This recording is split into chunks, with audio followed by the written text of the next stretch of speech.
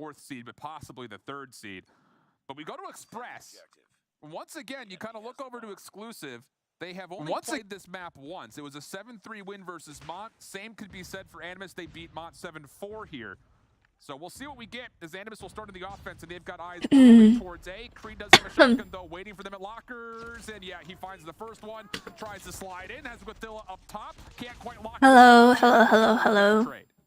Even when it comes to the lives. And so Holy crap. else I didn't, bruh, it said it starts at 1, so I was getting ready at 1, but it started like 50 minutes ago. Fuck. Fucking YouTube lied to me, bruh. Read on to Champy as well. Massive shots come through for Rasmo. That hardpoint was so crazy. Holy crap. Veer not in a position to catch much I- of an angle. I caught the end of it. Rasmo's ready for it. No way, no how. Neil. Last one left. Wait, I need to get like a jacket or something. It's so cold. And you don't love his odds, especially with a multitude of members looking right down scopes at him. First goes the weight of Animus. Clean. And even though that we saw such a presence from the shotgun right there, it just didn't work out. Trying to go in there for the kill instead.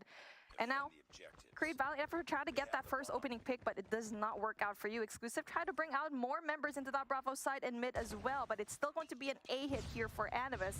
As we do see that Rasmus. Holy crap, chat. It's actually cold today. Why? Creed needs some help here. He's got the RNG. Yeah, I was late by 1 game. I didn't realize they started early, bruh. Because on the thing, it was like 1 p.m. EST, and it's like, yeah, I don't know. Offensive members already ready to go, and yeah, Champy has no idea that Shark's playing that close, and this is what you expect from Shark. You give him a little bit of space. Cold as shit.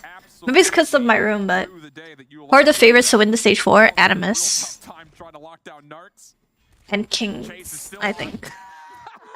Narks is like, cue up the Benny Hill music, running like a wild man. Ever heard of a heater? I have a heater, but it's in the other room, and I didn't think it was gonna be this cold. Oh shit! Needs to push it a little bit more. Oh hug.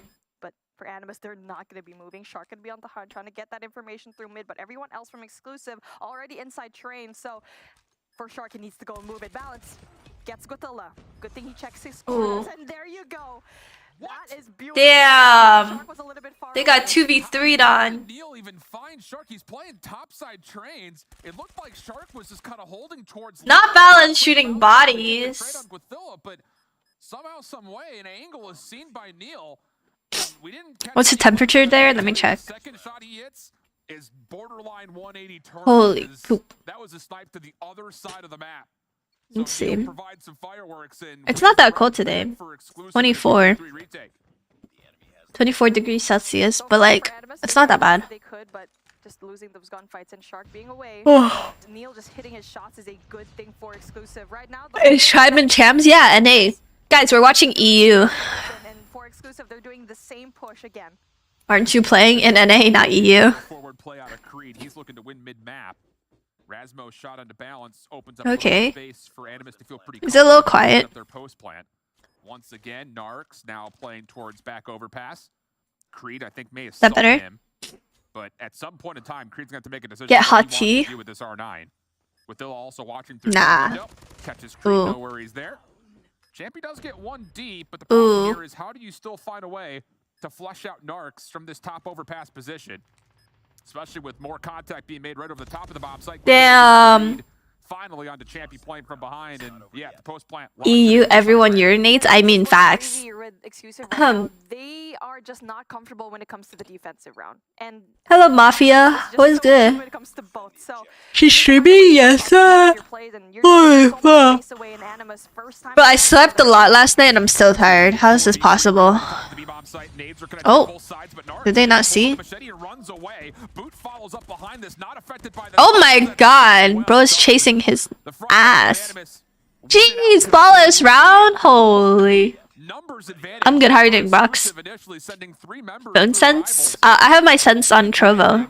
No one could track down the Animus offense and they just flat out win the gunfight. Holy fuck. And Animus, just any kind of take that they have, aggressive, passive, they're just winning a lot of their gunfights down. Again, going in for that A. I'm just always tired. You're just like me for real. Gets that kill. Essential for his team can deal with one more. Yeah, oh, he got the what's it called, crossbow kill. That's tragic. Saves a play over towards I'd be salty. being planted on the other side over towards A.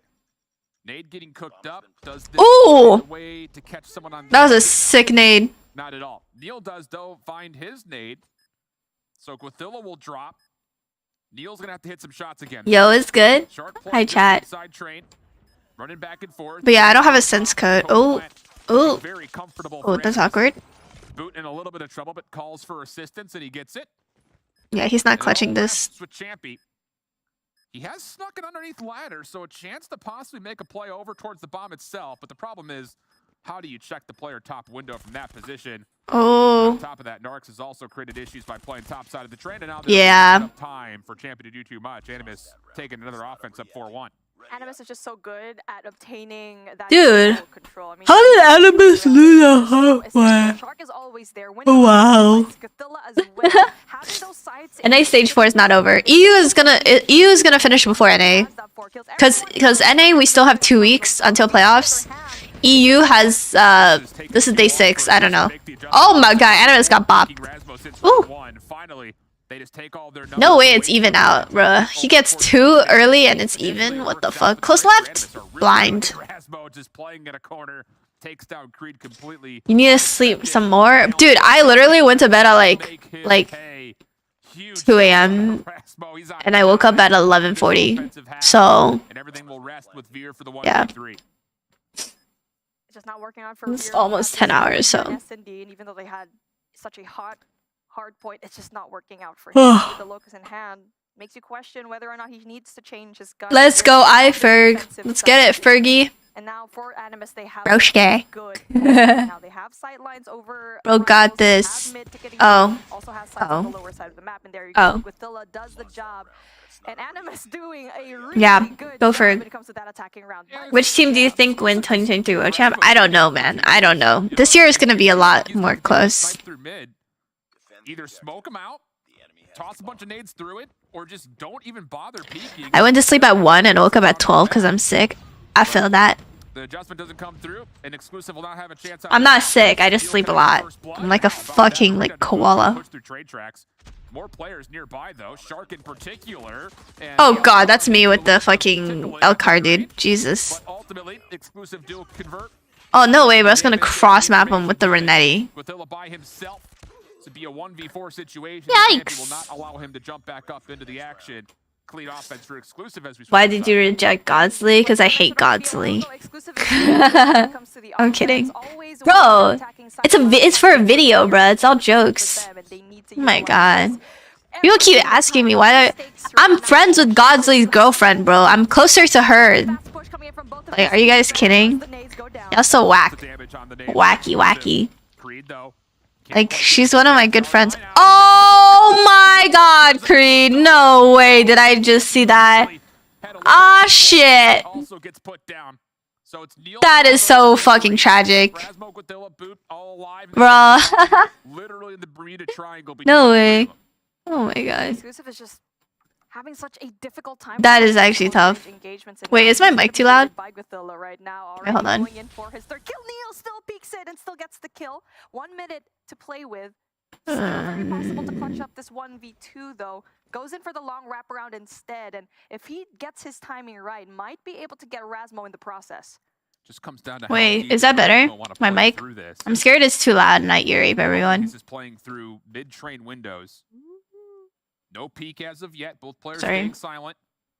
And they will be literally one piece of train ceiling away from each other. Exclusive is getting whooped. Well, they won on hardpoint, so they kind of need to take this search if they want to have a chance. But Neil's the one who has to move, and now he starts to make his go call. Rasmo here to watch him. Ooh. No worries there whatsoever. Map point for Animus. The timing was just not on his Hot take, Locust Electron is trash. I agree with your hot take. Actually, it's a good skin. I like it better than the water one. So. I like the LQ more, so. To find a way to bring this side and also utilize their close range engagements. Oh, a lot of offensive nades once again going over towards this bottom side at B, but the problem is Shark has gotten forward at mid and Boot is pushing through A. So Animus should fully know that this is going to be a delayed B setup. Creed has to be careful here. He's the bomb carrier, and he's pushed really far forward. Neil collects another kill deep over towards the middle part of the map. So Animus are getting a little bit picked apart here off the passive play from the exclusive, and now finally Creed will back up and get the bomb planted. 5v3 post plant. Now, player number 3 from Animus, that's going to be Gothilla, going to be the first line of contact here. The information will be given to his squad, though, but Champ's going to be in a good spot to try and get that first contact. So far, Narcs gets that kill, gets the peek off, and now if you're exclusive, no need to go and challenge, just hold your corners down. Wait, this isn't the first game? This is the second. It's the first matchup, but this... Oh! The crossbow! Disgusting. Goes there for the kills. 2v2 situation. Animus still able to even things out. Finally veers alive. Rasbo 1v2 has to go now. He's not winning this. Oh! One does, but no time to bounce away. What? Let's get Prince. So exclusive tested on their post plant, but still come out on top. Get us back to within 3, but it's going to have to be another 3 Dun, dun, dun, dun. Not the greatest news in the world for exclusive. We have yet to see them approach this A. Aerith, talk, you're so quiet. No, I'm not. What? Once again, we will get contact over towards B. I'm also watching too, bro. What? How the fuck you missed that? That's tragic. Action over the middle of the map, continuing to go the way of exclusive, and all of a sudden, what is happening? Hurt as he gets taken down, and now it's just the snipers left alive for Animus. Ooh! Gets a beautiful double. A 1v2 situation, but Veer goes. See, it would have been a fucking 2v1 right now for Animus if Veer didn't if he didn't choke the shot on Veer. So Narcs is gonna get that information, tries to go in there. Did I watch Horimiya? I read the manga, but I didn't really watch a lot of the anime because it's kind of like, eh. I want to use the Lucas again. I've been using it on Control, Rune Scrims. You guys just don't see it because I don't stream Scrims. All ticket, but the nail to the nade. Okay, little observer glitch there. It did get in by the look of the explosion. Flash will also just confirm that no one's inside mid. Neil Veer playing opposite angles. Narcs is going to get a chance here to possibly isolate. Okay, he has info. Connects, toggles the bomb just to see if he can bait someone out for a check. And yeah, he's got no idea if it's an overpass play, if it's both players over. Oh my god. Eventually he does get crossed up and exclusive bring us within 2. Good post map by Irish kind of Modern Warfare 2, where Crosshair implemented a game we could for exclusive. But one thing I need to see. Yeah, I agree. That'd be pretty cool. He just keeps getting that hit markers, and for what exclusive needs is to have that entry, just getting those kills for them. Oh shit. Animus want to challenge this B contest right off the rip. They do not have any staircase control. Boot sliding forward, finds one, stays alive, eventually taken down by Creed. And Shark will be the last one standing in a very quick 1v3 situation. But Creed... Why is Animus trolling? Shark may find the free kill. What are we watching? Oh my goodness, Veer's in trouble! Oh shit. Gets one. Now to the 1v1 with Neil. Bomb did get planted. Neil misses the first shot. Shark has baited him over. No! Oh, Shark! That gets the kill. No way! No fucking way, bro! No fucking way, bro! No fucking way! No fucking way! No fucking way! Shark, you're trolling, bro! You're fucking trolling! No! The 1v3, the dream, the fucking dream.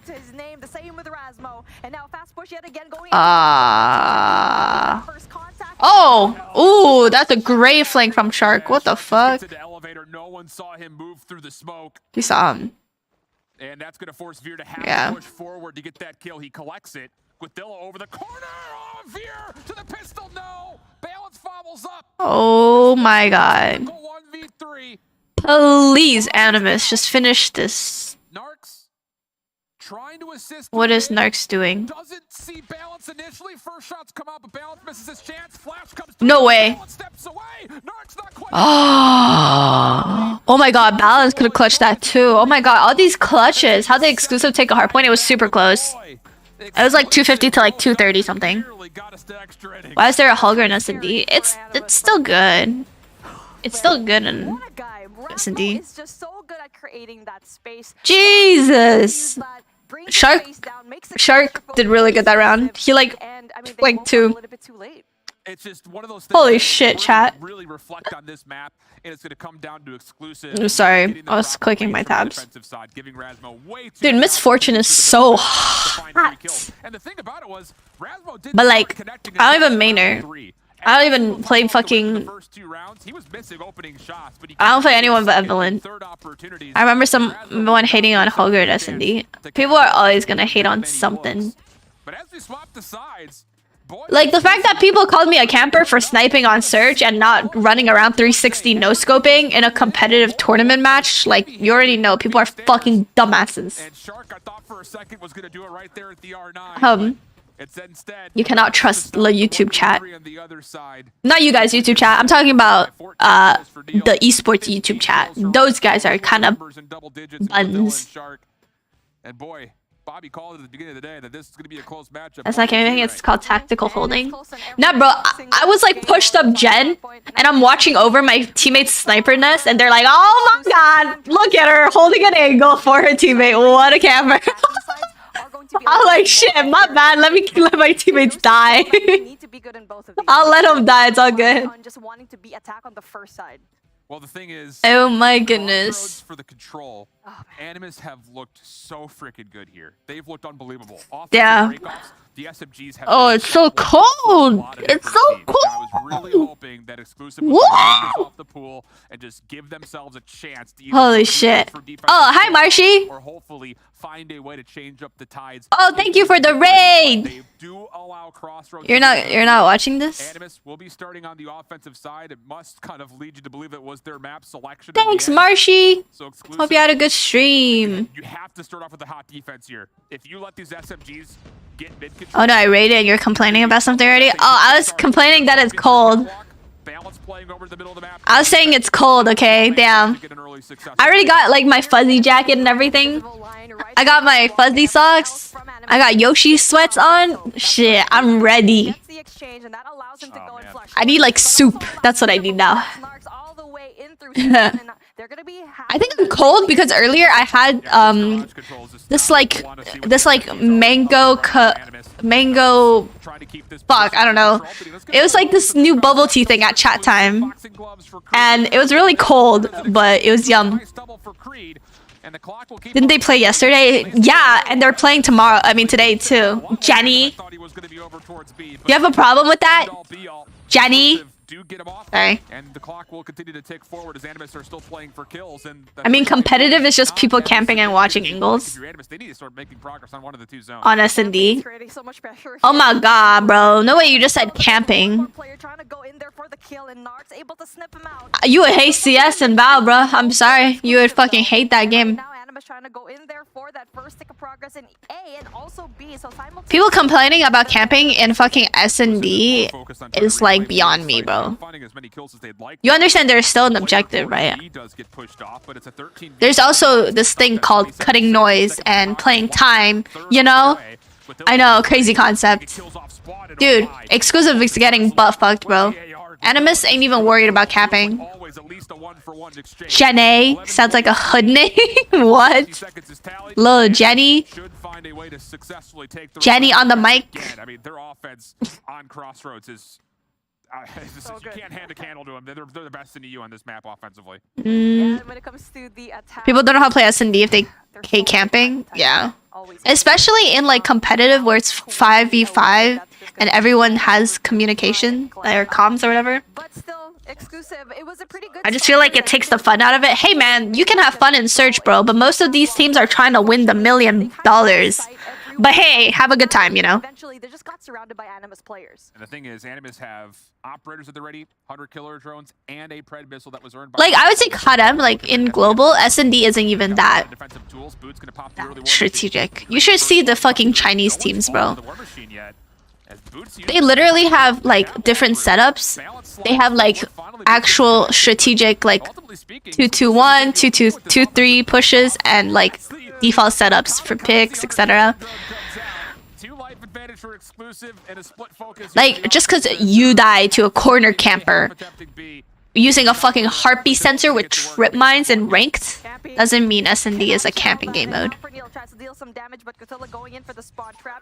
Like maybe in ranked. Maybe in ranked. Yeah, makes sense. Maybe in ranked. Yeah, I get it. Search in rank is fucking AIDS, bro. People don't know how to play this game mode. But has blown this round wide open. yeah, I'm sure LG got setups too. No, actually, S&D is probably LG's worst game mode. Something like this would likely happen. Narc's getting to work. Because that's the only game mode we take maps off LG.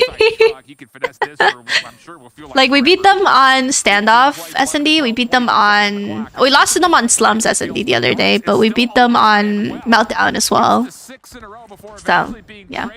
And exclusive will have a chance to stop the clock. So I don't know if they have default setup, but well, maybe a default, but not like maybe not too complicated. But then again, it's only stage 4. I feel like they're not really worried about stage 4. You know? For them with 14 seconds left on the clock, but they are going to be even on the lives though, so we need to see exclusive with a huge push coming in from Alpha. This is just such good patience for Animus. They get the read. LG beats everyone on respawns though, that's fair. Let them use it. Give them the extra 60 if we have to. Just don't forfeit the You really can't compete with that. Oh. Pred his ass. Oh. Pred his ass. We have a 3v6 scenario. Animus 3v6 is not losable, please. Oh my god, he actually used the Pred. I think some of these teams will be saving their tactics for stage 5. Yeah, but I think stage 4 is also a good place to try things out. Well, for teams that are already secured, basically, for playoffs, they're kind of chilling, but yeah. If you know you're gonna qualify, like I would just take search as like practice new things, try things out, you know, see what works, see what doesn't. I don't know. Aerith, hush. Shut up, Marshy. And check Twitter. Oh, okay. Who do y'all play this week? We play 2 games. LG and Limit. But not able to get that kill. 22 seconds left on the clock. 1-7 Animus passing is crazy. King's not being in. Well, I think they're all gonna make it to playoffs. Have to delete this, but you also have to get onto a zone. Shark playing opposite side catwalk. Champion no idea about it. Slides forward, doesn't predict to his left. Shark finds the kill, and now it's just down. What the fuck? That's not even me. Touch the zone, and as he makes his move, Narcs is there That's not even me. So close for Animus. I mean, they had such a big life lead and exclusive, able to dwindle it down. So, I mean, it's not gonna be enough though, as Animus leads this series by 2. And at this point, I thought that was going to be a way farther game. It was just a little bit too close. Early Sparrows on both sides. Shark uses his right through mid-map, and that will be good for a double. He does get traded out. Balance uses his Sparrow to claim topside garage. Rasmo only gets one with the claw before he's punished for it, so the opening offense... Don't worry, I typed not their real info. Oh, look at my response where I was like, that's me. for exclusive. So, pardon me, I thought he had used it in the last... You know what's so creepy? Animals with human faces. Like, what is that? Oh, this PC setup is so cute. Wow. My shit is so dusty and crusty and ugly. Sparrow's meta now. Apparently when everyone else except me uses it. Hey, nah, the amount of times where I pop my Sparrow and somebody just all of a sudden wants to run it down and like body block me so I kill them and myself. Oh my god. Like, are you kidding me?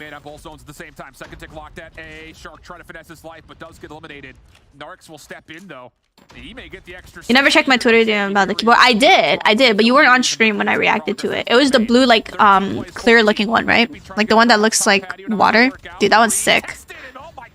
I want to hear what it sounds like. Click, click, click. Ooh. Ooh. Animus, finish it. Go hardpoint. Redeem yourself. Oh. Oh. Ooh.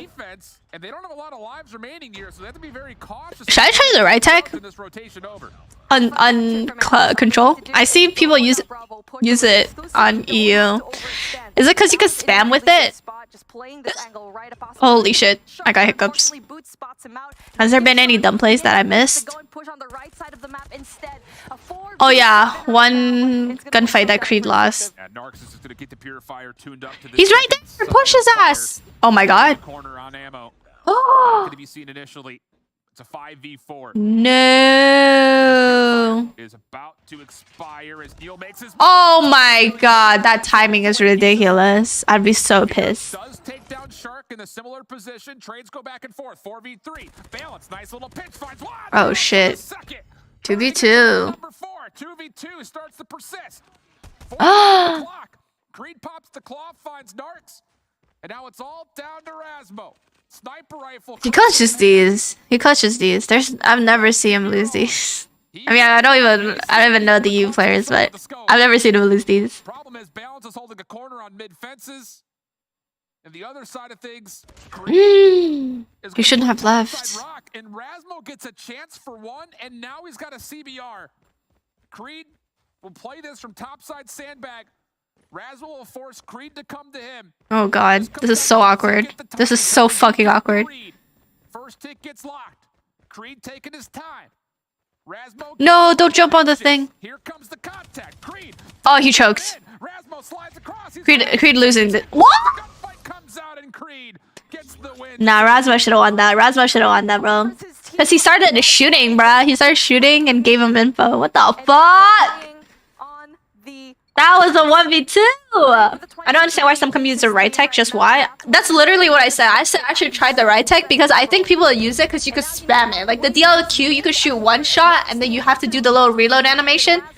But the right tech, you could like spam it a little bit more. So it's kind of like an SVD, but not as fast. See, look, Rasmo can keep shooting even though like he gets hit. Whereas the DLQ, you have to like go back. Oh my god. Doesn't get the second to follow up on it, so the clock will stay paused at a minute 5. And Exclusive looking good for their first tick, especially as Neil creates a little bit. On God, Prince. Thank you for your wise and informative opinion. Bro's an analyst. First tick still not locked. And with a little bit of depletion, now Shark makes his like Prince is literally like the most nuke player I've ever met. Yes, he doesn't have the most skills, but it is pretty. Yeah, just jokes, bro. Alright, guys. 19 rather, so that's not going to be even for Exclusive. The best case scenario is they do not have any kind of map control whatsoever. Animus is just going to be pushing up really quickly. The thing about it is Exclusive, they kind of bait. Look at just head glitch. Yeah, I think he wanted to slide to catch him. Decent play. He had a sub, you know. As they come off spawn, they will get over Prince almost nuked Prince. No way, bro. Shark has popped the Sparrow. He's just trying to play his life in the offensive. What's good? Penzel? And that'll be an extra 60 seconds with a life lead for Exclusive. I don't know. I might try the right tech. It looks sick. He should have used his sniper. Nah. The CBR is the move there. Almost immediately. Because he could have gotten the LK at that range, you know? Still playing inside the offensive spawn. Trades are decent. Now Exclusive bopped. finally make their move. One more. I like how not bopped. Whoa. Animus is choking this. Why? Why are we choking, guys? Come on now. You have Narcs on 12 kills, please. Please, y'all. And if you're Exclusive, yep, I was about to say this would be a great time for Veer to pop this Annihilator. And go. On this and get to around 5. Veer has not connected yet, though. Oh. Animus doing a kind of nice job of staying alive. Ooh! Winnable! So Winnable. Right back, 7v6. Long range shots. Wow, you just got fucking big brain on. What team is Marvel in? Kings. Because he's their sniper on search. He's their lifeline, you know? Gets one, maybe create some space. Oh my god, you got shit on. Jesus. By a Holger close range like that? Oh! And as Veer is the last one, oh my god. Animus will take the crossroads as they often do, 3-1. Now they're going to be leading the series. I mean, not a surprise. That's crazy. Animus, A-N-U-S, anus. It just reigns supreme that they're still 100% here. And then for Exclusive. Wait, what's Animus tag? A-N-M? Nah, it really should be A-N-U-S. For 2 rounds, they were able to bring it down to a 1v1. So I feel like Animus's tag should be like. Needs to be some sort of adjustment later on. This is one of those things where A-N-S? A-M-S? I feel like the S should be there because it's like the last letter, you know? And it's like a significant one. The first and last one. Anus. Anus Aerith, stop! I feel like Yu has more close teams, like top 4 can beat each other depending on the day. I don't think it's top 4. I would say exclusive isn't there. I would say top 3. I would say Kings, 117, and Animus. Because I do think exclusive is good, but they were also like, I don't know, I feel like they can't consistently keep it close with all 3 teams. Maybe this is just a lucky day. I would say top 3 though, for sure. A&M, I just think that looks, if you look at it right away, the first thing that pops into my head is anime. That makes sense. This is gonna be a close hardpoint matchup. I can already feel if we saw Hacienda being played like that. Takeoff as well. Am I allergic to my sweater? Because why is my arm red and itchy? This is wild. We saw it already yesterday up against a team like 31er where they Unleash the beast. www.monsterenergy.com/gaming. I haven't watched anime in a long time, Pickle. Okay, the last anime I watched was Hell's Paradise, which I thought was pretty good. The art was good. I just thought the lore was a little rushed. It was just like bam, bam, bam, tau, bam, bam, bam, and then it's like anime is that like introduce the main character and he's already like the most broken motherfucker ever. It's like, okay then.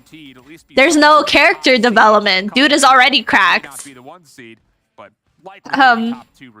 Feels like I'm watching from season 3, not from season 1, you know? Like, this dude is already fucking overpowered. Superhuman. Hell's Paradise was good though. What's your favorite energy drink to drink? I like coffee. I like matcha. I don't really drink like energy drink. I like the tropical Red Bull though. That shit was fire. Like the yellow one, the yellow packaging, the yellow and gray packaging, I think it is. So good. That one's delicious. But yeah, I like coffee. I love coffee. Depending on whatever side of the map you spawn on. And we saw in Hacienda that they always went in there for those early rotations. And coffee doesn't work at all for me. See, that's what I thought for me as well. Then once I was like, fuck it, let's do double espresso shot. And I took a double espresso shot. And when I was playing this like Hawk's Nest event or something, my hands were like shaking, bro. I was jittery in some like VR game. I was like, no. Neil will say, sweet, sounds good. Yeah, they're casting in Poland, I think. Yeah. Wait, what anime, Prince? Actually, I haven't even watched a lot of anime recently. Double espresso, bro, is hyper. Yeah, I was testing my tolerance. I was like, it shouldn't be that bad. Fucking spazzed out. But, you know, it's tragic. Alright guys, predictions for this game. I'm calling 250, 230 Animus. They were just not winning their gunfights. They're back in generator. So far though, Animus able to get majority of the points this time around. But that also the monster? To get the more favorable spawn later on with that rotation in okay. There's a thing called shrink here. I drink that and it's like 80 grams of caffeine. I sleep 5 minutes. Oh yeah, if I'm too tired, I'll still sleep even if I have caffeine. Yeah, I like tea as well. I love matcha. There's this new matcha place that they opened up in Scarborough. So good. Not a promo. So good though. They have the matcha ice cream and this like white peach ice cream, and I had the mix. Holy fuck. Delicious. Aerith, do a poll? I'll do a poll for the next matchup because this game already started, so. Bubble tea? I haven't had bubble tea in so long. Today was my first day having bubble tea in a long time. All that playing and China going to beat everyone in stage 5. Hey man, just because you don't come first doesn't mean you won't win anything, right? Because it's a $2 million fucking prize pool, you know? Or some shit, I don't know. Wait, so every time you drink caffeine, you start shaking? No. Only, it was just that one time because I never had double espresso. I usually just take one espresso shot and then I have it with like ice and like creamer, milk. How often do you go to Pacific Mall? I haven't gone in years, man. I really want to go. I want to go with Maya or something. Not Maya, sorry, Mass. Because she lives not too... she lives a bit far from me, but Pacific Mall is like right between us. So. exclusive, but we only have one player there, and he Nitro brew? Nah. But yeah, too much caffeine for us short people? Yeah. That's why I'm pretty lightweight. But the thing is, I think it's because I'm also Asian, that when I have alcohol, even if it's just a little bit, my face gets red. That's why I don't drink. That's why I like don't drink at all. Like, if I do, it's like the slightest amount that you can't even tell it's alcohol. Pepto-Bismol coffee? What? Red? Yeah, my face gets red when I drink alcohol. Brandy? I've never had brandy. Shut up, Solar. I'm not soft, Marshy. I'm hard.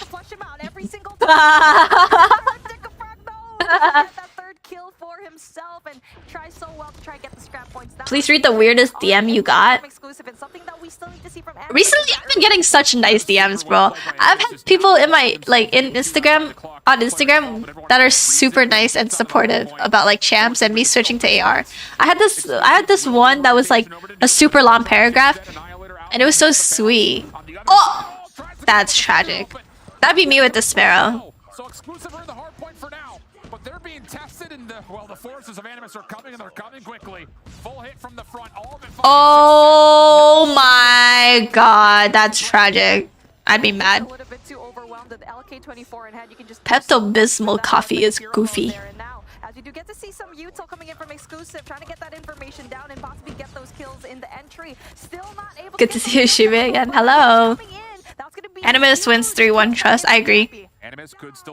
Because you're lost with AR, yeah, basically. Oh, okay.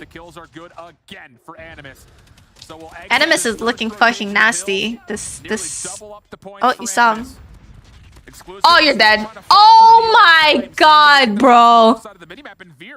Oh yeah, I'm sending you a paragraph on Instagram. Try to rid you of Aerith. Oh, word. Hey man, you got me blushing. Oh, bro died to a concussion or a flash. That's tough. Yeah. Player 2 trying to get those kills down. Let's go. Trying to cut that rotation from exclusive so far. Rasmo just shit on him. Oh, he predicted Narcs to be there and still chokes. Which team will you play next? We play 2 teams, LG and Limit. ARs for exclusive, trying to get the job done at range. And it's not quite as successful as you'd like to see. Guathilla, goodness, he is so snappy. Got to 4 in a row before eventually being traded, but again, Animus followed up behind those eliminations, clean up the kills, and now made their way over. Holy shit. But the spawns once again will trade hands. Exclusive spawn up. Hunter Killer Drone not going to connect. Champion from scaffold side, good for 1, clears the hard point, follows up by taking down Guathilla. But look out. Imagine Neil being Kings though. Neil used to be teammates with a bunch of players from Kings last year in Nova.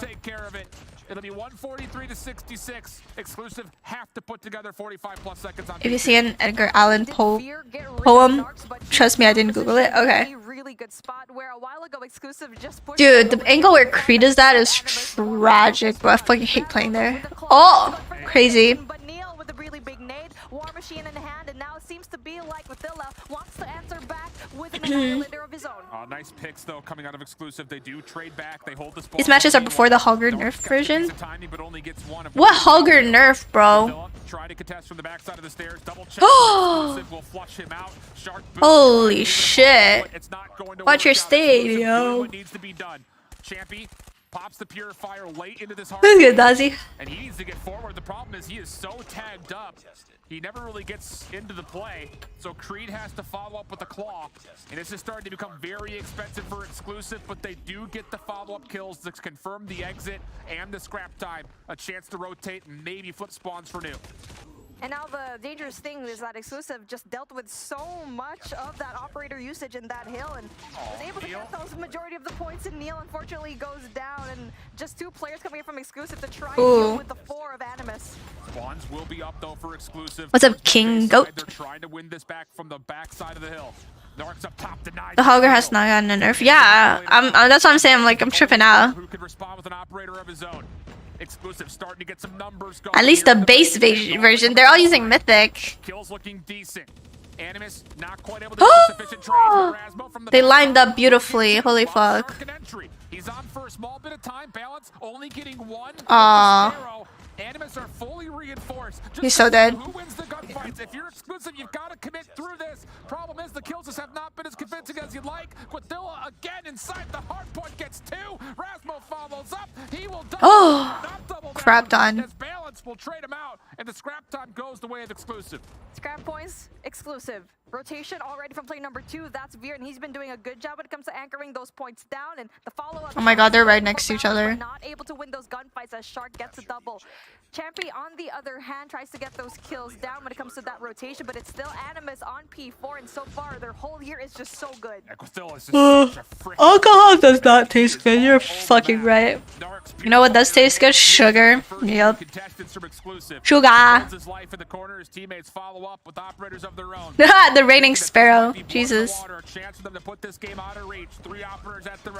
Ooh. Nagatilia with the Hulgers, like demonic. Oh, that hunter right into the forehead. Oh. Neil allowed the rest of the exclusive players to actually spot off. Oh, that's. Oh my god, bro. Boot shuts him down, but Creed with a response, and now when it comes to the scrap points, we see exclusive Animus. That was a nice war machine. What? How the fuck is Boo breaking? Wow. This year, EU teams are much stronger than last year. You can see that they improved. I agree. I agree with you. Like, if this was last year, exclusive would have gotten blown out, bruh. And then Animus would have, like, already just, yeah. How is this close? It's not close, Janny. They're literally winning by more than a full hill. But go off, Janny. I'm kidding. Yo, Gogo, thank you for the freaking 500 elixir. TLE on top. Wait, is Nova playing? Nova doesn't have a team. Every year teams will keep on improving. Doofuses. Yeah, and you're still dog shit, Marshy. Ha. Ha. Ha. Yup. Oh. Yeah, I don't think EU has a chance. Okay. I said team? Yeah, but you have to be your own team, you know? Who else is gonna support you? Through thick and thin. Exclusive have gotten control of spawns for now. But the problem is, look at the route coming through the bottom of the map for Animus. Already, he once again darks around the. Oh, they're fucked at P2, bro. Oh! Oh! Wow. Big brain hops. Never mind. Does he ever make it worthwhile? Finds the kill. Animus will see the hard point open up in that lovely shady yellow. Is it? I mean, that was an essential rotation coming in from Narc. Oh. Oh my god. Had the firepower to try to get this P2, but also Animus has. No way! You're letting Neil cook, y'all! Everyone else from exclusive trying to go in there for that contest on the right Oh side, but they need to make it three-dimensional play. The sparrow, everything, bro. They popped everything. They popped every fucking op in the game. Annie Puri Sparrow. Holy shit. Animus are gonna have a chance. Holy shit. As they rotate over to likely not just have a setup, but they are going to eventually. Oh god. Look at Champy. Saw his Puri like running it down. Oh, he should have had that. But he does earn himself a war machine. He has an EMP, bruh. So hold on a second. This map. Oh, you choked that. Exclusive. Clawing around. That was actually a choke. Have to win this rotation though. Oh yeah. That's actually crazy. Dude, they popped everything, yo. Shark has an operator to play with as well, but does Veer know that? Oh, just on time. That timing. For him, the timing is not going to be on his side and loses that gunfight. And from Neil, he's going to get to the second floor, come down through staircase side. Big play here from Neil. Gets one. Oh, big war machine. He does find 2. Oh, that's tragic. He just ran out. Creed follows up. The kills are decent. Exclusive. They've got an extra life in this one. No fucking way. No fucking way. What? Dude got bopped through a smoke on a heady, bro. That's like my worst nightmare. I'm not gonna lie. Oh, Shark, you're just like that. Okay. Oh, shit. Okay, this is a little too close, guys. Hey, yo, Animus. Hey, Animus, what the fuck? Hey, yo, Animus. Please, no. Don't actually choke, man. Why does he have his melee? Oh, Makes the play with the boxing gloves again. that's crazy. His presence known that he's going to be That is absurd. Yo, if Animus lets exclusive break this hill, I genuinely give up, bro. I have no faith. There's an opportunity to pinch this if you're exclusive. Creed gets 2 from the front. Here comes Balance. Oh, he's found one. Not gonna need to turn. Holy shit, they let him break. They let him break. Shut down. Animus stuck at 240. Cruise missile gets called. It's good for 1. But Oh my god. can only find a single What the fuck is happening? What the fuck is going on? He's gonna be really patient, waiting for the majority of the Animus squad to try and go for the pinch. What is going on? Okay, Animus won this. Animus won this. They can't break this. It's 1 second.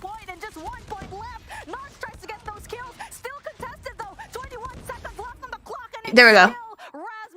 Okay, did I say 250, 230? I said 250, 230 for Animus, right? I swear I called it. I'll say. I swear I called it though. Oh my god, I almost got comeback on. Holy fuck. Holy fuck. My heart, bro. I called it. Yeah, because, dude, I'm just the best analyst. Put me on. These guys don't know what they're talking about. Holy fuck. You were so close to perfect. Yeah, exclusive. You just couldn't have sat in the hill for 1 more second. Fucking shitters. Oh my god, that was a little too close, bro. Got my heart beating. Path who? Yeah, I should be an analyst at this point. Jesus. Jesus Christ. Holy fuck. Nah, that P2, it was theirs to hold. Just because if you invest 3 ops and you're not holding it, then that's the problem. Able to anchor down those favorable spawns, allowing Narcs to kind of go through, and they knew that Narcs was the one to actually rotate into mid launch center. Holy shit. Flip those spawns, but they weren't able to stop him the second. What did I just see on my Twitter? Girls throws a drink in my face, but I swallowed it all perfectly. What the fuck? Animus goes up 100 points and still only wins by 21. Ridiculous performance by Exclusive. Bobby, you told me look out for Exclusive. I think they're going to play Animus way harder than a lot of the fans expect. You were right, and it started with that Game 1 hard point. They almost brought it to a Game 5 there with the Game 4 performance. I mean, we got multiple 50 bombs out of Exclusive. Yes. There's 50 bombs across the board, but obviously the most impactful one I would say was out of Boot. We said coming into this, there is a question mark. If he doesn't show up, that's the Holy only crap. situation where they have found any losses, and he stepped up the biggest for that squad. So many objective kills out of him. When is Swashi rolling that? We're not playing LG today. Let's take a look at some of the clips that we got here from Tempting my that series. Starbucks bacon, egg, and I felt one in cheese. particular from Okay. game number 1. I felt this was Animus's map that they Dude, showed. Starbucks is actually so expensive. The guy who was a hero in Oh, game Animus 4 choked this TK round. pulls out the war machine, but that shot in the teammate's back blows him up. Who do you play today then? We play Tribe. We play Tribe for warm-up, and then we play ARP and MM. Explosives. But he's mentally tough, you know? He had multiple, like, debatably game-changing plays that just unfortunately don't go his way. And What's wrong with your mom named Jenny? What? inspiring in that one, and I think he led the way. No Yeah, Brox, I am. You look at Shark, who has been the leader on that squad in kills per game. Wait, when is NA stream? Thursday. Time, search and destroy kills, first bloods, second in control. Am I a and sub or a it's not player? map where he was I'm their what's it called? Water boy, a cheerleader, a bench one of the members of the winning wiper. Welcome to the show. How are we feeling after now? Oh, what the fuck? They have an interview. Why Thursday though? I don't know. That's just when they decide for stage 4. Okay, my name is Gitila. Okay. I was Gitila. Thank you for that. No, it's Guithilia. Tonight. Did exclusive Wait, Guithila. Wait, that's actually a hard name though. Gitila. It's gonna be close with them because Excel is a pretty good team. We know, everybody know. But we just stay focused. He said oui. We focus on the SND. The SND was the most important, I think. We back to 1-1. after the control was really clean. I'm really proud of the team for the control. We Oh, this is live. Okay. So it's perfect. And after the hard point was pretty well. It's fine. It's fine. We're exciting, at least. Yeah, no question. I think a big point of focus for us was that early in the season there had been some games where Boot was a little bit shaky for his performances for you guys, but he definitely stepped up in this matchup today. What do you feel like he's done really well to improve himself and be more of a contributor on the squad?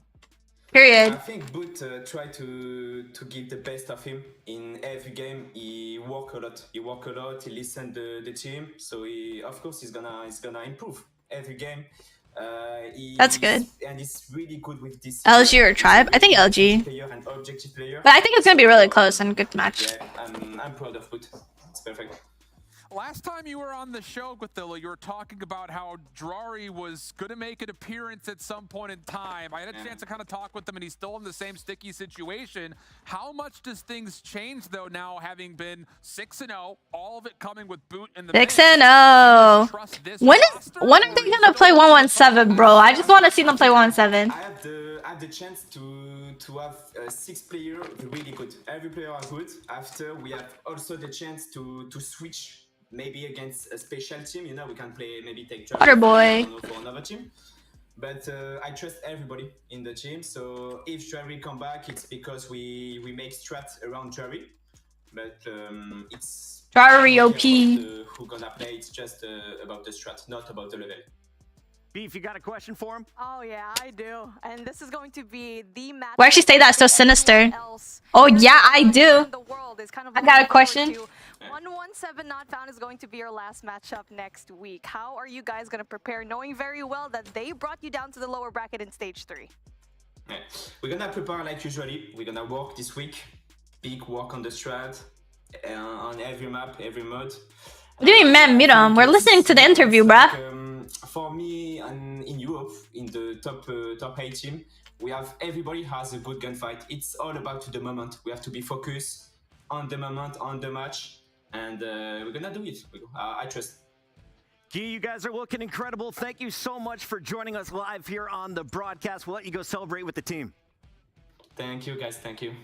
What a victory for Animus to open up the day, and they now improved to 6-0 with one match still to go, and it's against another unbeaten team. That's coming up next week. But right now, we've got 3 more matches loading up, and when we come back, you're going to get a chance to see that 117 squad in action. Who's 31ers playing today? Stay tuned to find out.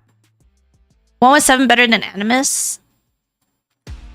I mean, I think it's going to be close. It's anyone's game.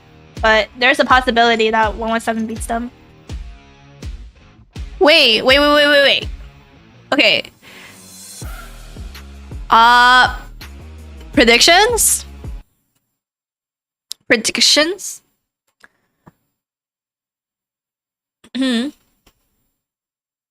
Bro said skip it. Like, this is not a fucking live broadcast. Okay, at least the wait time is 3 minutes. It used to be like fucking 10 minutes. And then when it hits 10 minutes, it says like, be right back for another like 13 minutes. Like, what? Okay, Zidium against 117. I say 117 wins 3-0. 31ers against Mont. I want 31ers to win. So 3-2. Kings against Panic. I mean, Panic has yet to win, what's it called? They've won 1 match. And that was S&D, right? And it was against Mont. I'd say 3-0. Afer, okay, if Afer performs well, somebody needs to pick this man up. Because, like, he's been single-handedly carrying the fuck out of Panic. And he wasn't even originally on this team. Like, what is going on? Like, how is that even possible? Y'all are letting the homie Afer down. This is tragic. But yeah. He was originally on Zidium. So Afer, okay, so this is kind of crazy because it is kind of karma too. Because like Afer left Zidium to join Panic. And they lost. And they lost to his old team. And they lost to Zidium. You know? It's like, well, oh shit, you know? Shouldn't have left. It is what it is. What's good, Darth?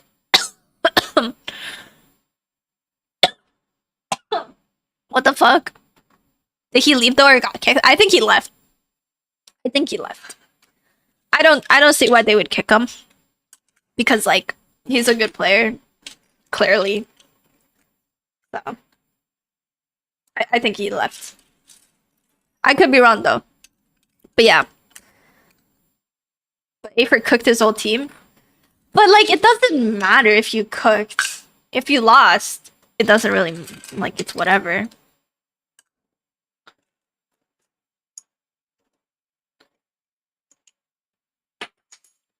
It's like at the end of the day, nobody remembers like your score. It's just who wins and who loses. Snapdragon Elite Gaming, Samsung You know? Galaxy S23 Ultra, and Monster Energy. Woo! I don't think I've ever had a Monster before. Dragon Pro Series, we are live I don't think I like it. I don't really like energy drinks.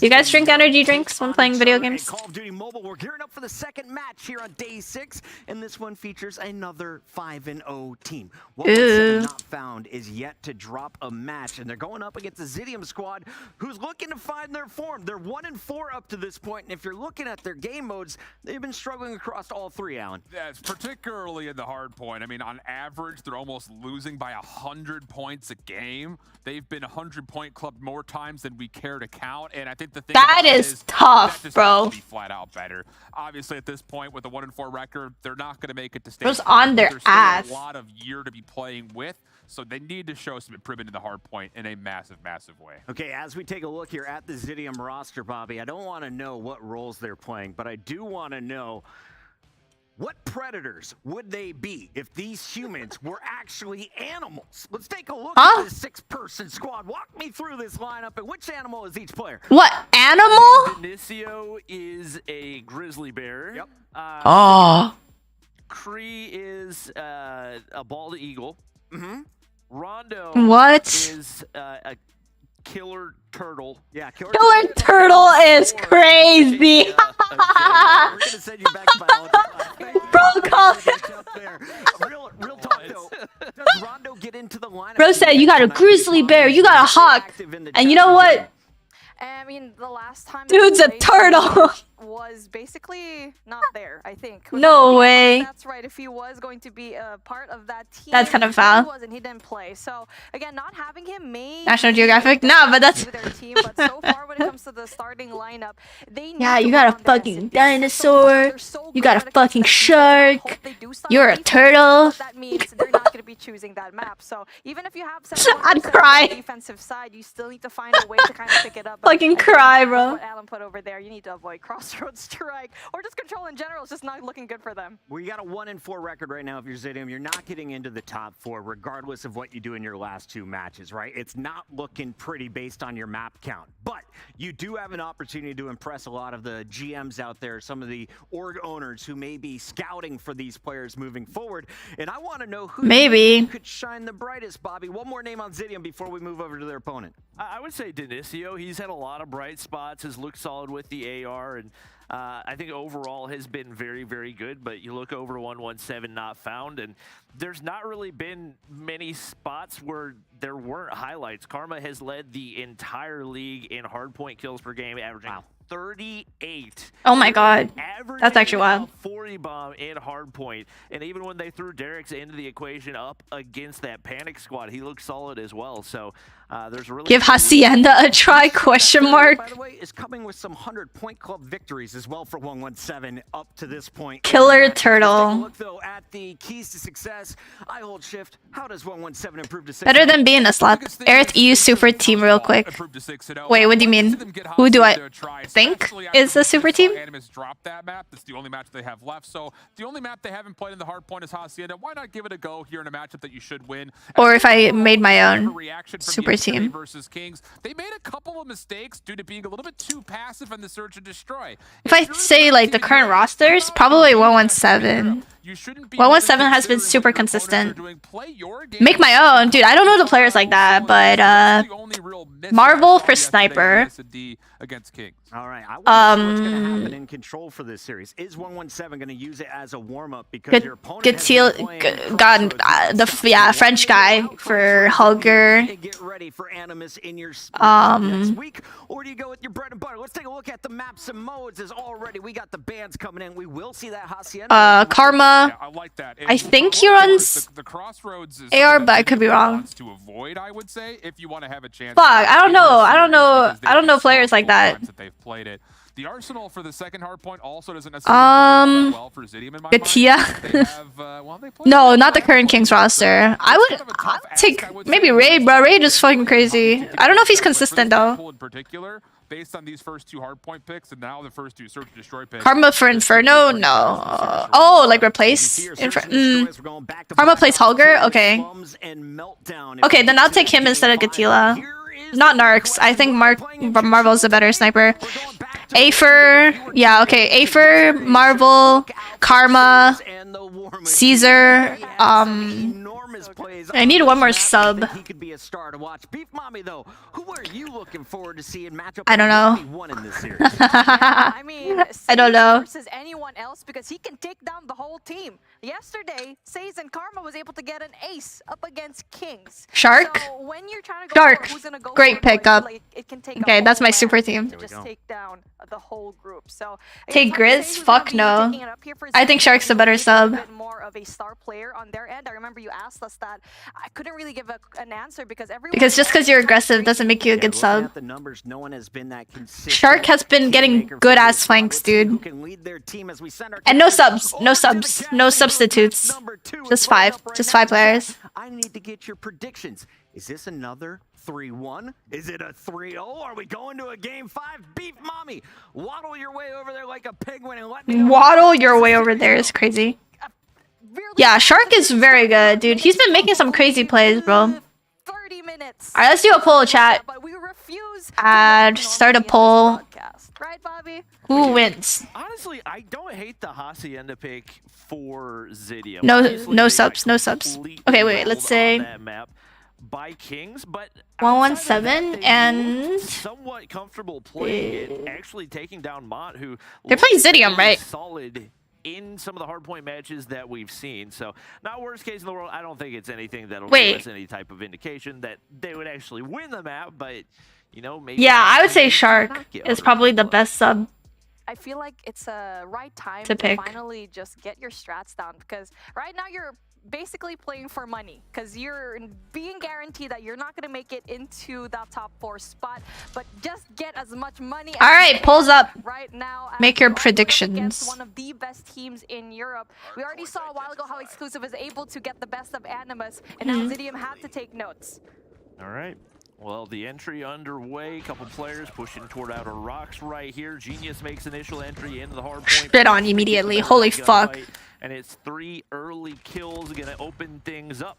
But there he is, the man himself, Denisio. Nice. 117 is winning this, yeah. That's gonna open an opportunity for Zidium get hopped on the hard point early. And now I'm delayed. Majority of the points so far here, and everyone. Let me just refresh real quick. Did I just get ad blocker ad? The essential spots that you need to have, and it's good enough. Getting those essential kills is definitely going to be big for current roster super routine for NA is kind of hard. Dude, LG is already a fucking super team, bruh. Allows him to have that hunter killer drone to play with later on into a more open hard point. Ooh, Genius had an opportunity right there, but can't capitalize. Saturn's looking to rotate early right here, but Denisio gets the better of him again, and he is cooking off the start of that one. The Pred missile earned. And be able to get information and a kill. You're using light mode? I'm not even logged in, bro. On the outside of P2 and looking to catch somebody by surprise. Give me a break. Lucky right there. Would have been a crucial gunfight. Early control for 117, but smokes go through. And I'm on Twitch. Area for the SMGs to thrive. Not able to make it happen. Like what the fuck? Zidium completely shut down on the push. And now we get to see 117 not found having the more favorable spawn. That's going to be LG unimportant so far. Like try up by map count, and they already be simplicity. Yeah, but I think when it comes to the long term, because I feel like LG hasn't been fully like making shots and shit yet, you know? They're just scrimming to practice and keeping their gun skill and building chemistry. I think once they put in their time to make shots and stuff, they're gonna be deadly. Because at the end of the day, they kind of already know they're gonna qualify for stage 5. Most likely, you know. They already qualified for stage 4 playoff, so, you know. Now rotation already pretty good for 117 not found. As I definitely don't think they're giving it their all. Here to Zidium. That's player number 5. Caesar already rocking with that 7 kills to his name. Trying to get that top patio control. He does win those gunfights and essentially just breaks that kind of momentum that Zidium had trying to go in there for the fight. All right, Lucky looking to step up right now for 117. The first like full rotation's usually close. And then one team just kind of slowly builds a lead and it snowballs. Let's see if it's like that. Damn, Caesar just killed himself. True that, but if they're not careful, try might take it. Yeah, but you have to understand, stage 5 is not gonna be here till like basically like 4 or 5 months, right? So they have time. On that objective, not giving any type of opportunity for Zidium to break through. Genius uses the hunter killer drone, gets rid of that one player, now contest. Plus, like, they have Hippo, which is a really, really good analyst for them. Contest this hill, but gonna have a really tough time. Man's big brain. Rotation anyway, but kind of a questionable push. I feel like they should have fought for this control instead because they already had a player set up. That's Saturn's right there. Solo and Jez, crazy duo. That this is the map where we saw Zidium get freaking 50-point clubbed by Kings. Like, not even 100-point club, they get 50-point clubbed. And right now, they're going toe-to-toe up against 117, who have yet to lose a match in stage 4. Solid feed right there. Big purifier for Saturns as he shuts down the 2 on entry. But Zidium once again in position to lock in hardpoint time. And another big kill on the backside right there as Lucky pushes on through. Looks like a pinch attempt for Zidium. Not going to be able to find any success. He's going to be able to lay down shots across and fix up another kill there as well. I like the push right now of 117 not found, just leaving Lucky alone there, knowing very well that he has the claw to play with, and the rest of the 117 not found boys try to go in there for that control in 2F through mid. But that also allows him to get a purifier. It is a good team, that's for sure. In there for the break, and so far 117 not found, giving this up again. The scrap points going into the favor of Zidium, but as one player is going to be the only one left to go and contest, it's still going to be heavily contested by both of these teams.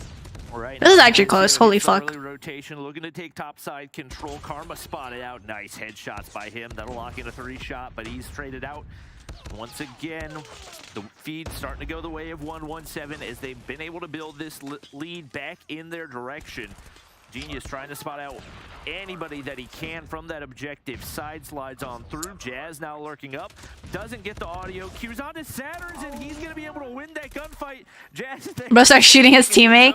As long as you're alive, that's all that matters. And now I think Devious could make it. Devious could. I think it's very close between these 3 teams. That's for sure. That Zidium got a lot of the points here in P1, but still we will see. Gets that kill down. He also has a hunter killer to play with. Gonna be able to bring that out, but will he get that kill? Not gonna be sure, but they do have a control in P1 so far.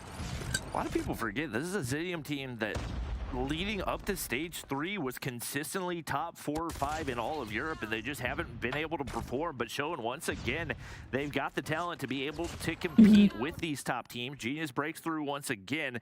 Rotations are through, but 4 players already over on that side for Zidium. Denicio watching the rotation and entry in right there, but Lucky's going to be able to spot out a shoulder.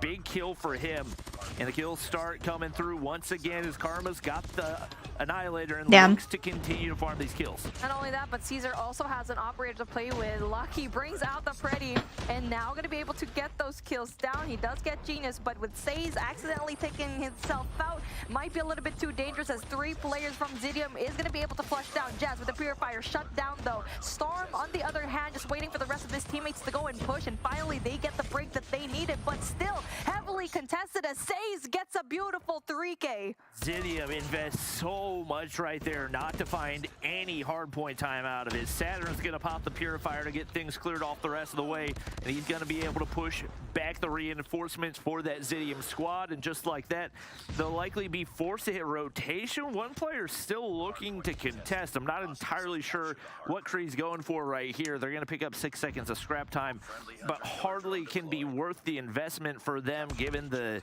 amount of time it's going to take them to rotate across the map right now, and Says wins a big early gunfight from the top side. Zidium needs to find a way to control Patio again, kind of like what we saw a while ago in P3, and they got majority of the points down actually, and so far Genius tries to wait for the shots. He does get shut down though, Saturn's yet again. He does have that Sparrow to play with, so that could be a good cleanup for Zidium if Genius does decide to take it out. Devils, you mean devious? Looking to play his life, pops a Sparrow right here, a couple pre-fire shots as he finds one, doesn't spot out. That's me with the Sparrow. Another big kill for Zidium. Opportunity to find the break right here, not in position quite yet, but it's Denisio looking for the hip fire with the AR in hand, and it goes anyway. Still contested for both. Who did win the first game? This is the first game. 117 against Zidium. The last match, Animus won 3-1. But doesn't hear Karma hop down directly behind him. Genius cleared off, but the reinforcements continue to arrive, and Zidium do a fantastic job of minimizing any type of big chunk time for 117. Unfortunately for them, not sure of gun skill. Well, you know me, my gun skill's fucking dog shit, but hey, it is what it is. Got majority of their points down there in P3. A lot of them were actually very near that area, and for 117 not found, able to go and contest it. The best case scenario for that P3, and now the rotation gonna be early for them, but they are gonna be losing majority of the gunfights as everyone else from Zidium gonna be right there. Solo hold coming in from that player number 5 from 117. Caesar finally goes down, and that actually allows the rest of 117 not found to spawn right near. Ooh, big shots from shit. War Machine comes out, seeing how many he can clear. That's 3 already.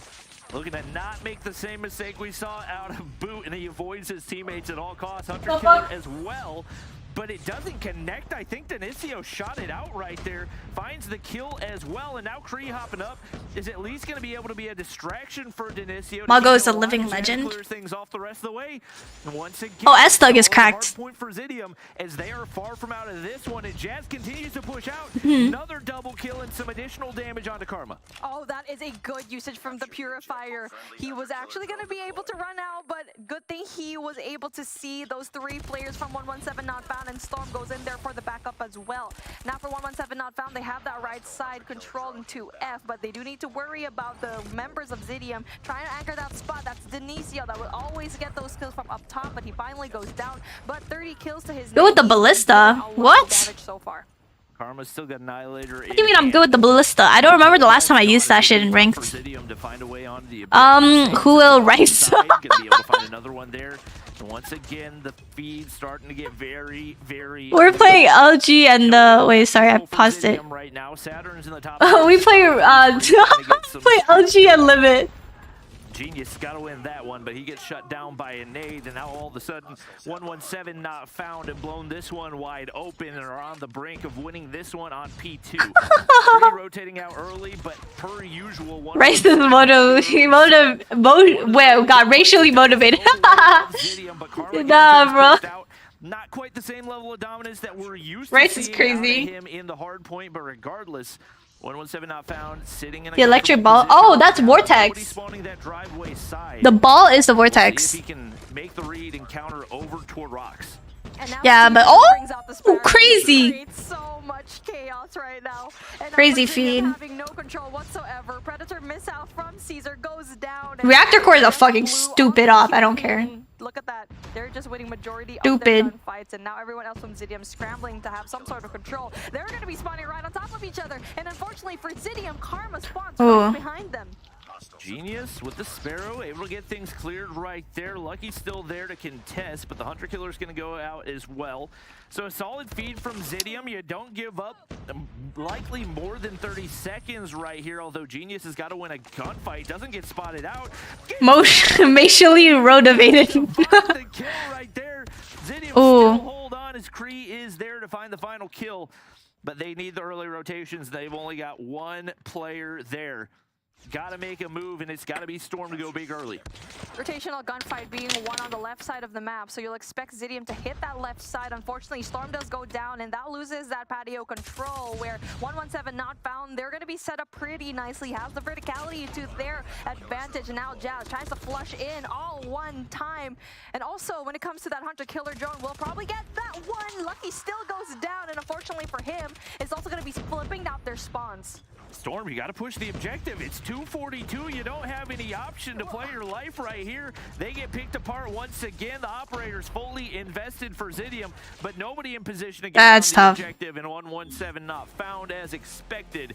Clean that one up, but not in the dominant fashion that we expect to see. It was a back and forth. I mean, the good thing for Zidium, they kept everything contested. They got scrap points down. Initially, they did get the first rotations, but since there was such a gap already in the points later on, they could not let go of that hill for that early rotation setup. But man, you get to see that reluctance at the very end of the call. That could have been a really big difference when it comes to the points. Yep, and that once again just shows that even when they're not necessarily playing at their very best, 117 very fundamentally sound. In regards to the rotations, they were winning that battle every time. It was just Zidium winning a lot more gunfights than we really expected them to, and obviously a couple really big plays out of Vita Wata lover all game long, but Storm a little bit too slow. He's kind of been the weak link when it comes to the respawns, and definitely showed there toward the end. And now we do get to see some bright spots from Zidium. So that is like one kind of gameplay we like to see from this team. And it was Denicio that is a little bit streaky. He's really good with that search and destroy. If he's on, he's on. And right now it seems like something finally clicked when it comes to this player. But taking a look at what we have on the other side, Caesar having that 40, and he had so many multi-kills. He was using his operators and score streaks so well. Obviously, an uncharacteristic performance from Karma. I think a lot of it was just him not finding engagements. But once again, even him going negative is not something that we see too terribly often. Obviously, the rest of the team picked up the slack, and it is 117 picking up the map right there. If I had to guess, probably going to continue as we head into the next one. They have looked maybe even better in the search and destroy than they have in the hard point. And there have been multiple instances where Zidium have looked worse than bad when it comes to search and destroy. That's tough. I need to be simplicity. Yeah, I mean, yes. That was up against Kings, so I mean, or devious. And with 117 not found beating Kings yesterday, and now you're kind of questioning how good really is 117 not found, especially here in this S&D. And now no longer feeling sleepy. I'm good now. I'm good now. The only lifeline that this team actually I was awoken by that takeoff game. Starting things off with 117 not found on the defensive side, and Zidium going to be on the attack. See what they can do right here. It's going to be Karma looking to get pushed up early. Don't typically see this route out of an AR, but nobody really there to contest for Zidium, and they're giving up so much map control right now. Nothing really. Yeah, I think it's gonna be close between us and Simplicity. The thing is, we're pretty confident on our search. Our hardpoint, I feel like we're not as good as them, but if we work hard on our search, I think we could definitely put up at least good numbers, and if we're lucky, get away with it. If he goes on once again, Denicio spots him out, and he's gonna chow anyway. That's a ballsy move. FFAR in hand, very, very fast when it comes to the bullets. So far, though, with Zidium having the upper hand, it's like you're trying to move at this point. How are you gonna go about it? You already was able to get rid of Karma right there and Broken. Now you need to get that information down. And control, well, we scrimmed them. We've only scrimmed them once. We lost, like, I think 1-3 or 2-3 on Raid, and we beat them 3-0 on Standoff. But Standoff isn't even our strong map. It's usually Raid. We'll see, though. You never know. Not been able to find these shots, and really that is all on to Zidium, giving so many opportunities to find a kill and really can't capitalize. You already have 2 kills, and yet you never fucking know. That just gives 117. Insert your great edition first dice. I think I'm good on search, but I need to fucking not be dog shit on hardpoint. That's the problem. You know what I mean? Spots 1. Information gonna go down. And now it is going to be a 2v2 situation. Genius goes in there and doesn't check the corner, and Saturns has been there in that spot, not moving for the longest time. Well, Jazz is spotted on the cross, so this should be. What's up, Sacrifice? How you doing? 117, but he's actually looking to play decoy right here. Takes a couple of shots and may have the read on this one. Takes down one. Ooh. Not going to be able to find the second though. Saturn's there for the close trade. round. Well played by 117, and a missed opportunity for Zidium as they had that early advantage but could not capitalize. They need to find a way to take advantage of that life count and just confidently push into a site. You already have the advantage, you have the manpower for it, but staying put after getting such an advantage will give 117 not found even enough space to get those 1v1s down. You already know this team is so good when it comes to those. And now 117 not found, looking pretty solid with that first start, even though they had a difficult time in the beginning. And now a faster push though coming in from Zidium on this side. The utility usage is everything. Able to catch Saturn's off guard right there. Yeah, B-bomb is fucking terrifying to play on. You get like quad flash. Very fast plant on the B, and I don't think anybody has any idea that right now Kree is lurking in a perfect spot. He's going to be able to find another one right there, and left all down to Karma. Kree can't connect on the shot. Second guessing right here. That's about as free a kill as you're going to find, and Zidium bounce back is once again the gap between these teams not looking as big as we expected. Yeah, it's really interesting how Zidium's actually playing this S&D, and also Yeah, no, it's super chill. Up to this game mode from that hard point really is so well, because we already said that everyone else from Zidium needed to step it up, and also who is going to be that star player. So far, we don't have an answer yet, but the teamwork definitely going to be there. And this is the first time that Zidium have played have played Slum Search and Destroy at all. So whether this is a specialty for them and other teams have just banned it, 117 didn't gather that information, whatever it is, they've been able to do a solid job, and they take the man advantage once again. Can I do a British accent? No. I'm not good with accents. Connects once again, now all down to Says. And a well-cooked nade does take down Storm, but still 2 left to be dealt with. 25 seconds for him, and he's going to hit the wrap back towards spawn. He doesn't really have a ton of time to work with trying to play the prone angle, but 1 HP should be easy for Kree to take down. And Zidium takes the lead here. Those are really good engagements. Can you increase caster voice? Yeah. Impressive so far, and not over-aggressing. So that's going to be a really good sign for Zidium right now, not knowing that we didn't have any kind of information whatsoever. Yo, what if Zidium wins this? S&D gameplay S&D. here when it comes to a map as small as Slums. And you'd expect that 117 not found is going to be having that fast push, but now it's going to be the other way around. Genius tries to go in there really aggressively, but Storm goes in there with a response, and even though that they were stunned, oh, that's so awkward. Wins the majority of the gunfights. Oh, clean deagle shots from Denisio. He's able to get away with his life, does end up getting traded out, but still affords his team a 2v2 here. And that's going to be Kree dropping off Lucky, now left all down to Saturn's. And it seems like Kree's got a pretty good idea, spots him out right there. The bomb is down mid-map, but now should be able to retrieve it as well. But it's actually going to be a 1v1 here. And that makes things a little bit more interesting. A big question, does Saturn's know where the bomb was? I don't think he has any idea. So he's just going to pick a bomb site and pray that he finds an audio cue. And this is the audio cue he's going to get as bomb is going to be planted. Now he will have the FFAR in hand. Kree gets tagged up, but he does have a sniper to play with. So he does have that long what I like engagement. So FFAR that going to be in comp. He's going to be playing It's like a aggro AR. What I like most about YouTube is that they play more open and aggressive on the edges of the map. Beautiful play out of him to rotate exactly where he knew Saturn's was gonna. But you can't play like this against NA teams. Yeah, different regions have once again looking very different playstyles. Squad that has already been eliminated from contention. For them to be stepping up like this early against an undefeated 117 squad is absolutely impressive.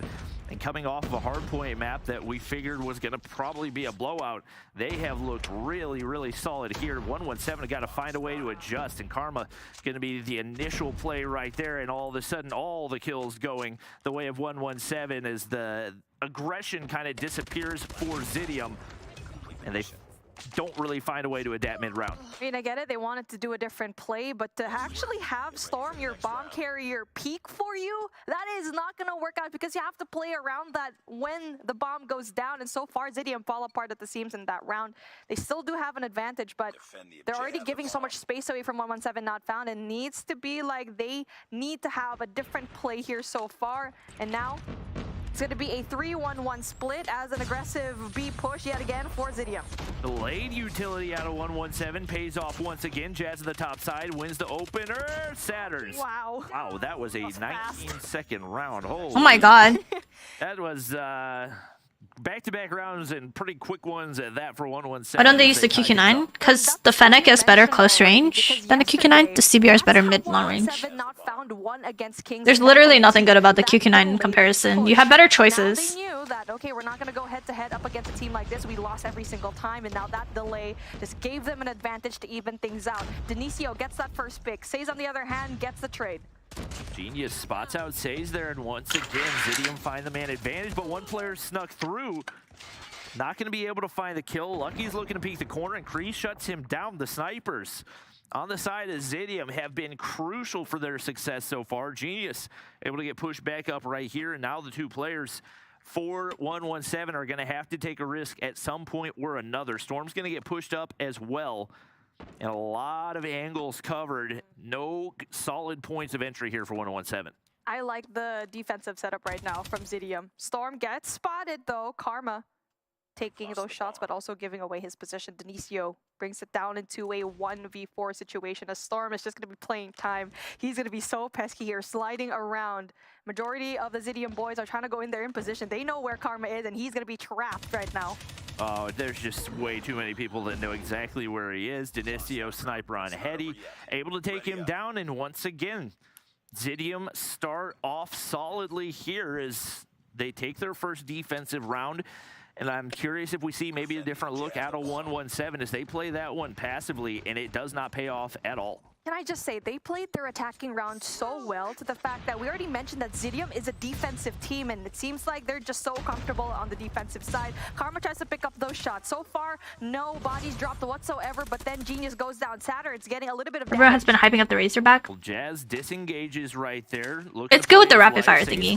Out. I thought that he saw Jazz over the top, but he didn't. Just like that, another couple of kills go through for Zidium as they equalize the live. Storm not going to be able to connect, but gets away with his life once again, and with Denisio backing back up, might be able to bait somebody down the scope of the sniper. Saturn is going to be there. Takes down Jazz.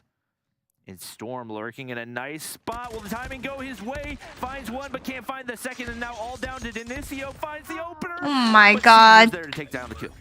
Oh, that's such a hard place to be in if you were Denisio. I was like, are you going to back away or are you going to engage? And so far, he needed to engage at that moment. Now we're evened up when it comes to the score, where Zidium, when they are a more defensive team, that flank from Jazz was very crucial, but the moment that he dropped, they just did not have any kind of... It's really close, even the kills wise. Oh, Denisio is stepping up, bro. Holy fuck. That just allows Zidium again a little bit more of a breathing room.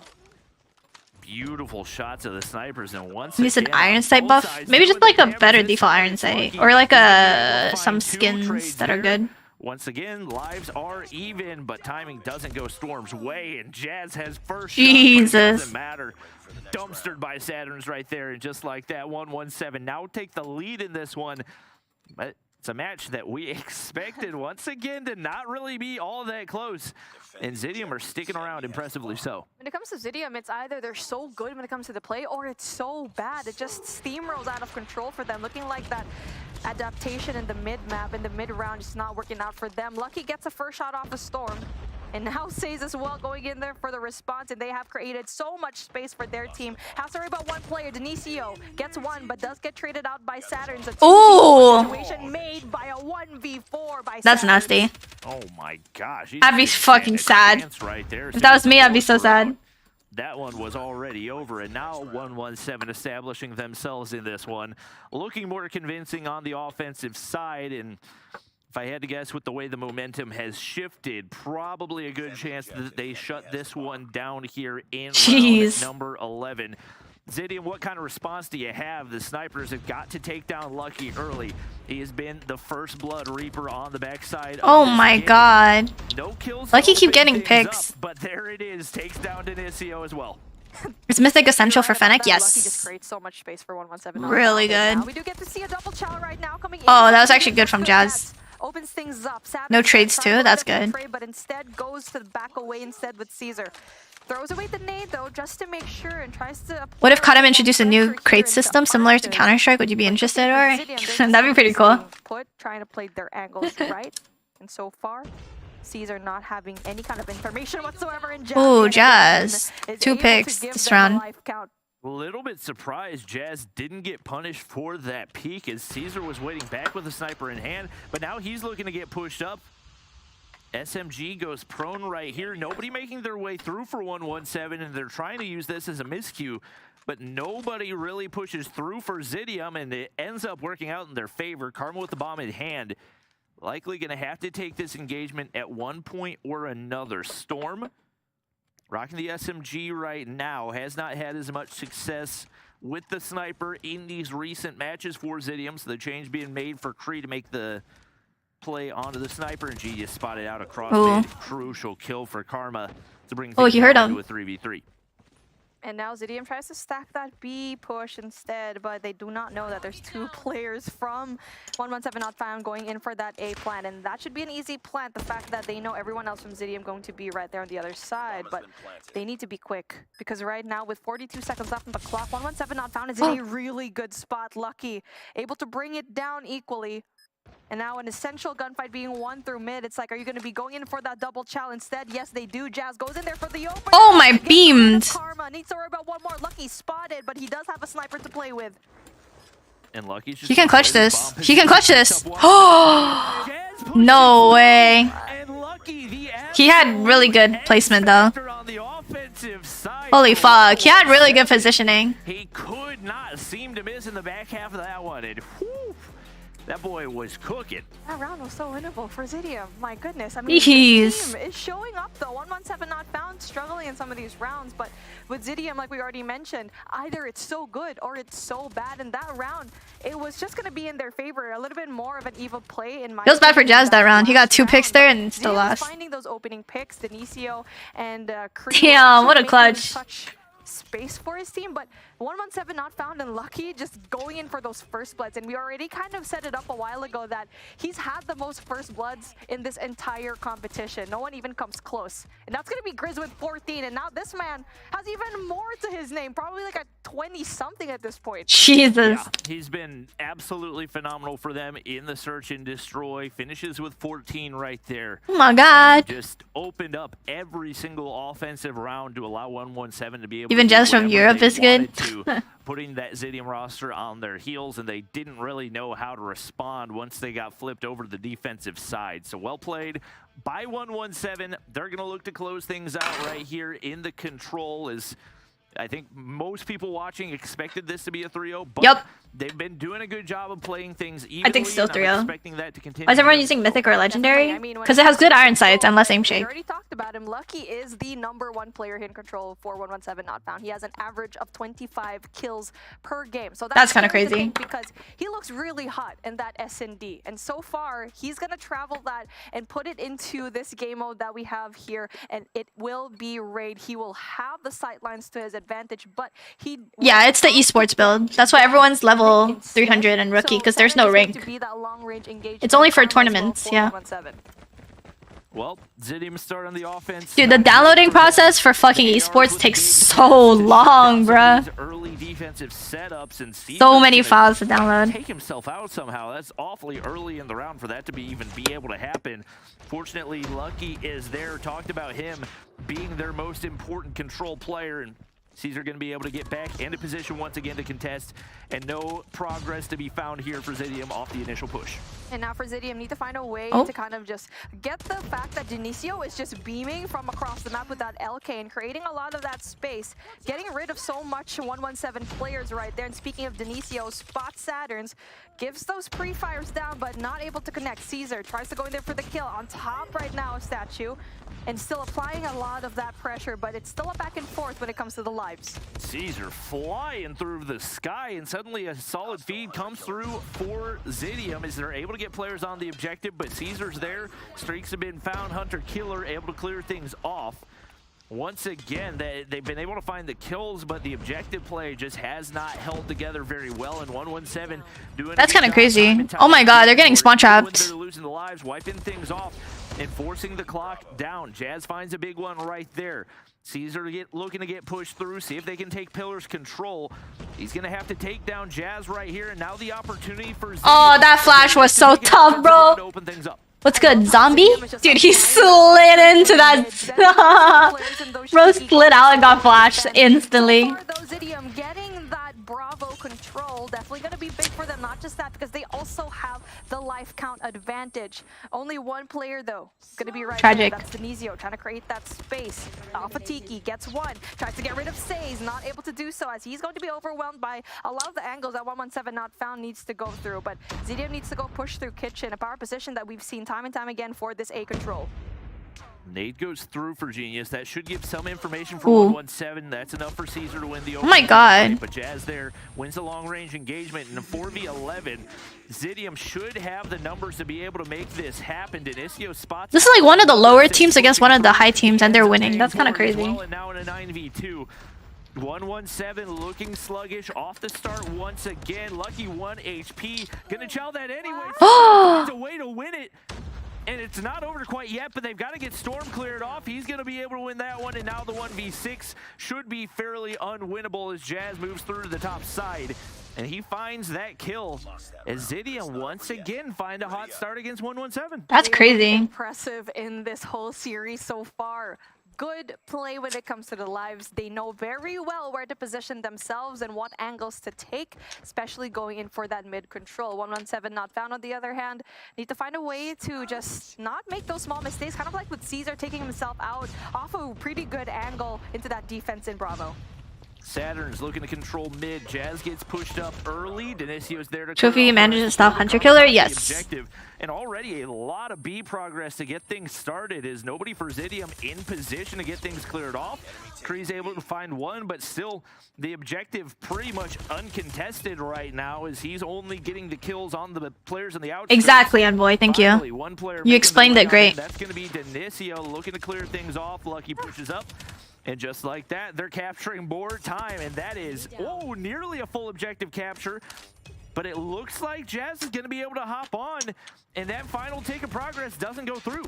Storm with a claw in hand is going to be so pesky here. It does go away, though. He still plays his life. Needs to worry about 2 players. Nades come through. He does throw a nade, but that will not connect because it goes out of the map. But Lucky able to get rid of Storm and just trying to get rid of that chaos that will probably ensue. Kree with a war machine tries to go in. Oh my god. As well, but he does get He just got bopped. Still able to win that gunfight. 18 and 21 is going to be that. Oh my god, dude. So pesky here in mid. High value. High value. Out of that than I thought he was going to. So many players were looking at him. Yeah, and that allows Denisio to get up right here to try to apply. Oh yeah, we play.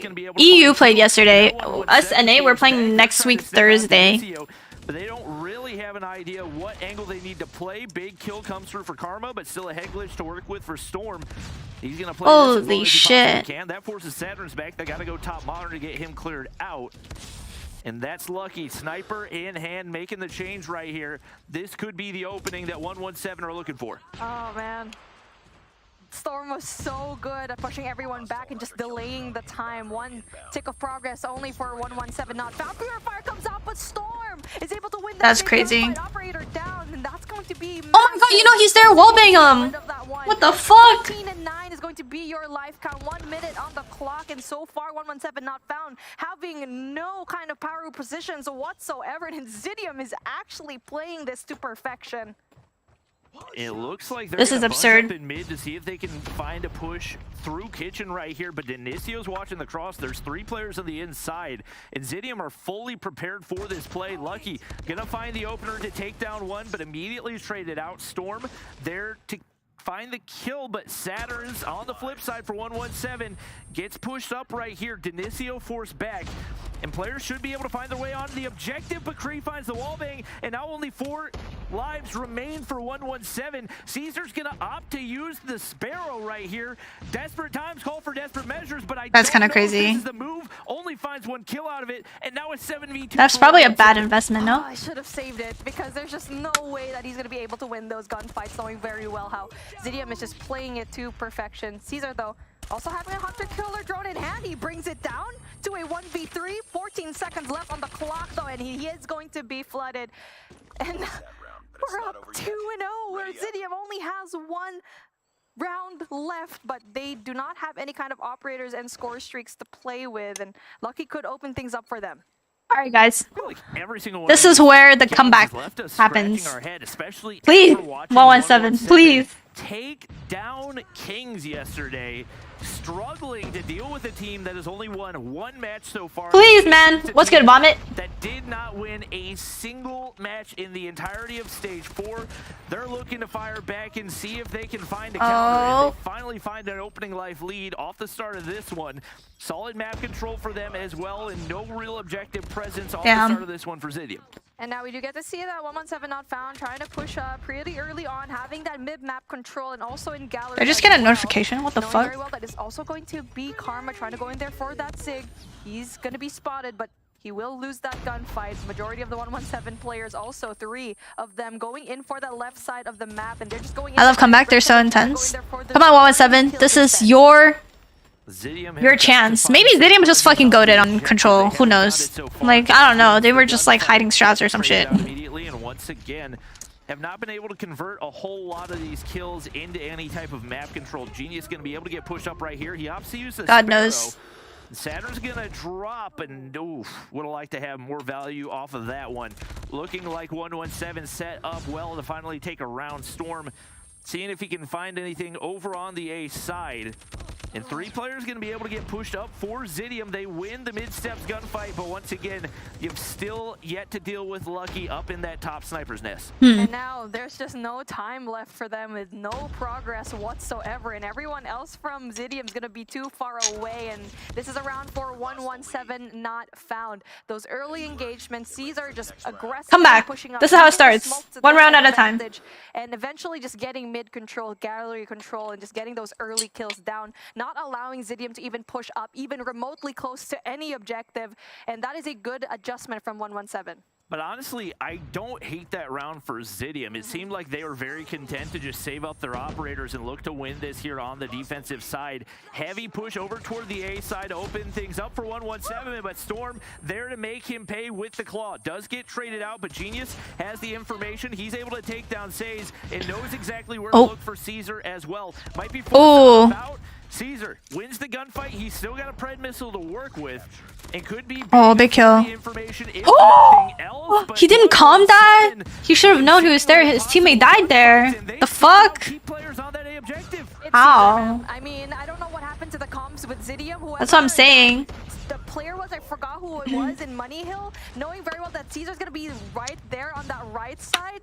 Right? That Zidium player that tried to go in there instead looked left, and that could have been the big Tragic comms. Denicio, though, tries to go big when it comes to these kills, not able to just get rid of Says in that money room area, and just like that, 117 not found, already having that second tick of progress down in Bravo, and looking like they want to win when it comes to the objectives.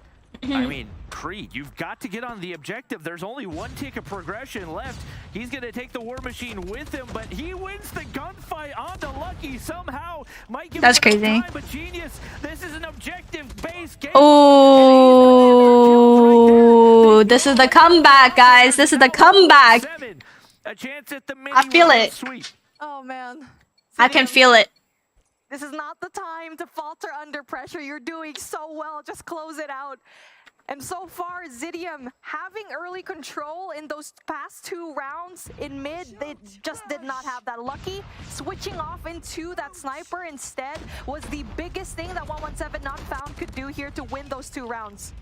Well, they do a good job of getting pushed up right here. There's no map. This is how it chokes. Left really for 117, and Storm a nice turn to be able to hop on the objective here. Jazz has got to be dealt with for 117. He wins the open. It's fine, bro. Just if it's too overwhelming, just give up B, bro. Hold A, easy. That top laundry window. All good, all good. But Genius has snuck all the way through. He's now in position to apply. Oh shit, never mind, contest that shit.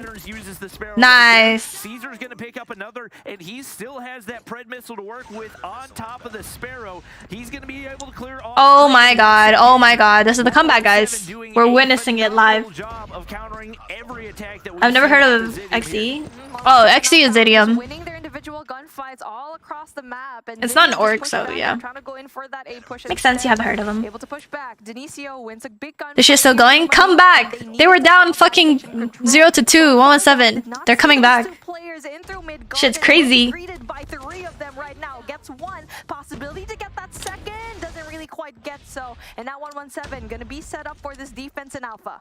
Now a really dangerous spot for Zidium as you have no operators. You find yourselves down 16 lives, and you haven't locked in any of that Oh my god. objective time that you would like to extend the clock right here. So you got to win some of these gunfights to open things up. Sace is going to be able to find 2. Sparrow comes into play. Storm shut down, and lives drop. No way. No way. Jazz has got to go big here. It's with over. Sparrow in hand. Able to take Fury, what? Lucky spotted on the objective as No well. comms. And he's the only player that's going to be able to make a play. Oh my god. Oh my god. Oh my god, Jazz is keeping Gum alive. And those are crucial kills that open up a door for Zidium to find one last opportunity. Holy shit. Okay, they have like a minute 20. Their way over to B. They need to be careful with their lives. Holy right shit, now. holy shit, So holy shit. far, they only have 6. That was a huge Fury play. Oh my god. Team Bravo, but good for them that this is the easier hill to get. Lucky though with the shots, uses it to his advantage. He does go down though. Jazz 5v12. It is going to be a bloodbath here in Kitchen as we do get to see Kree and Denisio get 1. They have to worry about that one player. Say's in a really good spot to get more players off of Zidium right now. Ooh. 2 ticks of progress. Whoa, this is a little close. This is a little too close. Whoa, whoa, whoa, whoa! They're getting 2 minutes. Like that, it's 75. Make it another one for him right there. Says pops the War Machine, but I don't know if he knows the position of these remaining Zidium players. Shots over top. Nothing's connecting for him. Able to take down 1. That's a crazy War Machine. Looking for the remaining players. No way. Whoa, this is actually too close. Whoa, that was too close. It was an 18 versus 8, bruh. Holy fuck. 117 almost through that map. Jesus. Well, not exact same spot, but the exact same place where he wants those nades to land.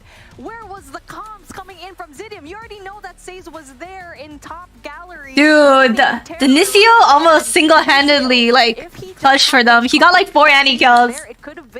Holy shit. I mean, he nearly single-handedly won that. His Annihilator found 4, maybe 5 kills off of that one, and that blew the defense wide open, but huge play out of Saze to save that one. They do lock in the 3-0, but I think that one does raise a lot of question marks for 117 in regards to their consistency getting ready to head into the playoffs. That is true. I mean, when it comes to those plays, it was too close for comfort.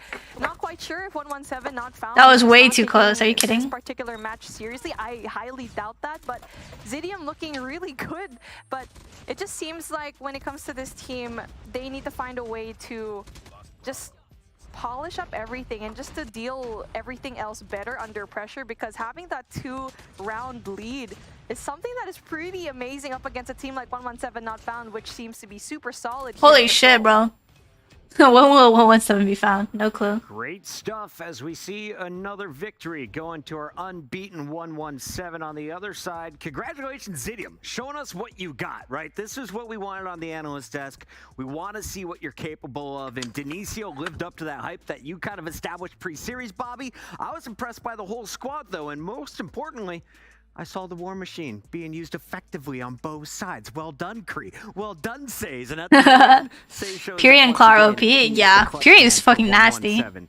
We've got a pretty awesome matchup now done in the books, but we've got our buddy I Hold Shift with the Telestrator to break down exactly what he saw throughout that series. What do you got? Close match, man. Yeah, close series. Like you said, you got to give credit where credit is due. Zidium played super well, but I want to go all the way back to map number 1 because we've done some things on slums.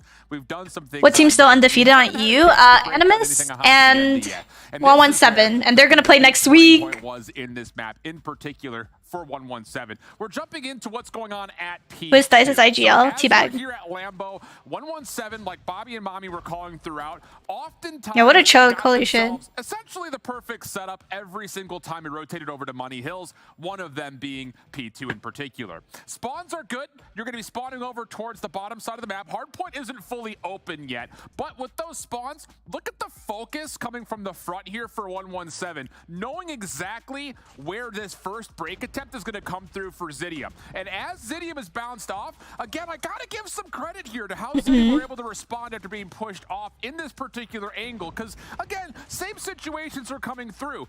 Well, pardon me, there's a big hold from the front coming out for 117, and the thing that's really cool about this is every single time you've got someone coming off spawn and hitting over towards the front side of the hard point, you got someone looking in the back just to make sure that no one's hitting these pinches. So as the Pred missile's called out, once again, you have a situation to where you get a full read. The Barbie movie. Exactly this Zidium team is going to be trying to break from. Now, the first 15-20 seconds, all great, but this is where things start to look up a little bit for the side of Zidium. You know that your first attempt was not successful, so you pop out 2 operators to try to break this. Did you already play against Simplicity? No, we played them next week.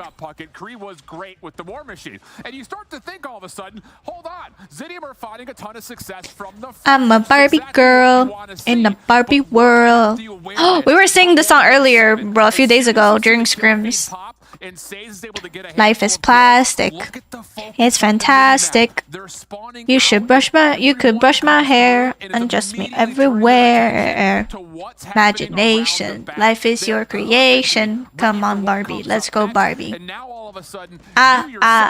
Yeah. Come on, Barbie. Let's go, Barbie. Ooh, whoa. Ooh, whoa. Come on, Barbie. Let's go, Barbie. Yeah. 45 plus seconds for 117. Come on, Barbie. Let's go, Barbie. Ooh, whoa. Ooh, whoa. Chef's kiss perfectly. Excellent breakdown once again by a Hold Shift, locking down our Telestrator tonight. I gotta ask Beef Dun dun about dun this dun series, dun though. dun dun dun dun dun dun dun dun dun dun dun dun dun dun. Banger. Shut up, Meta. Who is the stronger team? The fact that 117 not found. What do you mean stop? Dude, this is a bang. You guys are such haters, bro. Oh my god, my chat is so mean. Well, 117 actually played this. If they Barbie is a banger. Like what I said a while ago, I bet they did. But Zidium kind of saw a little bit of weakness when it comes to Come this on, team, Barbie. so Let's go, it's gonna Barbie. be a Nah, spicy nah, round nah. for the US.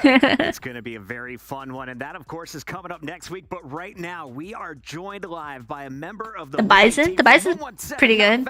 Welcome the Sniper. Who is that? Stream. My man, Lucky. Oh, that's Lucky. I love your POV. Who the fuck is that? You are making impactful kills, and you're making the tough plays using. That's kind of awkward. I was like, wait. I was like, who the fuck are they interviewing? That sounds not annoying. It's quite difficult, but somebody has to do that role. But it's not only me who. If my team does not have the vision they have of the map, I could not do it. So it's always as well things on my team. I know where the enemies can go from, so it's easy to just hit the shot. And real quick before I hand it Damn, he said it's easy to hit the shot. He said Zidium dog shit. 3-0 dog shit. Were you guys ever worried that Zidium was playing above the level you expected? To be honest, we expected to be way more easier. I think. Damn, he said we underestimated, but we still 3-0 them dog shit, yup. You tell him, Lucky. Comeback, so yes, we shouldn't have played so confident, to my opinion. I've got kind of a follow-up to that, Lucky, because you Instigator down in pretty much all 3 of the maps at one point in time or another. Who's the person like steps up for your squad to kind of get everyone back on your normal level of gameplay? fuck? Normally What? It's the IGL, it's Saturn. He normally says, hey, Oh, guys, period, Saturn. Let's try to wake up. Let's try to wake up. Wake up, guys. Guys, we're down 2-0. If not, it's as well a lot. It's Karma. He as well says a lot of. Wait, do they? I thought 117 was like a Spanish comms team. Like they speak Spanish. Did a phenomenal job of bouncing back even when it seemed like you might not be focused. But this dude 100%. speaks I English. think especially in the search and destroy. Imagine DICE players getting interviewed on Washi as to how he was rolling them. Shit, bro, I'm not taking the interview. That's not me, dog. What was the change that you guys? Wait, NA doesn't have interviews like this? Why does NA get nothing cool? You know, we were starting losing. We were seeing they were just playing behind the map, and we were just pushing. So we were pushing, and we were just losing the gunfight. You ever heard of a motherfucker being bilingual? Okay, my bad. So the team just said, let's just Damn. play a bit slower. Let's try to get our picks. Let's get. But I want to know if 117 used Spanish comms or English comms. I know he's fucking speaking English. It's quite easy to get the interest for my team. Seems to be like you guys are so good at dealing things under pressure, even though that things aren't going your way in this series. Now, we talk about this control game that you guys just had. You were down 2 rounds. It was just one more for Zidium to actually close out. And Space was interviewed? Actually switch into the sniper. Was it your decision or did They are someone EU, else yeah. tell you to switch because they needed to find a way to enter the site? No, it's me. Because the thing is, I'm just pushing and they're just waiting as well behind the map. Like if it was an S&D, so I just said if they're gonna play like that with the LMGs and the ARs, so I'm just gonna snipe. I'm just gonna wait for them. We're just gonna play still. Yup. And the ones of our team who need to push, they'll push. So that was the decision we made. And we all enjoyed watching it. Lucky, I gotta let you go because we have 2 more matches. Before you go though, you're playing Animus next week. Final battle, 117 versus Animus for the top seed going into playoffs.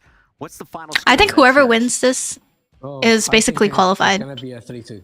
3-2. We're going to 3-2. Ooh. winner yet. We'll stay tuned to find out. Lucky. I think whoever wins is gonna get first seed, and they're gonna play like exclusive. Tough battle amongst our top 2 seeds, and we definitely. And then Animus will play Kings. I think that's how it's gonna go. If they get first seed, whoever gets first seed will be basically set. We got to throw it to a quick commercial break. When we come back, we got match number 3 on the day here. It's gonna be 31. Says is French.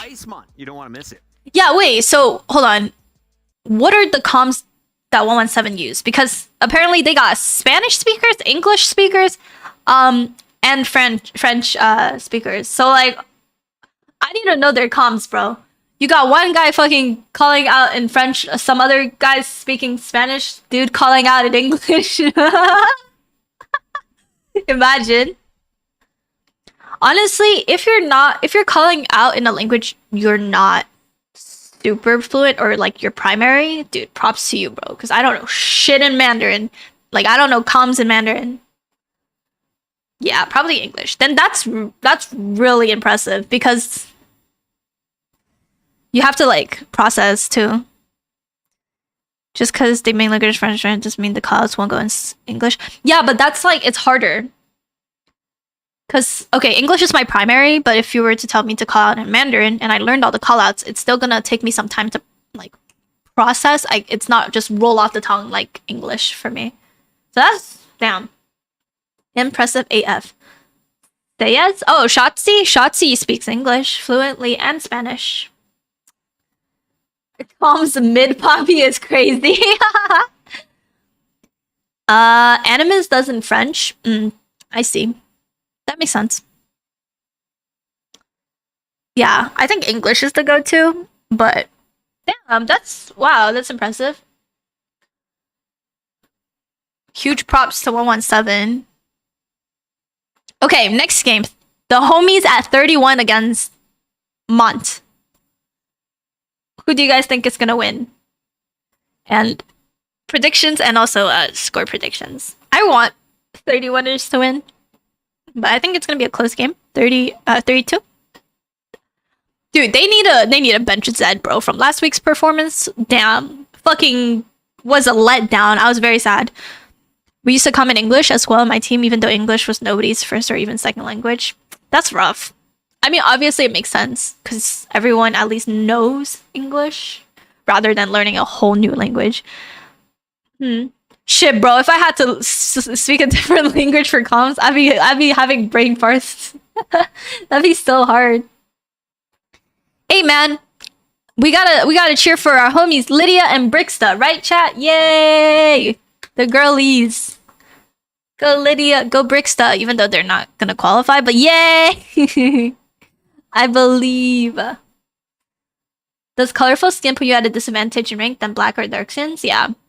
Well, it kind of depends on what skins as well. Yeah, Aerith, but you're American. We don't expect much from y'all. I'm not American. I'm Canadian. Thank you very much. And I speak Mandarin fluently. It's just I don't know like callouts in Mandarin because they're very like specific, and it doesn't really make sense. Like the Mandarin callouts is weird. You said okay. You said I'm American. You didn't say I'm NA. Dumb ass fucking Mr. Bates. Why did my phone keep buzzing? Did I not turn it off? Oh shit. I should probably charge before scrims. Oops. Come next week. For now, though, that's not worse. You think being Canadian is worse than American? Shit. Whatever, bruh. We got 31er taking off. Go 31er. 31er looked pretty tough last week. Fluent in Mandarin, but can't say everything in Mandarin. Okay, it's like I can't say everything in English. There's some words I might not know. So there's many people that speak French in Canada. Oui, bro. Salut, je m'appelle Aerith. Comment ça va? Yeah. Which we already know that is probably one of their best game modes, but on the flip side of things, Mott looking like they're pretty good when it comes to their respawns this time around. Comment t'appelles-tu? Yup. Amer, yup. Brixta taught me that one. I would say it's probably going to be the search and destroy. I think 31er have just looked absolutely abysmal whenever it comes to the abysmal is wild. The control, I think, because there've just been so few bright spots, and a lot of it once again is just them. Colorful skins gives you a disadvantage. Yeah, Brixta, Lydia. Woo!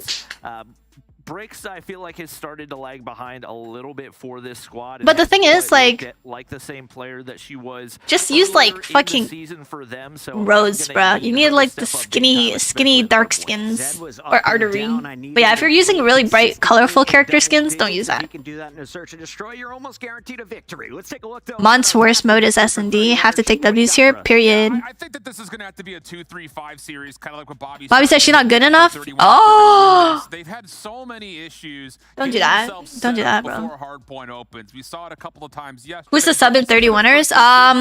Ether. Every single one of their matches where it's just like, why do we always feel like 31er is the team trying to break kills and they're never actually in control of a full setup? That's something that has to change because even though honestly the most difficult language to speak is Russian and Chinese, but Brazilian Portuguese have many dialects. So that's where I think mostly 31er needs to show improvement. That's a really good call. 31er, get better at your hard point and listen to Coach. Yeah, I think he went on Twitter. He walked you through it in an Illustrator.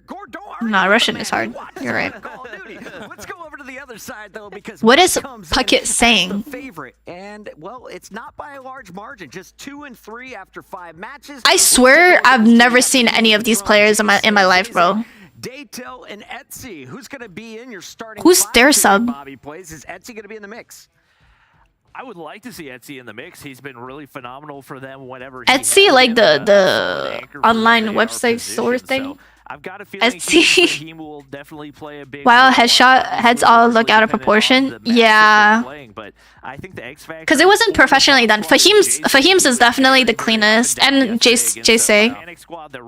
Because they're like straight. Been a complete wipe across the board, so I'm gonna need him to stay. And it looks nice. One of these modes. That guy has like a green tint to it. As for class with bullet to understand, no, the thing is with the headshots, like they told us, they had us like, they gave us like chaotic one for majority of their series, like a guide. So they need to find a way to be a little bit more consistent, and so far that consistency is still a little bit in question. Yeah, I think Fahim's look very clean and professional. I like that one. Yeah. When does your team play? My team plays Thursday. We play LG and the Limit. But yeah, we play Thursday next week. Pog. Woohoo. If you get to a game 5, 31er all of a sudden becomes the favorite. Do we get there though? It's time to find out as we show our picks and bans. What did the teams bring to Let's see what they ban. Well, Arsenal, Hasi, APOC. Who the fuck is picking APOC, bro? Who the fuck left Summit? Oh my god. shift. I think Dude, just pick Summit. Let Lydia work. Yeah, so I mean, we had a very lengthy conversation about P3 today on Twitter, and I will say it probably came across more aggressively. Aerith's headshot was so zoomed in, bro. It's looking 7-2. In the DMs, and we're talking like, look, we never actually looked at it that way before, so it is kind of one of those things that I'll be casting it, so I'll be taking a very close look at that P3. But Apocalypse is also a map that did get some early reps on, so I think this hard point. S&D, Meltdown, Standoff, good maps. I like those. But Meltdown and Standoff, Thank God they banned fucking Slums. The fact that nobody banned Express is ridiculous to me, but nobody picked this, so good. How do we feel about Standoff being the replacement map for Firing? I like it. I'm kind of sad Firing isn't in the map pool, but Standoff, our team is pretty solid on Standoff, so I fuck with it. Fucking Crossroads! Who's voting Crossroads? Why are we picking Crossroads, 31ers? Why? Why? Not good news for them. Bobby. Why? You're not supposed to be biased or give predictions, but are we going to a game 5 in this series? There's a possibility, I I think. think we will. Shift said he thinks Why are we picking Crossroad? Are we good? Destroy. Not a lot of bright spots Fucking for smoking Mon. dick. I think the search and destroys Not gonna lie, I haven't seen Yeah, this year, the map pool is super new. At least most of them. Most of the maps. I think there is a very good chance this goes to a map 5. I don't know why, A very but yeah. good chance Like, that 31 will find a way to who the take it. fuck decided fucking Express should be a search and... Express is probably the dumbest S&D map they could have added to the game. Or comp. I don't mind this year's map pool. Like, I fuck with Summit. Take a breath. It's very dependent, I think, on the situation at hand. A team that's starting to feel pressure from the hold side, yeah, that'd be a good time to kind of tilt the tides back. Meltdown, Standoff, Firing. Other things Raid. if you're breaking and you find an opportunity Like, to what get the in, fuck is that could be the big Express? difference maker. It's one of those things we don't want to see operators be popped in the final 15 seconds of a hard point. I'll say that. Also, something we haven't mentioned yet. This is Arsenal? do or die for Mon. Like, They have to win what? matchups to have a chance to possibly Yeah, beat Kings Express tomorrow to force a being originally an S&D map doesn't make it a good S&D map. It's a literal, like, Do you really think the best perfect time to take mirrored is map. dependent on the situation at hand? Why? Think about it this way, though. Think about like someone tells you, Bobby, you're The way the map is just not good, bro. It's just, no. It's just not good. The fact that both teams can rush B at the same time and just completely full util, full gunnies, it's goofy. There's no strat, it's just goofy. Yeah, yellow in the kill feed. Love to see it. Solid little opening right here as they get going. Express onto sucks. The objective. They said, you know what? We don't want any objective time. We're just going to play the outskirts and make sure that you can't get on the objective. Bricks to get shut down right there.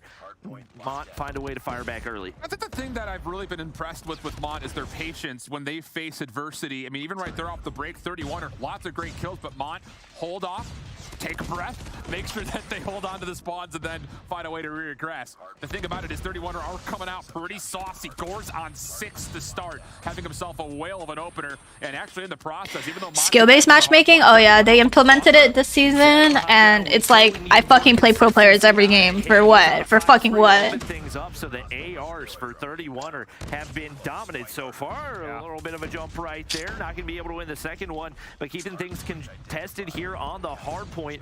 Looks like players already set up inside stadium for 31 and definitely a better start than we've seen out of them recently in the hard point. Yeah, really clean, really controlled here for 31er.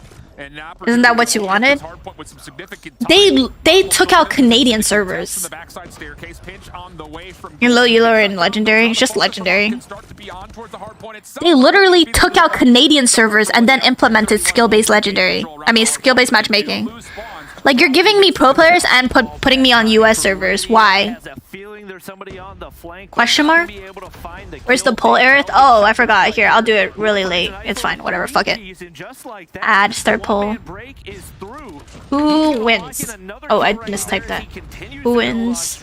He has been an absolute demon so far for 31. Early annihilator if he wants it. I mean, come on. All right, there you go. Absolutely lights out. Etsy not going to be able to get the best of the quick SMG out of Legacy. They made your ranking more interesting. Yeah, but that made making content so much harder because all I use is fucking LK and CBR now. I don't have a diverse gun pool to choose from. The server is a nerf, but like I'd rather play skill based. I'd rather have no skill based matchmaking and play shit servers. Try to take that exact same route, and it looks like they do. One player there to hit the flank. It's Fahim. He gets shut down. I don't know, man. I don't know. In that exact same position, but now spawning a little bit. Didn't people want skill-based matchmaking? I mean, with or without, my teammates still somehow can go like fucking quadrant negative. So I don't know, man. I have no hope. How long till season reset? I have no idea. I haven't been playing rank at all. I've just been playing scrims on these boards build. Take a look at how deep Lydia is. Bricksta's gonna make sure that this last Bricksta. See, I told Zed he needed to step it up. Well, I mean, I didn't tell him, but I said it on stream, and he's stepping it up. Period. As he should. Flawlessly done here at P3. And that sets them up to perfectly chain together these hard points. Right now, Zed controlling the high ground, trying to cut off as many rotators as he can. Daytel shut down. Players on the inside of the objective. Lydia's got to try to find this kill. That does suck, but as a comp player is pretty good for you, no? Not really. If I wanted to play fucking sweats, I would just scrim, you know? Perfect position to shut down the wave. And that with the streaks coming through, just yeah, I guess. That's why now every time I rank, I always rank with like Marshy or Dazi, or Prince, or like I have to like play with people, you know? I play with Slothy, fucking Teabag, Nikki, you know? Not safe to rank alone. Anything more than that. Zayze in as the only player forward, has the Purifier out, and that will start to get Mott back into the hard point, down 60 points. They've got some work to do. Purifier's gonna get shut down right there. Lydia looking to get pushed in. It's been the AR show so far for this 30. This is the AR heavy map. Absolutely. This is a good lead, holy shit. Able to maintain right. The kills are very evened out on 31ers. That's really nice. The guns not firing quite as hot for this 31er squad. They're going to look to break back in, but just doesn't seem like a worthwhile investment. 2 seconds remaining in Legacy. Not really looking to be one of those topside AR setups either. Right now, solid fire back for this Mott squad. Yeah, that's a great first rotation for 31er, but think about how many things were earned.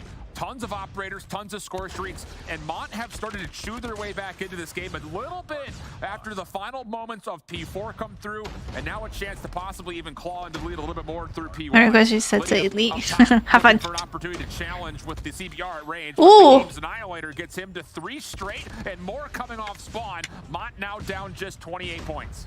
Yeah, they held blue. Have been absolutely really well. Ruthless on these past couple of hard points, breaking in and not giving anything back. Bricksta. Yeah, NA stage 4 already started, but next week it's gonna be Thursday. To get players back into the objective regardless. Big kill for Legacy right there, but they continually hop off the objective when there's nobody really in position to take them down, giving away a couple seconds of scrap time here and there, and could come back to bite them in the end, especially with how solid Mott have looked on these past couple. Yeah, the last time we talked about Zed and Gord, they were both at 19 kills. Since that point, 21 and 23 respectively. So the slowdown has been pretty potent, and Mott will hold on to some spawn series and rotate over to P2, and now all of a sudden they're really not out of the game at all. Lydia back into the mix though. The top will find the opening double. Has Jay weak in front of her. Wants to fight, but Jay able to her, and now the war machine comes through as Mott trying to set up a hold.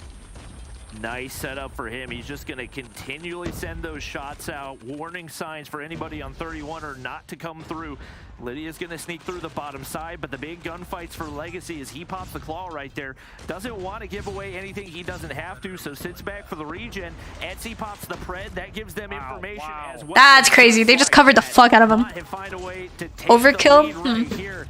If they nerf CBR, they gotta nerf some other stuff too. I'm telling you, man, the most impressive thing about this Mon team is that it never feels like they're sweating a massive deficit. They just play really clean hard point. And this is not good, guys. This is not good at all. Up about 20 with this scrap time looking likely to finish off. Gort, has popped the early Annihilator, trying to just to block the exits, which I can appreciate the call. It's going to give 31er a lot of control around New. Just comes down to, do they read the spawns as soon as they start to move here with the hardpoint opening up? There's a lot of players left to be dealt with on rotation. Legacy's pushed out, but nobody else spawning nearby. Daytel doesn't get the information from his teammates. And nice little double kill, affords some time off the opener, 430. You're getting outslayed by out OBJ. That's fucking crazy. No. And now nobody gonna be able to push in through the backside right here. Lydia gonna be forced to make the push from the front. Yeah, the thing is now all of a sudden Mont have been the proactive members with their operators out when 31er should have had the setup. They do find a way to recontest quickly. Backside red though. Etsy with the double keeps things interesting, but it's inevitably 4-on-3 that gives Bricksta and the rest of the SMGs a chance, but no, they do get pushed out. Zed and Lydia never popped operators throughout the entirety of that P3, and with them stretching, trying to get the P4, you have to see it here for 31er to get back to a tie. This is tragic. On top, but they need to hold this hill fully. Bricksta making the wide wrap right here to see if she can break from the backside. But Etsy's watching that, as is Fahim. Like, how the fuck are they set up new and have old? Like, what is going on, guys? How is this possible? Daytel still locking down the backside as well, and there are no easy points of entry, but somehow 31 are forced their way through. They're easily able to contest, but Zed loses his Sparrow. Lydia's going to try to follow up with the Purifier and does well to clear out the staircase. Etsy, J-Sape, side by side, shoulder to shoulder, trying to work their way in for a contest, but Lydia, the Purifier, gets the job done. Fahim trying to get something up and close and personal with the Annihilator, but only finds a single kill. No. 31ers got this. I have faith. I have faith in the homies. Only provides one trade, and Mont will secure a break, at least for now. 20 seconds to fight for. And I think that was a Purifier gone to waste for 31ers once again. Mont I'm not sweaty, but it's gonna put me on that team against actual sweaty opponents. It'd be like that though. I've accepted, you know. Crucial. Like, what can I do? Every point in their map control has looked picture perfect here as they once again find themselves back in the lead. Oh my god. What a fucking choke. Pretty flawless on that second time around as well. Yeah, that 3-4 rotation for Mont took away the 60-point deficit in the first rotation of hills and now earns them nearly a 40-point advantage. Yeah, skill-wise, they're pretty close, that's for sure. Fountain opens up. J-Say, critical double. You asked for him to start playing well today, and boy, has he. He's on 29 kills, and a lot of it is coming in critical moments. Daytel following up. He's now on 29 of his own, and Mont should be pretty darn close here to getting over 200 points. Nice shot from Bricksta, but she's shot out of the sky by Fahim. He has got to be dealt with in top red. It looks like Gore's going to be the one up to the task. Hardpoint contested right here. Nades do the work for Mont. And that opens up the opportunity for them to continue locking in time. Etsy has been beaming these last couple of hard points, now sitting on 34. A phenomenal addition for this squad, and J-Say continues to do the dirty work on the inside of the hard point. This is not good news right here. 31 are dropping at the exact Bro. Oh, there's placement matches now? Well, this is like basically like group stages, and then, well, neither of these teams are already gonna make it to playoffs, so they're just playing for placement, yeah. Because for stage 4, there's still a prize pool, so maybe if you're like a little bit higher, you maybe get like $100 or $200 more or some shit. I don't know the prize pool though. So yeah, neither of these teams are making it to stage 5 or to stage 4 playoffs. So, and 2 EU teams make it to stage 5, and stage 4 playoffs has 4 teams. Yeah, if that makes sense. It's a little confusing, but yeah. Unfortunate. I think at this point it just gets super messy, and it's like players get too desperate and it gets so scrappy. Either it's good desperate that they start stacking and it's working, or bad desperate that it's just like fucked. Legacy, brilliant opening from scaffolding, takes down one. The follow-up is good. 31 need to recognize that you cannot. Oh, that's actually crazy. Run, play for your life. Oh, no, what? This spawn house. Oh, an unfortunate timing for Lydia. She spawns in right before the new hard point moves, and she's gonna spawn across the map. I'm in ranked. Oh yeah, in ranks. But a big opportunity. It's Daytel who's made his way on through, and he's gonna give them some spawns on the backside. He's gonna get shut down. Legacy clears out both right there, but the Purifier. No. Oh. Zay can't There's a chance. There's a chance. Holds the line. Legacy spawns on top of the hard point. Hold on a second. 31er has a chance to still hold this with. Holy shit, there's a chance. Cleans out the front side of red. 31er need to recognize that this entire hit's coming from behind. No, you're blind. Lydia, Legacy trying to hold on. Trophy system out and Lydia. Oh, her Fury got shut down. Fuck. Last attempt for 31er. Starts to come through, but Daytal, oh, he only gets 2 of the 3. And 31er will have a chance to try to reestablish control. Fight back and forth. Chaos. Holy shit, bro. What is going on? Oh, big Sparrow. 31er may have a chance to still rotate here. You got to get players pushed out. I know there's not a whole lot of room for error, but there's so much opportunity for this mod squad to set up. Lydia gets pushed in early, pushing up to the side. Oh, big kill top blue. That's a huge gunfight top blue. Oh my god, big cutoffs. Oh my god. A double kill for him. He doesn't know number 3 is flanking. Their way through the front side. Legacy's ready, and 31ers still have a chance. Oh my god. Holy shit. The rest of the hit from Mott's all coming from the front. Numbers starting to look good for Mott, but Brix has got to. Oh my god. Don't. But they slip off the hill. Not like that. It's an old school C9. Oh my god. Oh my god. Oh my god, bro. Oh my god. You're fucking selling fucking dope, bro. What are we doing, bro? What are we doing? What are we doing, bro? What are we doing? Nah, anytime you notice that they are 1 point away from winning, you're not getting off the hill ever. You could be one tap. I don't give a fuck. I don't give a fuck if you're like, if someone blows on you and you're dead, bro. No! You stab? You just pray to God. Nah, what a fucking sell. You had one job. No fucking way. I'm so sad. That war machine was super high value too, dude. That was, well, I mean, to be honest, the 31ers were choking. They had a fucking 68, 70 point lead and they're selling. I No. mean, this was a 220 to like 150 game, and 31er nearly fully bring it all the way back. Just amidst all the chaos again, one player just a pinky toe off the hard point ends up costing them a chance to possibly get this. Very disappointed. Chaotic finish, but overall.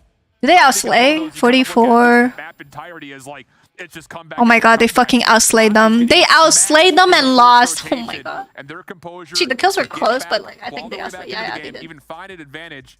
You have to give a lot of credit to that as much as we just did to 31 are trying to hold on. And they do a phenomenal job on P4 where Mont had looked pretty much flawless the entire way through that one. They got probably close. That's to actually tough. Me too, I'm very disappointed. Yeah, very. And 31 do a great job. Oops, I knocked my fan one over. Tiny mistake is what ends up coming back to bite them. And Mont find a way to Man. capitalize on that mistake. They take map 1, but not in a convincing way.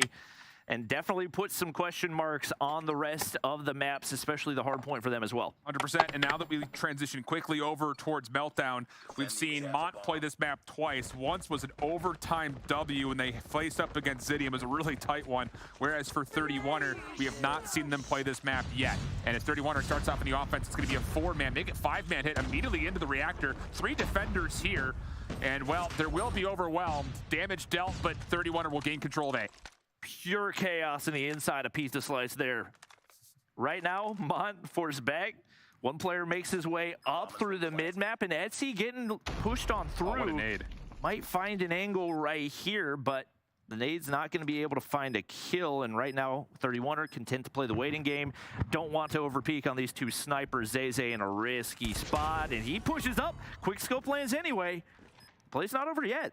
Gets a CB hard to work with, and Gore almost, actually, he's gonna chow him, but he doesn't quite catch the ankle. CB gets the job done. Now to the 1v1. Brixta, who was tagged by that aforementioned nade, never moved off the bomb site. Zeze for the 1v3. What do you want? Oh no! Trying to get there. I think he does. Oh my goodness, it was right at the final moment. No fucking way. It's the 1v3 for Zeze. Oh, just can't happen if you're 31 or I'm literally gonna kill myself, bro. Like, this is... I don't know. He sat there. Oh my god. Oh my god. Snipe at his If feet, Brixta had just no played chance time to for, take like, it. literally Only 1 more really second, ran dude. inside. Holy shit. Still had time to swap to the SMG and find it. That was a complete thrown round for 31er, and that just cannot happen. They push heavily over to the B side this time. Etsy's there looking to defend. Has been a solid sniper for them so far, and he's going to get tagged up early, but Daytel with a big win in the mid-map. And then help as well. Zeze off the quick rotation. Make sure that Etsy stays alive. He gets the regen. The pistol comes out, finds a kill. And now is I think the difference between the lower tier EU teams and the higher tier EU teams is that they don't have as clean strats as all things told, it ends the higher tier. Oh fuck, you're getting shit on, yeah. Tragic. Why Brixa didn't use the head glitch? Well, I think because of the timing, she wasn't like 100% sure that he was gonna come from the walk up instead of the stairs. So she was right in between the head glitch for both angles. If you know what I mean. I'm surprised they didn't go back to A because that was about as successful of a push as you could have hoped for, and it really just fell apart because of I'm so sad. mistakes that happened. That hardpoint made me fucking depressed. No, that's so tragic. Taken down by Zed. Trophy's gone as well. I remember I peeked that angle against ARP, but on the opposite, so on defense, and I get a fucking hit marker, bro, and I was so depressed. Like how, bro? So that angle gives me bad vibes. Finesse forever. Lydia, tough gunfight to Jace. That goes No. What is going on? Players, Fahim has really thrusted himself in the forefront of the conversation. Thrusted himself is a crazy way to put it, but hey, that could just be me. Looked fairly poor in the search and destroy. Mont looking pretty strong off the start of this one. Obviously, Fahim with the 6 kills. What teams do you think will go through for EU? To stage 5? 2, right? Animus to 117. It really just depends on who's gonna do their homework against each other. And look how different this is when it comes to Mont's retake. They have to clear out Boiler, which is not easy to do because they lose that. Whoever puts in more time. A little windy out there on the platforms. Still holds her ground, though. All things are fine. Oh, what a shell from Jace. Just no cares. And then Legacy, who tries to get around the back for a pinch, gets shut down. What about King? I don't think they're going to qualify. Yeah, it's completely about who has a good day and who's performing well. No chance there. And how about the HBK from Zed? Oh, it was a quick 3-piece. Definitely. Jazzing on him is crazy. And it's Zed leading the way this time. What the fuck? Lydia just looking kind of like she was second-guessing herself on a lot of those engagements, and definitely, we know she's a phenomenal player, but you need the confidence heading into those. Did not seem to be there. Brixa has not found a ton of success so far with the sniper in hand, but largely because they haven't been afforded opportunities over on the B side. Etsy, the only player there to defend, and now Brixa up in the top. Not going to get spotted out quite yet. Etsy down below ends up paying, and there we go. Hopefully a momentum builder for Brixa. Again, look at Daytel. He's already through into Jenny's again. I mean, he's just getting so much free space, transitioning from A over to B. And 31. Aerith, will your team qualify? I don't know. It depends on how good we play. What am I supposed to say? Yeah, bro, for sure, man. She does come out on top for her first 2 eliminations, but Daytel is literally standing on top of the bomb. And you know that he's going to love that, just kind of finessing his life inside a Boiler. JC finds one on the Legacy, so back into a 3v3. It seems like 31er should have some type of idea that he's still playing that position. There the flashes go. He's going to send out one hit. When are you playing? Next Thursday. I gotta step out of chest. Okay, okay. What the fuck is happening? Picks up the gun mid-engagement. How does he make it happen right there? But Gore! with a 2-piece to clutch up. Nice. Like a modern-day John Wick. Guns on the floor. Scoops it into the back pocket, nearly does it all himself, but Gore just as impressive with the final 1v2 in his own right. Lack of confidence would be the ultimate downfall of your team. Right now. Oh, it's just chaos. Well, it's not a lack of confidence. I'm just saying, because he asked if we're gonna qualify. It's like we're not at the stage where it's like for sure we qualified for playoffs, right? So we don't know yet. Zeze watching over through mid. Daytel again, waiting for. But I'm confident that we can qualify. After the scrims we did recently, I'm pretty confident. But all the meanwhile, the bomb does get planted. 31er have their post plant. Gore set up in the top side. Timing's not going to go his way. Not overconfident though, because you know you never know. the one player to be dealt with. That's Etsy. He's shut down. Anyone can have a JC good looks day. to get pushed up. Right now, no angles for Gore to work with, but Jay taken out by Lydia as well, and now all down to Daytel. There's one guy you want to make this play. It's definitely him, and not many shots. Gore! Thank God. Once again. And he makes it look so easy regardless of the weapon in hand. Dude, Daytel's nuts, bro. He doesn't know a bad shell. If it RSVP'd not attending, I don't know, man. 10 kills in the half, but we have a 3-3 tie, swapping the side. You mean the scrims you went 749 and what the fuck? Over towards B. There to meet them would be Brixta, try to snipe D. What? Quick help. That's absurd. Through mid-map. Brixta doesn't get an open. Whatever, man. Whatever. Awareness. Jay gets the read over towards Lydia, but a late nade from Brixta turns the tides. We have an early 5v4, make it a 5v3. Okay. Score is here Okay. more on the way, but Zay does put together a response. Much needed for Mont. Keeps things relatively even. One shot. I'll manifest the wins, guys. Manifest. Able to get I got the kill this. before I being got this. traded out, but it's still I'm gonna win. Etsy now left. I mean, to be honest, bro, like I really can't complain. I already like fucking played more and went further than I thought I would, because I didn't think I was gonna play comp this year. I was very content just streaming. Found a way to bounce back. Yeah, big stuff here in a couple of rounds now. All of a sudden for 31er is we're starting to get our feet underneath us here in this search, little by little. Defend the objectives. So Mont's opening attempt towards B shut down. Good I am focus very from much 31er. content just Also making good content. contest through mid as well. Keep that in the back of your mind as far as the defense's POV is concerned. And I think comp takes a lot of time away from content, which is unfortunate. Lydia once again sneaks into Boiler.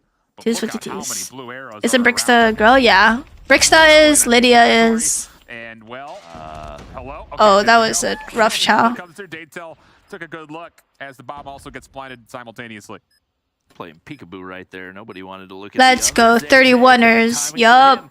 Legacy spots him out, but Daytel watching the cross, and that should be the necessary information, but he gets turned on right there. Now all down to Jay. Looks like Gore has hopped the bomb anyway, and he has no idea. Brixta says, I'll take the kill anyway. It's 31er clean that one up. Period. Now I think 4 rounds? You're a content making content. Yup. 31er. Yep. Do you even know what 31er means? No clue, bruh. The fuck? Wait, what does it mean? Is this something in French? So this would be the round where you want to try to maybe get something going over towards A, I'd say. And it looks like based off of the break-off, that very well will be the case. Is it like a French slang or some shit? Actually, they're going to use that as contact and maybe try to still sneak Zay forward. He does have an SMG in hand. No, it's German. Oh, what does it mean? How many stage 5 slots for NA? 3. Try to catch him off guard, but a delayed nade from Legacy falls out of the heavens and gets us to an early 4v4. They have found so many kills via those late nades, and once again, phenomenal response. Man advantage goes the direction of 31er again. And I think Brixta has that information. Legacy definitely does, but gets obliterated. Oh, 3v1. Traded out by Gore anyway, but could have kept. No! Oh, don't peek. Where's the comms? Where's the comms? Shuts down Gore as well, and just like that, What the fuck? Zed, who's looking to push through mid and not a recommended angle for him. Yeah, he does get a lot of separation here, though, jumping out window. Zay's the nearest one to him. Etsy, very That's aware tough. that Zed could have popped out and tried to hit around the back. The problem here for Mont is mostly collecting the bomb. Not that Zed is necessarily in the perfect position to see it, but he is in a good corner. Wow, what a prediction. Yeah. Dude, he slid through like he was lubed up with Vaseline, and that boy is slippery. Solid read right there. Mont bounced back. 31 are still looking to dominate here on the defensive side, but right now, I think that does put a little bit of a question. You're using a lot of HVK? Yeah, the HVK is really good. Pushed up once again, but this time it's Gore pushing up through mid. That's not typically where you expect to see your sniper. I think Brixta gets the information onto Zay, and I'm not sure he's seen anything on the flip side. Now tucked away in the corner of one of these generators. And right now, back to back, is Brixta not giving any information to the opposition. Yeah. And it's really a question of who will make the first move. I had to giggle a little bit because Etsy throws a trophy system down at No one else uses the HVK. That's not true. Who is it? Forsaken uses it on Tribe. Defensively through B. Mont's still looking to stack through mid. The thing about this is they have no information if anyone's pushed up at A. You don't know how far forward that heavy-handed defensive push through B has gone. And their only lifeline is likely to go boiler to boiler here, where Zed is there to meet him. So whatever happens next for Mont, they're going to have to win a very tough 1v1. And wait, Legacy may have just given up a free kill. Why?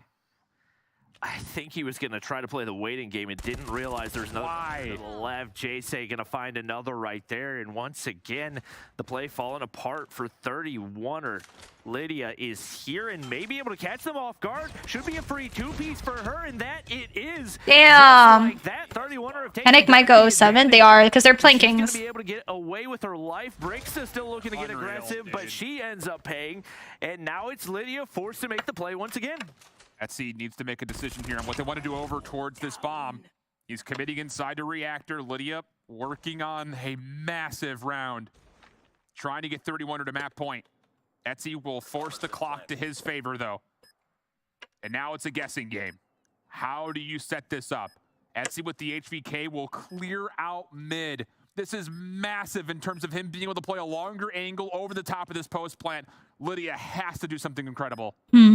He's going to tuck away into a corner. Now looking to make the wrap upstairs. She might have the read on it right here, but he climbs back up the ladder, and that should be enough to catch her off guard. Gets on over to the bomb, and Etsy can peek around the corner, but she's... Damn. It doesn't matter.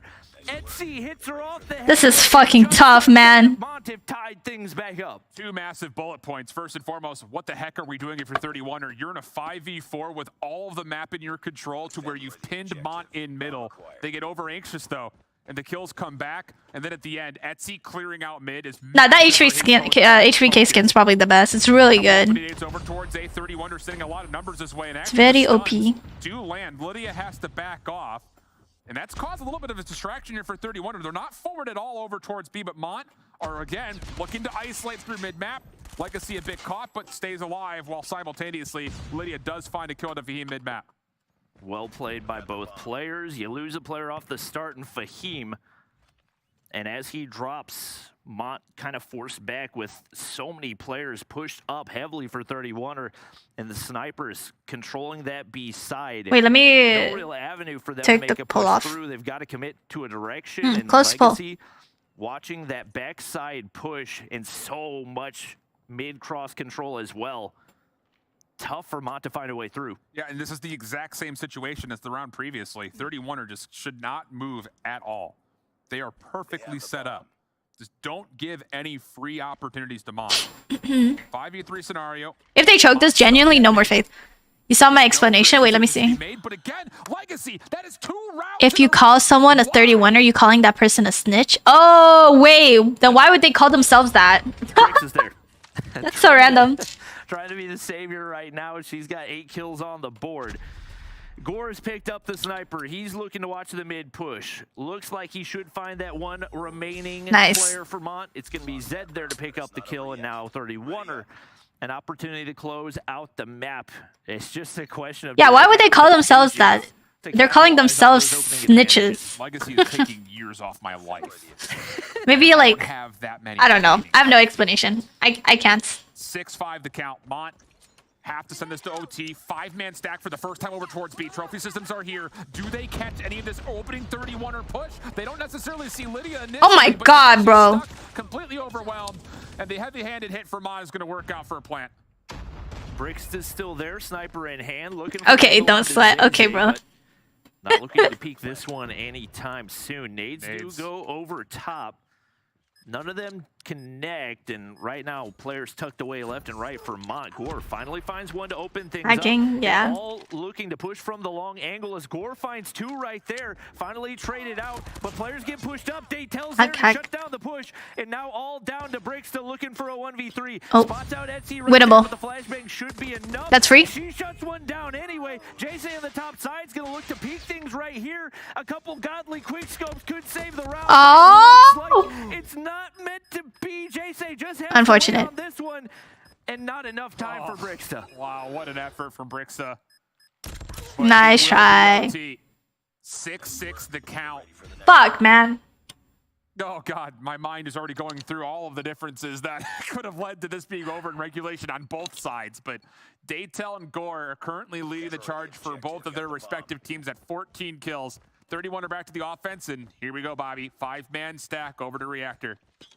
This could get messy quickly. All that utility goes on out. Fahim is not ready. Big opening kill for Lydia. Nice. Guy looking to push toward that mid-entry. Zed doesn't spot anybody out, and Jayce takes down one.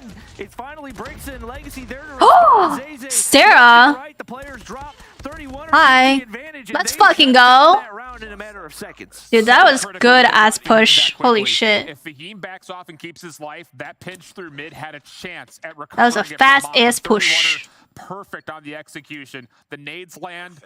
No exit whatsoever for Fahim, and then the Jeez. focus immediately goes to the mid cut. Perfectly done. And Mont, after their success from B in their final offensive Oh round, my look to kind god, of repeat the same. Sarah. Bricksta the only one How you nearby been? sniping, but Zed is When are you playing coming tough. back to carry Trying to us? help out through Boiler's We're side. down in the Bricksta may have dumps, caught in the a bullet shambles. through the staircase, but needs to make a decision, and she will safely back out. But it does give an opportunity for Mont to plant. That's absolutely huge. Legacy's nade connects onto Daytel, and he's been the toughest one to deal with for 31er. The bomb goes down. You got snipers in position and still utility to When work Razorback with back as meta? Zed could Razorback go got buffed. It's really good right now. You could use it. Zayze alive on a net. It's actually like goated. One player on the Like, top no side. joke. Those kills With should rapid go fire, away it's of 31er, cracked. but now they find themselves in If y'all went thirsty, I'll refer you as mommy for a month. Okay, but I don't want you to. The fuck? Ew. What the fuck? Yeah, I'm being for real. Come on, Bricksta. Aw. Like last time around, Fahim shuts it down, and we've got more OT. Difference maker kill right there. Etsy with Ain't no the miss is pistol. crazy. He's sniping inside a boiler, I believe, but he pulls out the Deeg and whips somebody quickly. That keeps mid that much more contested, and of course keeps the numbers level for that post plant to stay healthy around the backside of the site. So otherwise, you lose that gunfight, and it's 2 members on the flank. Things look very different. 31er, we're going to keep the tempo up, though. Trophy systems down, full approach over towards B. Etsy's the only one nearby. He's got an HVK in hand. He's playing very far back. But look at the aggression from 31er. Transition right in through mid. Zayze falls, and there will be a plant here at B for the side of 31er. Another first Good blood pick. for Legacy. Maybe not his best. No. game, Oh, but nice. he's Oh, gonna be nice. able to make the play once again. Big flank right here for Daytel. Bricksta doesn't read it. One player peeks across mid. Playing your heady, you know that the switchblade is not going to have a viable angle, but the pinch is through. Fahim applying that pressure, but they can't seem to find the kills out of it, and now it's all down to him. Not going to find the opening shots as well, and 31er bounce back yet again. Man, Holy the fuck. timing was nearly flawless for Mont in a 2v4 situation. Okay, they just need to Both finish players it. trying to Like, play close it offense out. to the B site, but I have Has to Tribe give scrim so any much EU to teams or not, or 31er. even Getting Dice? aggressive Yeah, with we the scrim first Tribe. hit, but I don't know if also Tribe double scrims hitting EU towards teams, the though. defensive side of Boiler. The only Clearing EU out team extra we've space scrimmed and is making Small that post play 17. a little bit more diverse. Because, like, there's the server difference, and then there's also the Same like, nades as before, but she's time not zone pushing difference, so up it's this hard. time. Gore finds a connection through mid-map, but Legacy also drops behind this B defense. Lydia's in a little bit of trouble here, but has very nicely kept her life for now, and there's an angle on the Fahim! Nice. Oh, I thought for a second he was going to get the snap of the century, but the bomb carrier drops, and 31 are finding kills behind it. And that should be all that they need. Bomb down in a horrid Please, bro, position. please, please. Mont squad and Daytel just peeking across, hoping that somebody overextends right here. But it looks like I thought they were finally going to stay home. I thought they were going to finally sit back, play the position, play. Dude, our the Roomba position, is but they fucking give away banging a on my life, door, and it Jesus. breaks another one spotted out, and just like that, it's a 2v2. I cannot believe what I'm witnessing. Again, another over peak for 31er. You know the bomb is down at B. Daytel's tag, but watch Jayce. There's so much hard focus on the player from the front, but Jayce doesn't get away. 1v1, Daytel! He stays alive, but not. Oh, let's go. Zed collects the kill.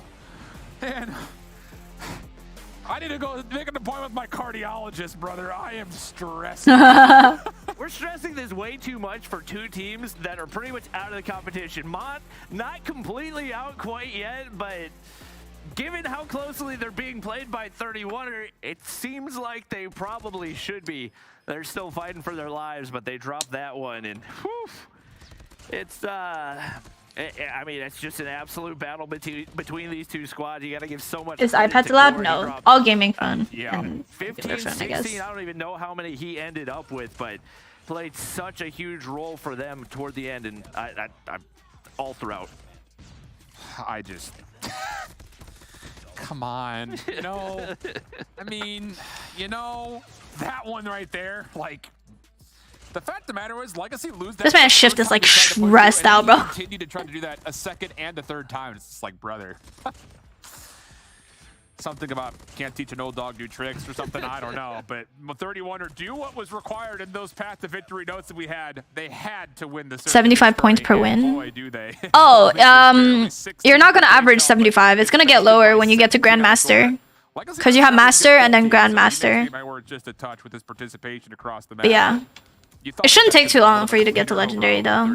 I mean, the fact that Legacy, he was sitting on, I think, 6 kills through 10, 11 rounds. So he was farming the first bloods toward the back half of that, and especially 13. In overtime. And definitely stepped up to give 31er the win right there. Yeah, you gain less points when you rank up. A pretty one. Again, the higher rank you are, the less points you gain. Map-wise, you got to think 31er feel confident on this one. I believe Crossroads, right? Yep. Where Mont have not won a control yet. But once again, the respawns haven't looked terribly strong for 31er, so still seemingly a bit of a toss-up. And the thing about this particular control for the side of Mont is they've largely played up against some really good teams on the map, so they're getting beat on their defensive side. That's the biggest issue first and foremost when it comes to Crossroads. You just can't let that happen. So that's kind of the focus for me when it comes to Mont. Whereas on the other side, 31er, they've played it twice. They're 1-1 on the map. Their one particular victory did come in the form of beating Panic. So again, you know, take that for what it is, a little bit of a cushion. But 31er will spawn on the defensive side here, so it leads you to believe that Mont have chosen this map voluntarily. This comes down to can they clean up their offensive half here, and well, very rarely do we get to a point where we're... Did you see the new red magic tablet? I did, yeah. I saw it. And it will turn the favor of 31er until Daytail... But tablets aren't even allowed in comms, so I don't know, man. On this A zone.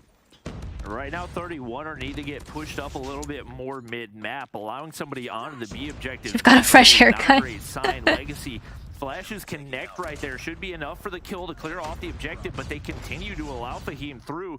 And if you let that AR thrive on the objective, it's tough to clear out. And their defense first. Please win this. Holy fuck. Oh, Gore, Deagle out. Found one, nearly got a second.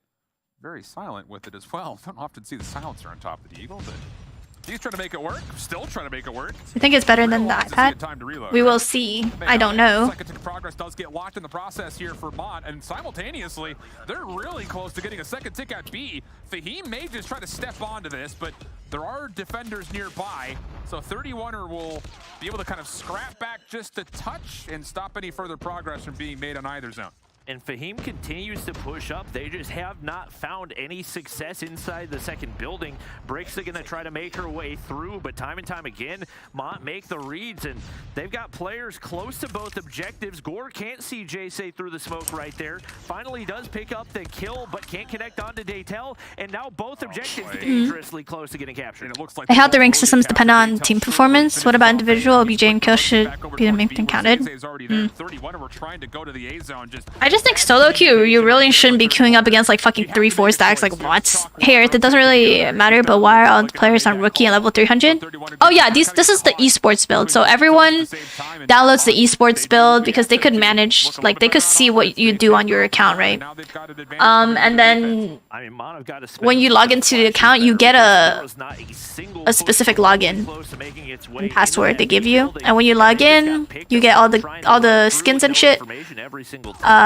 Lydia's gonna spot one down on below ground right there in a so there's no rank, so there's only pubs and like scrims you could scrim. Yeah. So like private lobbies. I think for 31er, you need to count your kills a little bit better here. That's 4 down straight. Get on stack. I mean, wow, okay. What a flawless start this has been. Daytail only gets 1 back, and that's by way of the Sparrow. But in the process, it's just losing defense is rough, man. Trying to play for kills more than the zone. But they're doing really well this round. 60 seconds on the clock, and hey, they might just both be like really good offense teams. Fuck it. Some kills, considering that 31er have not done a lot of progress on either of the objectives. I mean, Lydia gets pushed way up right there, maybe a tad over-aggressive, but earns herself the Pred missile, and the Annihilator going to get pushed up in the hands of Gore as he looks to clear out that mid-room. Etsy spotted out. That's a big opening kill. Players onto the A objective as well. Looks like if they can get A captured right here, they should just be able to play a 2-minute TDM up 20-9. I mean, what, they got the first 9 kills straight, and the only lifeline that Mont would have had were to get out spawn and then use the clock as their biggest ally. And that did not happen. 18 plays up against 4. We're going to get an offense for offense start here, and look at the streaks that Lydia's been able to earn. 4 Oh my god. ready to go for 31. 18-1? Full streaks for Lydia. What the fuck? Not good news here for Mont. Dude, that's a crazy offense round. Severe disadvantage. Holy shit. 18-0 is crazy, bro. And despite the slow start for 31, The hell? they're in a solid position to defend a lot better than they Holy did shit. the first time around, especially if they can get pushed up into that second room. Champs does not pay to win. Everyone has Should be in the prime skins. position to make use of this utility that they've earned early. Opening flashes and nades, trade hands back and forth. Daytel the first one to connect. Zay gets a second. Clock will stop as a little bit of progress is being made over towards Zay. Brixta only getting 1 with the War Machine. Does commit Lydia into her Pred missile. But on the flip side, wait, Zed just took himself out of the picture. I think that was by nade. Didn't quite get over the tank or something on the A zone. Second Pred missile gets launched in. That will find the 3rd kill straight for Lydia, who's That is having absurd. herself a whale of a game at 17 kills already. Go, Lydia. Last time we saw her, she was on a 5 spree, now on another. Does get shut down right there, but Gore, nice little 2-piece with the deagle in hand. And I don't think Zay spotted him in the corner right there. Not a pretty engagement, but Gore still finds a way to come out on top. And the deagle goes big as well. Now a 7. Oh my god, imagine. Looking to spawn trap with his pistol. Maybe could have made the swap back to find more out of it, but once again, phenomenal response for 31. Yeah, I'll say, and that's the power of the benefit from what happened in round 2 coming to play, mostly out of the score streaks than the operators, but as there is an opportunity for 31er to win this round right here, Legacy pulls out the claw, gets to work in spawn. One more player on the back. Etsy does get the shutdown, but he's traded out in the live significantly in the favor of 31er, up 5 with only 25 seconds on the clock. And they've got to make a move towards one of these objectives. It's likely going to cost lives to do it. And Lydia just going to stay back beaming with the HVK. Zay finds a 2-piece right there, but down to a 4v11 and still no objectives captured. Daytel forced through right here, going to be able to find one, and the round's now. Thanks for stopping by, Gemini. You need miracle plays, and they Thanks. opt to pop a purifier right here. That is a ballsy move. Right now, this 31er squad has got to get things cleared off, but still not a ton of pressure as they've got an entire B objective they can give up, and I do not like that play on the Purifier. No, I agree with you 100%. It just felt like maybe Mont were thinking we've got a chance to get onto A, so we're going to pop a Purifier to try to get some control, but it was not convincing enough of a kill feed to think that that was going to turn the tides in the entirety of the round. So definitely an operator done and dusted that could have been very useful here on the defense. But Mont, they've gotten rid of a lot of 31ers tools. Not a lot of score streaks left. And an opening War Machine gets shuts down. Gore, how big has he been lately? The snipe, the pistol, doing it both ways.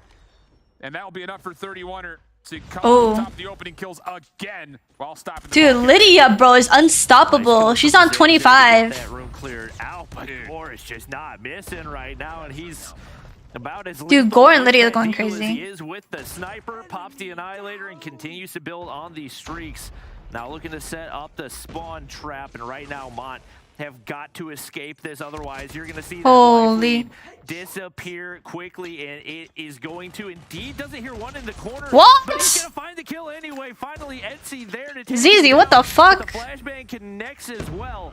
And he's forced way back. No opportunity. Oh my god. Gore drops the pred to give them the information. Yeah, that will be enough to actually get someone on towards B as well. So the clock will stop at 48 seconds. Progress being made. Lydia does have that dog in her. Backside trying to get over to contest, but he's shut down by Gore, who again just continues to dominate with his scope pistol. What's your team play next Thursday? Off A, and eventually sniff out Gore up top windows, and now they've got an opportunity to put together a spawn trap of their own. Clock continues to tick simultaneously. 12 plays 7, 46 on the clock as it will be Lydia to try to stop the clock at A. Yeah, that's tragic. Both flashes connect. Well played by 31er. No trophies to work with if you're Mont. And once again, they make them pay, but nice little response right there. Gotta take every single one of these gunfights so very carefully. Zay's able to find one. He's able to find two somehow onto Legacy, but still gets traded out in a 4-life lead for 31er. All they have to do is sit back and play this carefully, but you take down Gore, and you now arrived at an area where there's no respawns remaining. Jay's pushed up. They got to figure out where he is, and it's down into a 2v2. Gore, where are we going? Now it's all on to Legacy. Legacy, the lives have disappeared, and potentially so has the round. Legacy is going to be tempted to maybe even want to go for B here to give him an extra 60 seconds. This is all dictated by Monto. They know that if there's contact on the A zone, that they've got him completely caught off guard. Tries to time the nade over towards the top of mid fence. It's not going to work out. Both flashes also are set. Here comes Mont for their retake. Do they actually commit into this? They may be looking for the exit here. Very, very passive, but Damn. gets caught, and we're going to round 5. They delayed those caps too much, bro. Fuck. He had the claw right there. I'm like 50. No, bro. No, bro. I wouldn't have popped it. I don't know. I wouldn't have. 1v9, but a 1v2, and they're both. Obviously, he doesn't know that they're both there, but oh, that's something where it may have been feasible. He's gonna save it. We'll see what he can make out of it. Whoa, whoa. Thanks, Mikey. In this last round, and Fahim opens things up with a 2-piece with the Annihilator. And there's a War Machine through mid-map here. They could use this to clear tons of space. Claw comes out. Etsy up close and personal shuts down another. 31ers trying to find a way to bounce back into this early, but progress on A is significant. Etsy, do you think EU is the weakest competitive region? No, India. Not going to work out. Pred missile, Hunter killer drone on the way, but both miss. And Zayza's going to get pinched up, not quite able to finish off the third tick of progress. Jaysay jumps in, and the 2-life lead looks good for potentially also the extra 60 seconds for Mont. 31ers still struggling to hold off those offensive pushes. Gore spotted out right there. Wallbang damage as well. Zayzay pops the Purifier, and he's got to get cleared out. 31er. Fahim wins another one. Yeah, India is like the weakest competitive region. Zayzay forced back. What the fuck? Hoping that he can connect with the shots, but somehow stays alive anyway. Able to back up right there and nearly finds his life. Somehow 31er still staying. How are they choking this? Got to sit back without getting small trapped. Yeah, Fahim does get a little bit further forward towards that little campsite, deep over towards snow. No, India didn't make day 2. I don't think so. Oh, my God, bro. What? This is a sell. Jaysay starting to really light things up now on 4 in a row. 7 life lead for Mont, and still tons of time on the clock. Well, Japan only had one team that qualified because they only had one slot, which is kind of bullshit, I think. Oh yeah, I think Japan did make day 2. Maybe a bit of an overkill right there. You're not going to be able to find the kill, and it looks like Daytel able to take her down. Gore tries to go big with the Annihilator. 1 to open things up, but you can't give away any lives right here. Still a minute and 30 to work with if you're Mont, and they find the kills once again. You've got to make the most. India has 2 slots. Legacy still holding on to the claw. Finally, no, they actually lost. Bro, no fucking way. What a critical error from 31er. God, man. Gonna be kicking themselves in a major way as these final kills only fuck. Spectate Lydia, bro. I mean, not Lydia, Brixta. The day in round 4, they barely survived through all of the streaks, all the operators that were earned by 31er in round 2. And Brixta tries for the War Machine, but does not get it out in time to stop the progress. And Mont will take the series 2. Fuck, man. With a round 5 Same, Bobby. victory. Same. And Bobby needs some physical therapy, mental therapy, spiritual therapy, the whole 9. I did not say that. I'm just saying India, in comparison to the other thingies, other regions, it's just a weak region. They just haven't had a team that's like really high tier. And that's not like, I'm not like capping or anything. Yeah, Vitality and Godlike has the best chance of qualifying. I don't know what the equivalent of 911 is in Poland, that's a choke. That's a fucking painful choke. Oh, it's tough, man. And it's odd to say, because doesn't this kind of feel, for the conversation of 31er, like when we've seen Mont play really good teams, they make the similar size of mistakes. Like, it just feels like there's this mental hurdle that comes into play for teams at different times. And man, I'll tell you, that one all came down for me and what happened in the middle of round 4, flat out. I don't know. Even the operators that they called in at good times just did not get good value at all across the board. It seemed like very much panic plays. I mean, Gore, once again, phenomenal game out of him. 35 and 20. He's been cooking. Oh my God, I dropped my phone. Today, but crucial mistakes on multiple fronts end up costing 31er as the struggles for Bricks to continue, going -8 in that one. And she's a player that's got to play a bigger role on that map. Well, let's just say has to continue to play at a high level as we move to Apocalypse now all of a sudden, where you're looking at Brixton and Lydia to try to open up space around Temple, in towards Ruins, things like that. You just cannot afford to only have your ARs locking things down in a map like Apocalypse. Sure, they can lock down a lane and control space for you, but when it comes to fighting for the hard points, very much so you look towards the SMGs to finesse and turn the tides over how the objective play goes. So let's jump on into it. Mont have yet to play this map so far through the group stage, whereas 31er have played it twice and lost it twice. But to be fair, they also played up against 117 and Animus. I'm so depressed. So not an easy opponent nonetheless. 31er will spawn from the favored side. Mont setting themselves up for a nice little passive look again, and Etsy just continues to have like the buffet line of ARs at the ready. That's not a setup that I've seen before on Apocalypse, and it does not pay off for Mont. they already started at disadvantage, and then you give up all the map control as well, and they get picked apart by 31er on the initial push. Players finally find a way to break on in. Gore shut down as well. And if you're 31er, obviously you'd like to be able to find this hard point time, but you still keep control of those temple spawns, and at the end of the day, that's the main thing you're looking for. Great start here from Lydia, just kind of pinching the hard point time and time again. She gets the forward row. Fahim should have just hit her out right there, but tried to help out. Yeah, just rotate on you. Jump up wall doesn't quite work out. You know what? This is a good start. Good enough. As we start to look towards the rotation over towards Temple. It's fine. P1 is not a money hill. Just leave. A little bit more difficult for Mont, but it's only a mild inconvenience. Okay, yeah, this is fucking weird, bro. I mean, this is fine. If they're hard pushing it. Not going to connect right there, so 31er maintain this. No one's watching Clip. Watch Clip. Thank you. Thank you, Legacy. Oh, he got shit on. Be for real. Oh, you needed to win that brick stuff. Fuck. Like that, 31er have already given it up, but they're still spawning directly below. Oh my god. A weird group spawn. I don't know what's happening to get the spawns back in their control, and there's just no semblance of order. What is this? What is this? What is this? He holds his life, but you're absolutely right. It's what the fuck? Over towards Secret that allow Mont to no way, they break that, bro. No fucking way. Actually break this hard point from the front. Just as much as you and I were confused, 31er was also like, wait a second, are we not spawning in? Wait, are they not spawning in? Like, it was just utter chaos on the front side of the hard point that Mont eventually survived through. Zay's early purifier only takes one down post-mortem. Jay-Say still trying to hold the front door, and he will take down Gore. So the last effort for 31er to break for scrap gets pushed aside, and now we rotate over towards the balconies. For the early advantage that they have, 31er definitely did not capitalize on that one. Zed's going to find one to open up a little bit of space on the bottom side. And Lydia making sure nobody's spawning behind. It looks like Mont gonna look to drop down from above, and nobody on the objective right now. Lydia's got to get in there. Does so. This is not looking good. Right now, Fahim on the this is not looking good. Is gonna be difficult to deal with, and Zayzay watching that ladder. So anybody that tries. I can't believe they lost control, dude. I can't fucking believe they lost control. Finds one as Etsy makes his way onto the objective, and a very slow play out of Gore as he's looking to go big, but the claw's gonna get shut down. Jay-Say seeing what he can find with the war machine, but he drops shut that shit down. Overall, that's a win for 31er. You shut down the playthrough TV. You also mitigate a couple of operators that could have very well finished off that hard point for Mont. So 31er right back into this game with that final break attempt.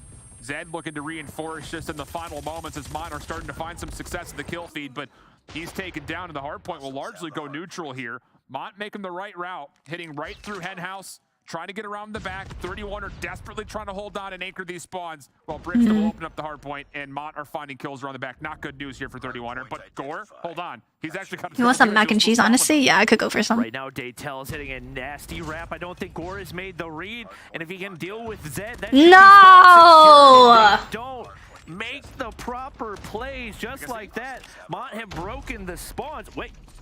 They haven't broken the spawns. Legacy was behind the flank. He was flanking the flank. It's the longest route I've ever seen. And then they lose spawns anyway. Yeah. Okay. Well, I'm just going to stop looking at the spawns because neither team seems to have any ability to control them right now. Etsy's going to find two right here. Mont continue to move upwards. Zayzay hit by the flash, but Smoke's going to keep him safe for the time being. Gore pushes on through, but doesn't realize there's one directly behind. And that's the wave wiped out once again for Mont. Zayzay's now got streaks to work with. That should afford them even more room Legacy finally able to break on in, but the nade's perfectly placed for Mont, and once again, do a good job of minimizing any time that 31 are find here, and more importantly, maintain those temple spawns. Mont has done their homework, bro. For a team that has not played Apocalypse before, they must have been watching some old school Cold War footage, because they are really doing a nice job of manipulating the end of that hard point, forcing 31 to spawn old, gives you a little bit of favor over towards new. There is a player who spawns up. It's Brixton who gets 2 from behind. A little bit of chaos that Mont have to try to deal with. And simultaneously, 31 are finding kills from the front, so hold the phone. 31 are digging back into this game. A lot of 1v1s on the backside of the hard point that Mont are... Bro, who picked this map? Yeah, I was thinking this is not a good map, bro. Status of the spawns go back to their name.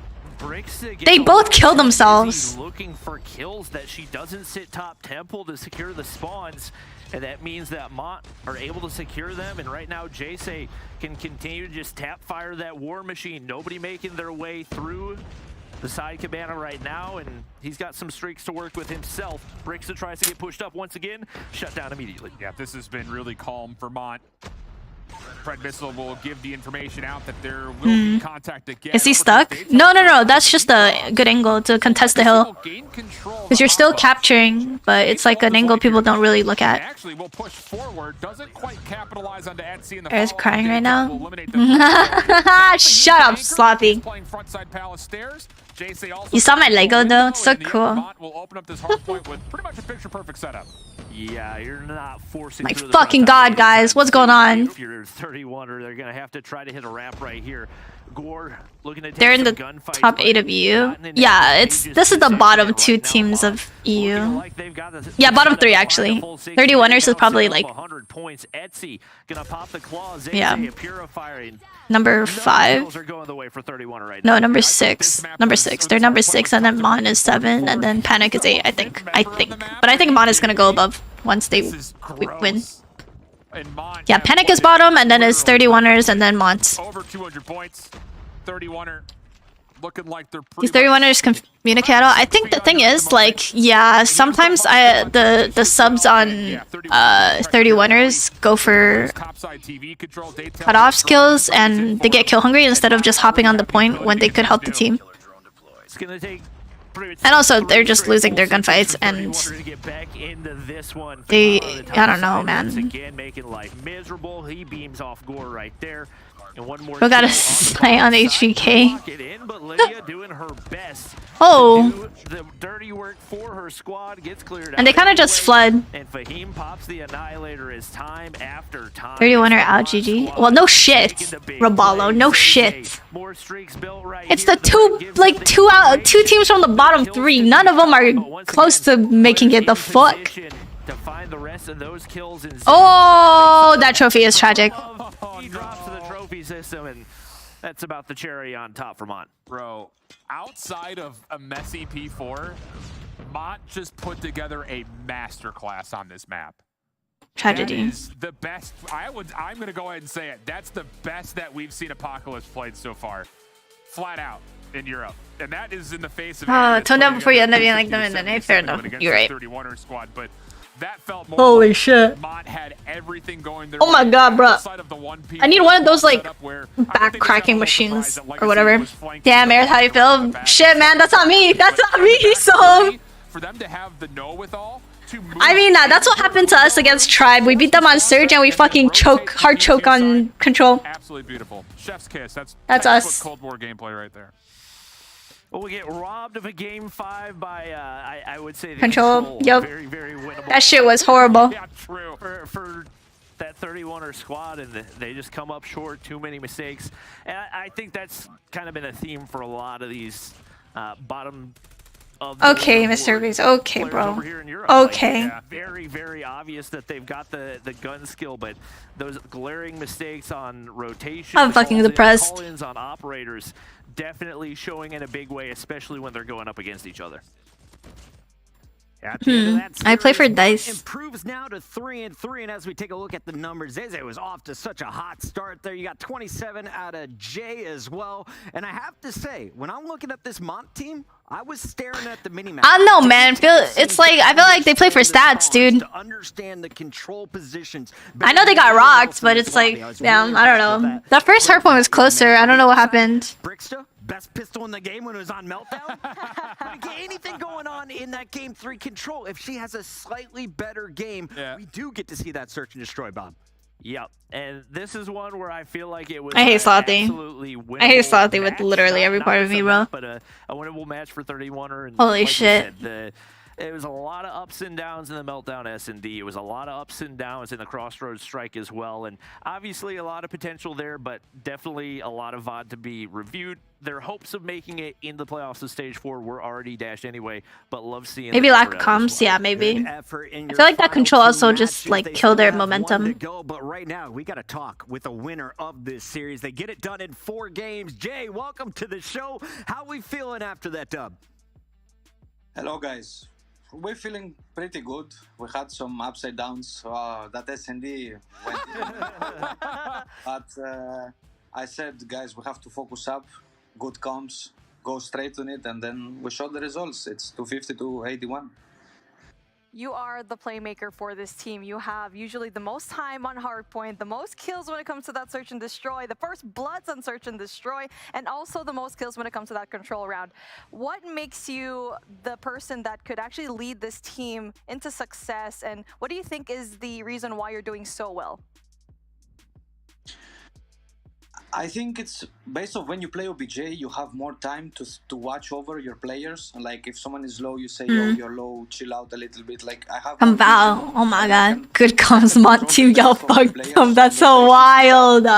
So that's what's. Oh my god. And I think everything is individual. Like sometimes I have good games. Like S&D is really shaky the last couple days, but.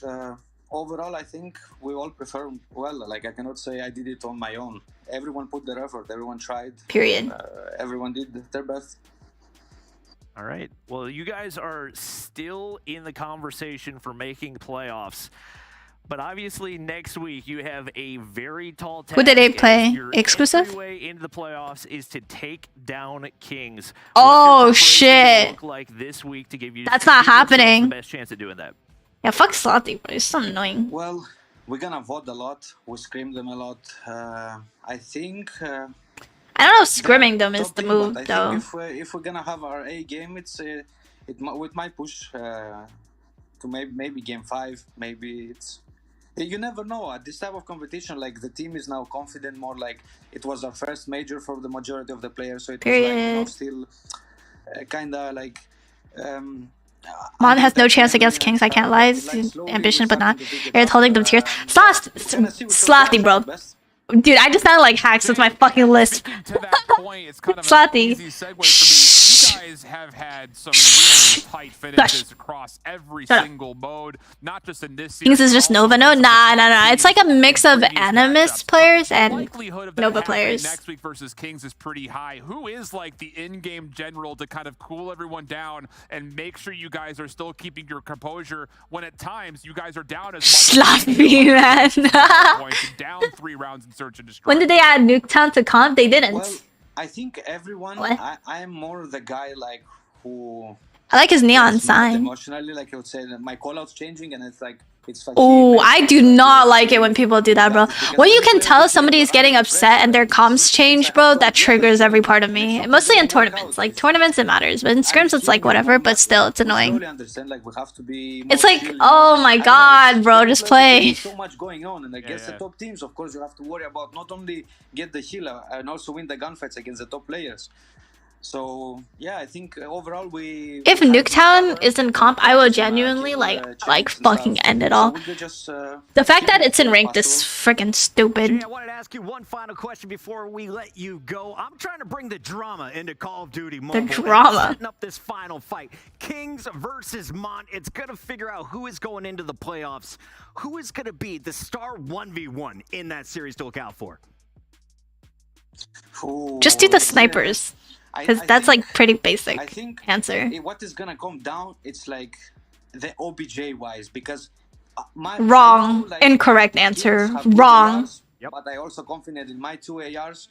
So it's gonna be more like how well the SMG is gonna perform around the hill and clear it and Wrong. polish it. And it's all about like who's gonna Wrong, wrong, wrong. Gonna have the good rotations on ARs. I don't worry about like. I'm worried about. Oh my god, you're so annoying, bro. I fucking oh whatever, bro. We Fucking haters. there. We're gonna try our best. It's not. Do you guys know what I really want? A Frosty. I want a Frosty. Against Kings. Now we're like, okay, we're against Kings. We understand what level of competition it is, and we're looking forward. Continue to evolve, my friend. Great to watch you tonight. Congratulations. I want a on the Frosty W. bad. Join the team. Thank you very much. As Jay saying, we see Mont picking up the 3rd dub of the night. When we come back, we have the 4th and final battle here of EU's Day 6. Don't go anywhere. It's Kings. Panic when we come back. Three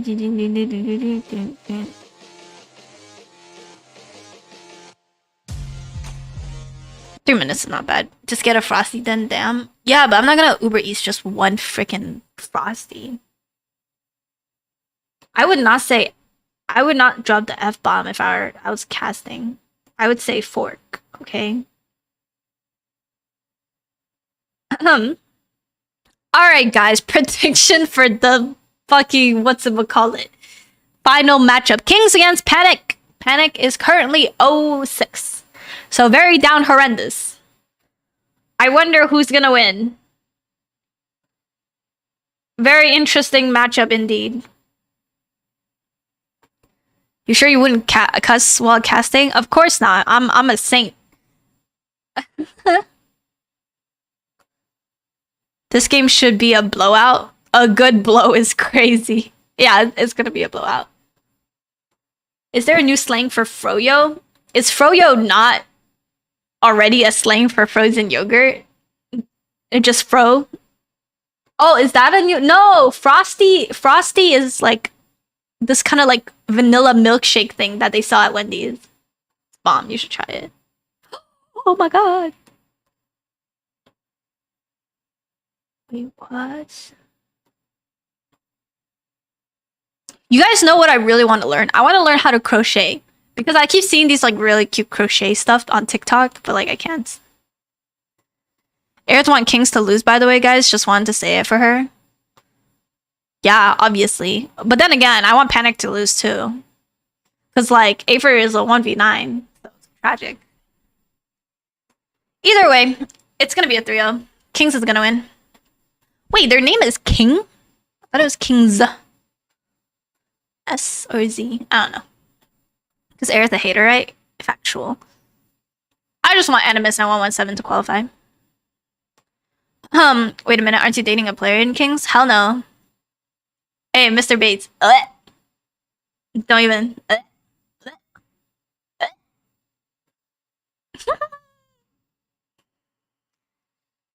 Yeah.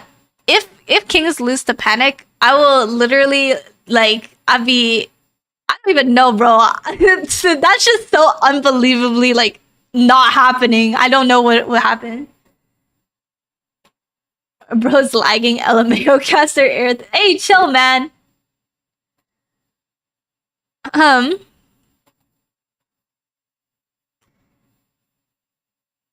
Yo, Mr. Bates, do you have Discord, bro, or Twitter? DM me on Twitter. Real quick. What are you saying, Plato? What are you saying? I'm Raballo. Shut up, bro. Oh my god. You guys are so annoying. Up the top 4 spots in our playoffs for Europe, and of course we'll be moving on to our stage $5 million tournament. I am not with bro. Vega's my friend. For the final battle, fucking banning Slothy and Robalo. Y'all are so annoying. Y'all are instigating, starting shit out. For what? This competition now with 2 losses, they have to play perfect, Bob. Not just one of like what the fuck? Oh my god, Panic is 0-5. How are you gonna lose on purpose on this? Oh my stop. Can I message you on Twitter? No. And have their season actually on the line. Wait, was hold not on. what any of us expected. So I'm curious to see what they're going to do. I mean, no question we think that they're going to take down Panic. It would take an absolute miracle for that to not happen. But What's your Twitter? definitely going to need to prove that they can dominate on this one to have some momentum going into that final matchup. Is this a miracle? Show me the roster. Let's bring it up and show you what's going down. Because if I'm Panic, I've got nothing to lose here. Because King, they're going to be making some swaps potentially. Add me on Discord. Yeah, what's your thing? What are you looking for? What's your thinking, Bobber? Mr. Bates official. Oh wait, I'll just add you on Twitter. Actually moving to AR and Inferno switching to SMG. Inferno That's a goofy Twitter. Squad, they kind of want him in the middle of that mix to give more information. Only verified can message. What the fuck? Wait, I just follow you. The pace of the game because they have slaying power across the board. It's just a question of if they're all setting each other up for success. Where's Drari and Animus? Control, no question, but across the board, we know they're capable of winning on every single one. Aerith would give a pizza party to all of her subs if King loses. Honestly, bro, if King loses, I will buy 5 people legendary lucky draw, or whatever, because that is absurd. Panic came in last night. They were able to pick up a map win. They were able to shake off the rust and get a little bit loose, and that's what we want to see again tonight, right, Beef Mommy? Most definitely, because they did get their first map win yesterday. I mean, that is a W on my end, and particularly the reason why. Where's Hisoka? I don't know. Now, a little bit maybe controversial on my end is I think Aether and Raid are kind of in the same boat where they create high impact kills for their team, but when worst comes to worst, their teammates not able to. Slayer with the passenger princess selfie is crazy, man. Find a way to kind of just see Aether. That's crazy. On that Aether play. All right, Aether a stud in his last matchup, especially in the search and destroy, but you can't lose full, right? This team already is a little bit rocky when it comes to the team, the mentality, the cohesion.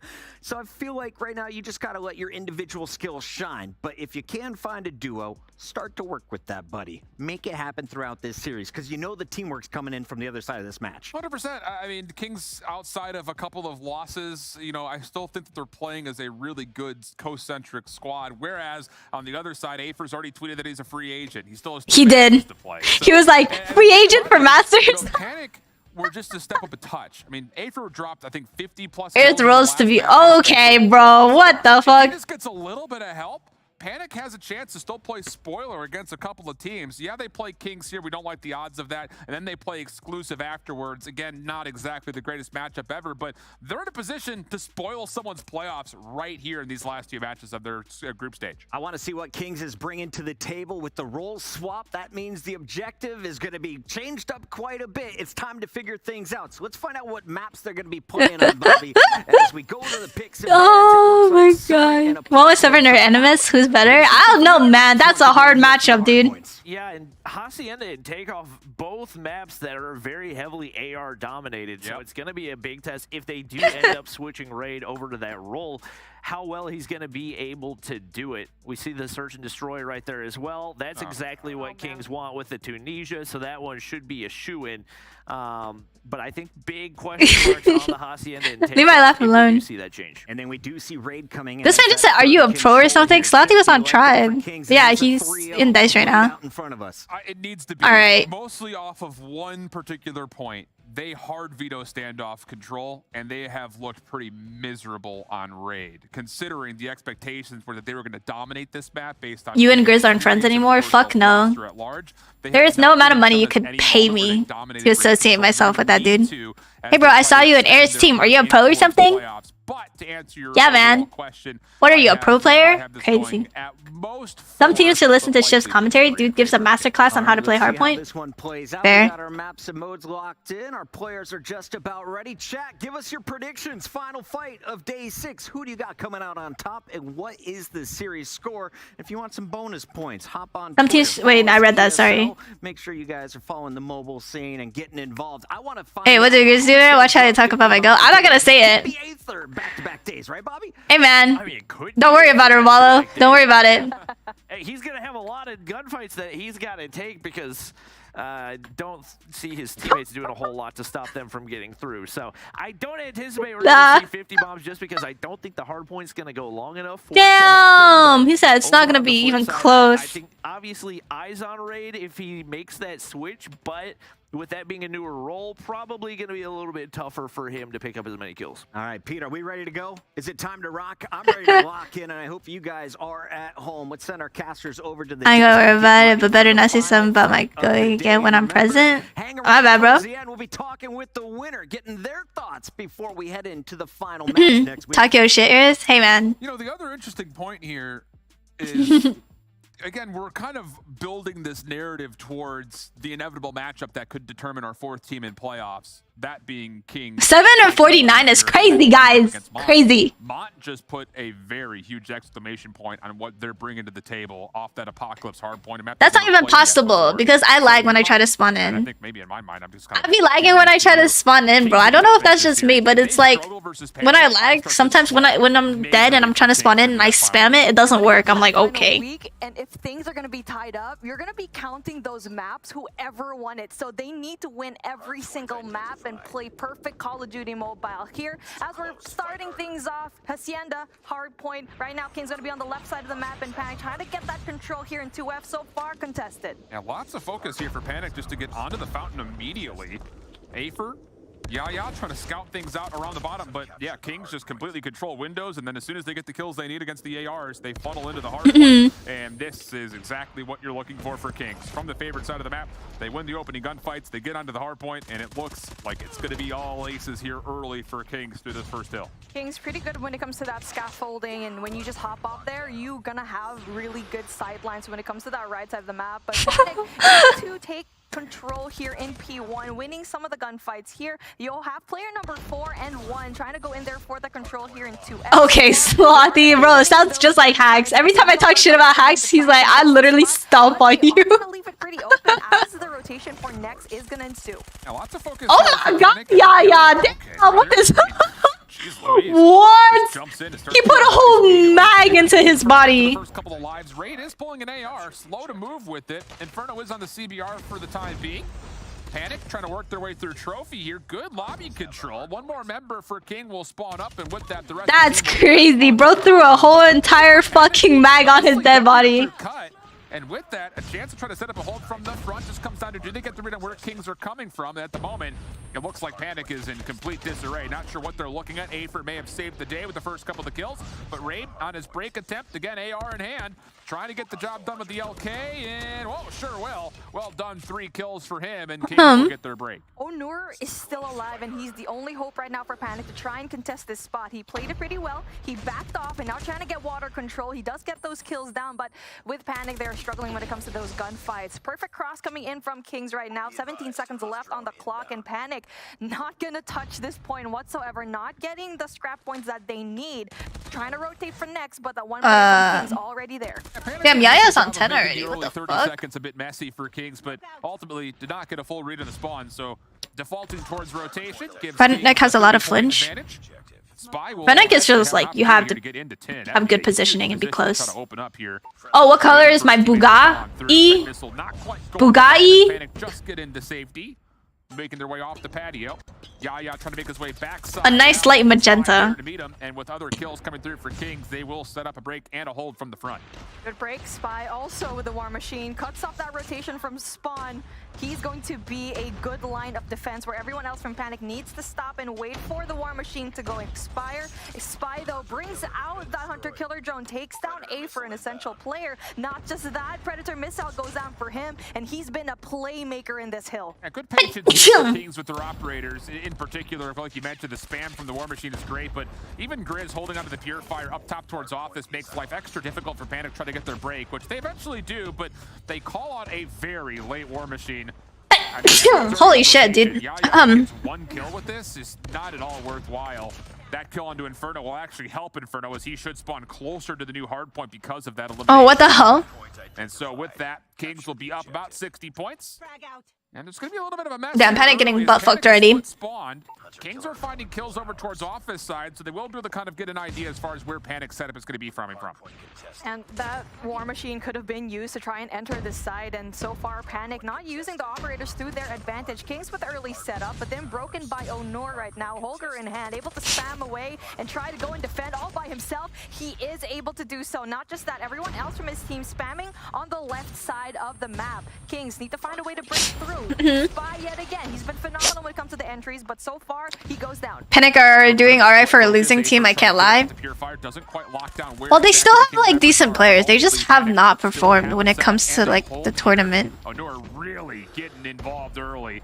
Okay, if they hold this full scrap, this is actually a little bit more doable, because what the fuck? Raid will use his last Sparrow Bolt to clear things off, and that should be a good amount of this back 15 seconds going the way. They need Slayer and the Prawn X to pick it up. I don't know if Switchblade is the move. You might as well just use the CBR or Fennec, no? Right around 40 points as we head back over to P1. The cross for Kings is just always so good. Last time we saw that. Am I a Manchester City fan? Dude, I don't watch football, dog. I'm sorry. I don't really care. And just really doing their yeah, fuck your ball, get banned, bitch. And now we do get to see that rotation finally pull through from Panic, and now it's just what's happening over here. There's no kind of touch whatsoever, no contest from Wait, what the fuck did you say?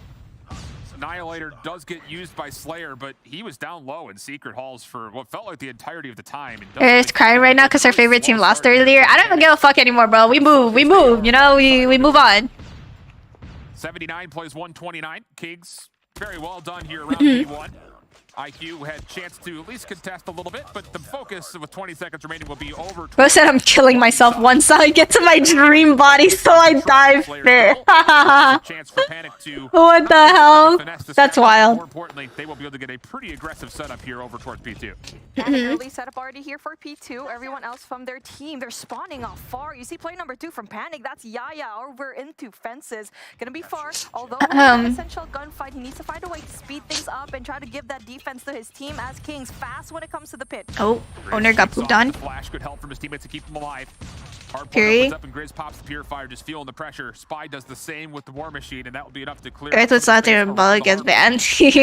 From well side all the way deep through driveway. Patience as well from at least one member. That was Yaya from the front. He was trying to set up a bit of a pinch, but that gets shut down. And once again, Kings have full awareness on where this next Panic kit is coming from. But they do lose out on a couple of operators. Yaya's gonna pop the War Machine, try to get the break done. 30 seconds to fight for, but on the opposite side, the Claw is shredding and yeah, they cannot break this hill. Oh my god. Make life easy for Spy, and Panic's break attempt ultimately gets shut down. They were forced to all go driveway, which is tragic. The range for the Purifier. Oh yeah, the range for the Purifier is really good. Later on into that driveway control where everyone else from Panic just got taken out. Now Spy spots Onur. Takes ever Predator missile of his life, gaining that information down.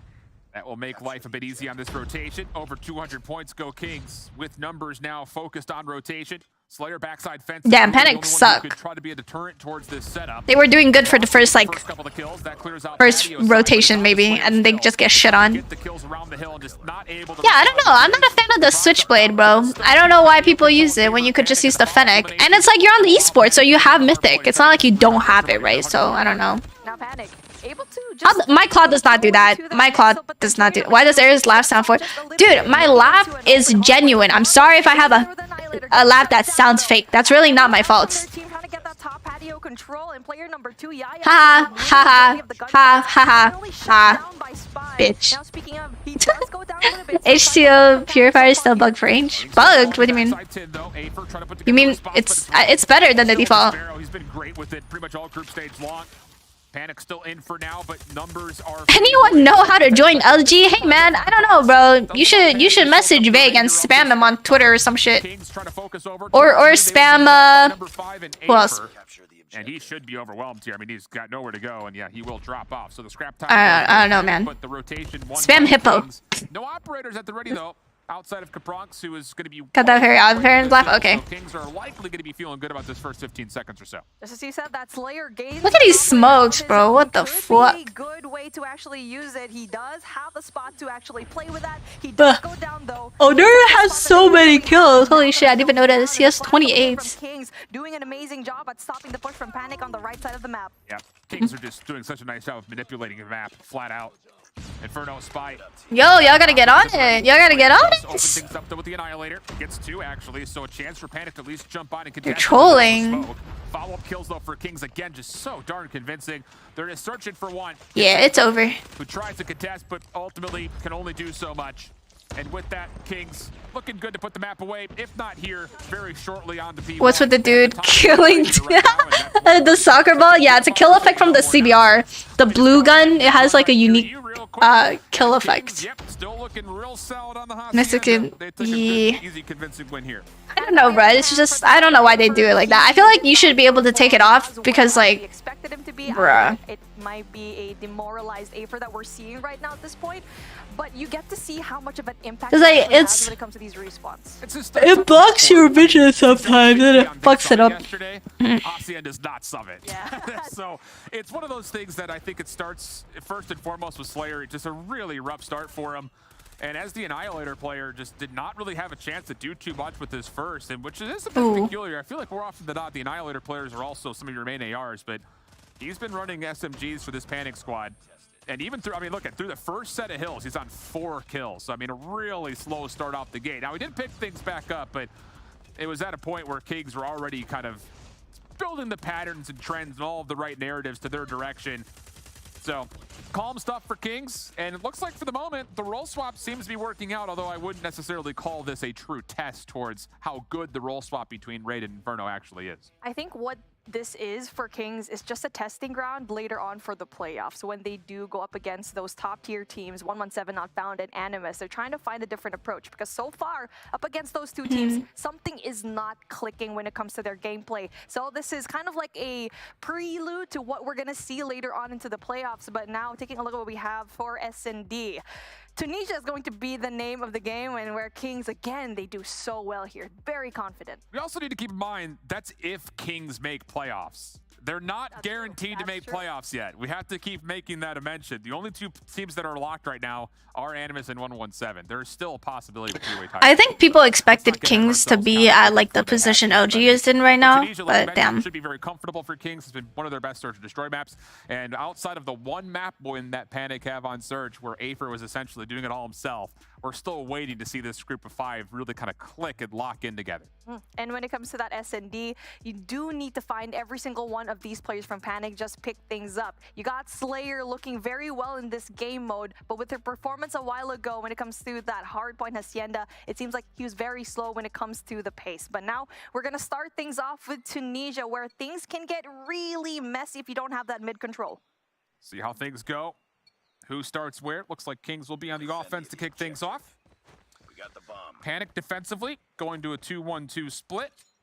Yaya actually hasn't moved yet out of spawn. Finally, he comes through. Opening snipe does land through mid-map. It's wall bang onto Raid. Impressive pre-planning. Has LG played Tribe? No, not yet. And so an early 5v4 comes through, and Kings kind of have to hit the brakes with not a lot of map control anywhere. They're hoping that Grizz can work something through mid. And Yaya is just underneath, caught with an 8 out. Slayer does follow up with another kill, and then saved by Aether. Panic find a huge advantage now in a 5v2. Beautiful crossfire by Panic right now in mid. Capron able to get that first as well. So Marvel all alone. Bomb down, and there's so much you can do. Marvel goes in there, wins those gunfights, gets the double. And now if you're Panic, you gotta hit the brakes just a tiny bit and not allow this man to get a 1v5 clutch. Bomb will be in a collectible position here for Marvel. Of course, he's going to be stressed from here until the end of this round. Also has a rifle or an SMG right here in the corner if he wants it, but doesn't choose to pick up the switchblade immediately. Finally, we'll grab it. Late flank. This is Executioner. What the fuck? Kind of change up the angle here for Marvel, who... Actually, there might be Executioner. Marshy said there was, but I'm not sure if there is in esports. If he makes the decision to plan, it would be a hell of an effort, but he walks right into the double stack, little high-low setup. Yeah, if Panic wants to win a map, it will have to be this one. Like what we mentioned already, it will before have this S&D started, English. you need to have that control in I want to go mid. eat my So Swiss far, roll Kings cake. just putting that I one bought a point Swiss in roll cake and there, it's so good. not able to win those No gunfights sound? definitely was What? an essential win for Panic. And also coming in from that A side, that first pick definitely was going to be huge for Panic. And now Wait, going what? in there for a more aggressive approach through mid, as you see player number 3, Grizz, trying to go in there to get that information. Yeah, big early aggression, but A for Oh my god, Afer got shit on. gets absolutely Holy fuck, you got dumpstered. Oh man. That is a humbling gunfight. Flip shot out initially by Afer, and he's still See, that's what I mean. Use the fucking Fennec, bro. You know why you lost that? Switchblade, goofy. Or you're playing at McDonald's, pulling a Mago. Try to retake is going to have to be either through mid tunnel or That is just embarrassing of a gunfight, in my opinion. Holy shit. See, if you weren't using a Mimic Fennec, you would have won that. Not a lot of opportunity to work with this, considering that there are 3 different Swiss guns roll? up ready for this. Motherfucker old? What do you mean? Swiss roll, like, I bought it from, what's it called? A Korean bakery. It's really good. And there you go, Inferno goes in there for 3 kills in this round. He has been a pretty good, I feel like, defense when it comes to... Ooh, I don't know about that, Jay. That's a bit of a stretch. That's kind of disrespectful to BZ, man. Good kind of engagement, and that engagement from Grizz was the opener for them to... Yeah, that was a fucking fat opener. Have that one living in the back of his mind. That's tragic. Rounds. That is not a gunfight that you assume somebody who dropped 50 kills yesterday is gonna lose very regularly. Grizz, quick. Oh, he doesn't know. Afer almost gets the better of Grizz, but no. Beat to the punch. Owner gets the trade, but Ooh. not gonna get anything more. 3v3. Those smokes were nasty. The fact that no one was con is kind of crazy. Oh. Take down one. Bomb still in hand. I can show you the world. Holding on to it. This would have to be a 1v3. Shining, shimmery, splendid. Procs on a little bit of Tail me, trouble here. princess. Holds the angle. Oh, you got butt fucked. And Spy has gained some space Owner is using the with BK? a lot of time on the clock for this Oh, one. so they want to lose. Okay, never mind. They're actually trying to lose. From that nade, we'll give him if there are any Tail me, kind of princess. players there, and so Dun far he dun needs to dun clear all dun the dun space he can dun get. dun And dun now dun mid dun. is going to be in his presence by balcony. A whole new world. Here's just waiting for that rotation. Oh my god, look at them. They're all rotating from the bottom. Mid instead, and Yee. this is going to be really bad for Spy because he's going to be met Look at by them just little two players rats. to go in there for the Oh, defense. did I hear that slide? Side may have given Panic a bit of a sound cue. First shot. Oh my fucking god, they lined up. Has Yaya tagged up. Yaya will smoke his exit, or so Spy may think. Yaya still holding over towards mid tunnel. Don't push it, don't push it. Smoke will dissipate. Holds his ground. Spy thinking about re-wrapping back over, but now commits on in towards the B site. Tries to go for the plant. Yaya gives the shoulder check. Doesn't see it initially. Here's the Oh my god, Spy could have clutched the 1v3. Panic up to Any idea why games were played during break last time in NA? What do you mean? What do you mean during break? There's been 2 streams so far for NA. The second one was live. The first one was pre-recorded because the stream was having technical difficulties, so they recorded it and then streamed it a few days later. But now it's gonna be live from now. This time for Kings. Defense so focused on mid-map after Grizz's aggressive routes. So they'll only have What the Slayer fuck? nearby. Quick rotation from Onur. Trying to get over the Ooh, backside, and what the Grizz fuck? I'm not gonna lie, that shot kind of gave me a jump scare. Spy. Holy shit. Come through, but the crossfire better set up for the defensive Panic. Raid does keep us even at a 3v3 overall, but the bomb is down in a pretty precarious spot. Nah, that actually gave me a heart attack. I don't know why. It gave me like a jump scare. Trying to find this B site still to their name. BK and Champs, what is he thinking? I don't know, man. I don't know. I feel like he... I mean, he's sniping now. down in a bad spot. Again, look at play number 2. Yeah, He walked into that. The flag, but Marvel gets the beautiful nade kill. Let's be It's honest. all up to that one play we're trying to Oh, they have bomb down. Oh. kills. This is gonna be a... with a Holger. And now you're still waiting for Yaya, but also Inferno always there for the flank. Watch. The guy flank cannot die. If the flank guy dies, then... Yep, they died. They lost. Good isolation on the Oh, what a choke. The sniper rifle from his fallen comrade. And Kings. Choke, in the choke, 2v1 choke, choke. Inferno. Nice. Goodness, 5 kills early as we tie ourselves up at 2. And Panic, they've done well to keep Owner themselves changed in the this map Holger. at the moment. Is that allowed to go But LMG from the AR? opportunity for Kings is forcing a lot of gut check reactions from Panic, and that's something I that think would need if to the... change I think if you they could switch defend roles what mid-game. Kings I'm not have. sure, to be honest. I mean, when it comes to that presence of mind of Inferno, Ain't King Inferno the one I nuked? I think so. It was definitely on his side. And now Kings try to go in there. Oh, that's a good nade. That information Oh my god, that's 2 kills or 1? That's 1. Never mind. goes down. And now That nade was like brilliantly timed. No one in his scope. And so If they rushed earlier, Yaya's then gonna be maybe. in a little bit of a pickle if he does go in there for the chow. A whole new world. Deep into the A site corners. A new fantastic point of Everybody else view. is stacked up looking and maybe even just waiting for this flank before they come in through the main defensive archways. Watching the flank deep is Inferno because of course he is, and he does pick up Slayer. Now the focus can go immediately towards the front. Then Raid got that pooped cheeky on. corner pays off. Oh, no. He's been scouted out. Raid gets the kill. Last one's left now. All of a sudden, our Bronx and Ono are 2v2 situation, but there's just no. Ooh. And Kings. That was a nice setup. The fact that they lost man advantage and still won that 4v5. Had that information that Raid was going to be there on that left side by boxes and just trying to go and peek, but That flank could have delayed it because he got picked off too early. That gave Inferno time to go back. And now Kings looking like that A push, definitely a little bit more comfortable on there. And even though that Panic had that first blood, Aether gonna be in a little bit of trouble here as he is gonna be pushed by 2 players. Double stack over towards Archways getting naded. They're not good at holding A, huh? Not comfortable at all. Yep. Aether gets forced into the site, essentially into no man's land. They just can't hold The A. only thing that goes wrong here for Kings is Grizz's aggressiveness does get stifled. So we go to a 4v3. Oh my god, how do you win that? What the fuck? Stays alive. That was disgusting. Back off the regen. Same process. Onur actually find another deep kill into Inferno. So this post-plant hold comes by way of Marvel and Spy on opposite angles. Slayer trying to hunt them. Oh my god. Through. Now it's just down to Spy. This would technically be a 1v3. Slayer shuts him down to the double stack, and with that, we'll have a 3-3 half. Patience from Panic pays off, and I like how they're actually peeking their angles and knowing very well when to pre-fire. And it really was Yaya's kill there that just opened that space up for them, and Onur just being so good when it comes to those angles really is paying off for them so far.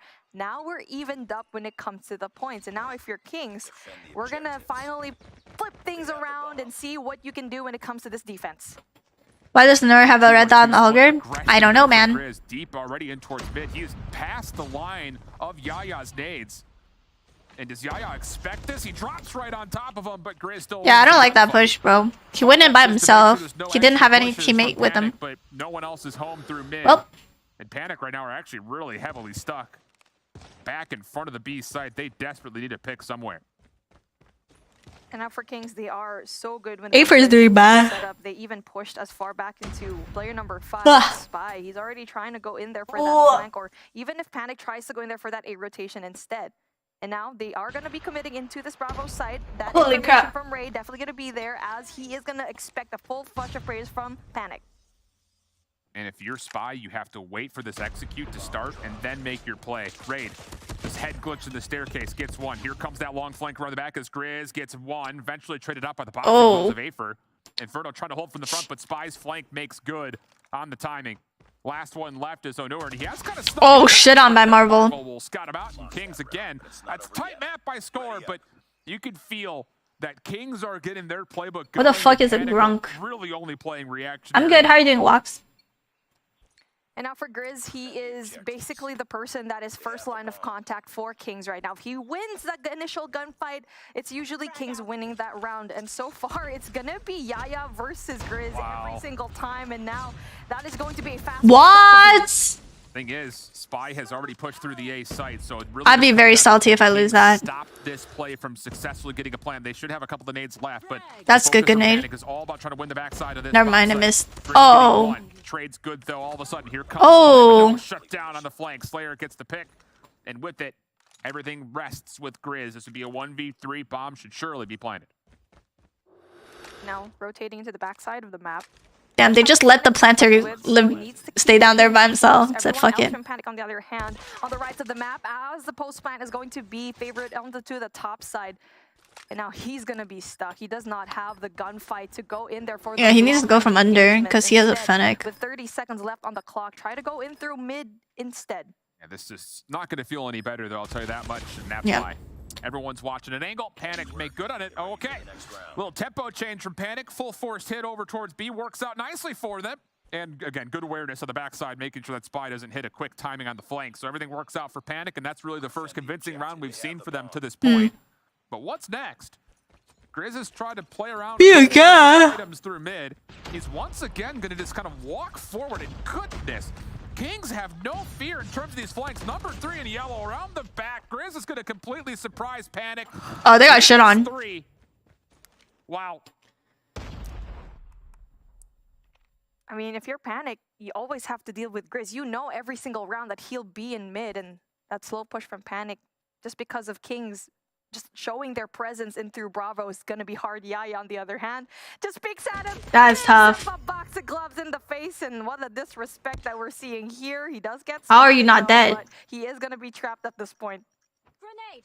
Open for a nade to bounce and connect. Will not.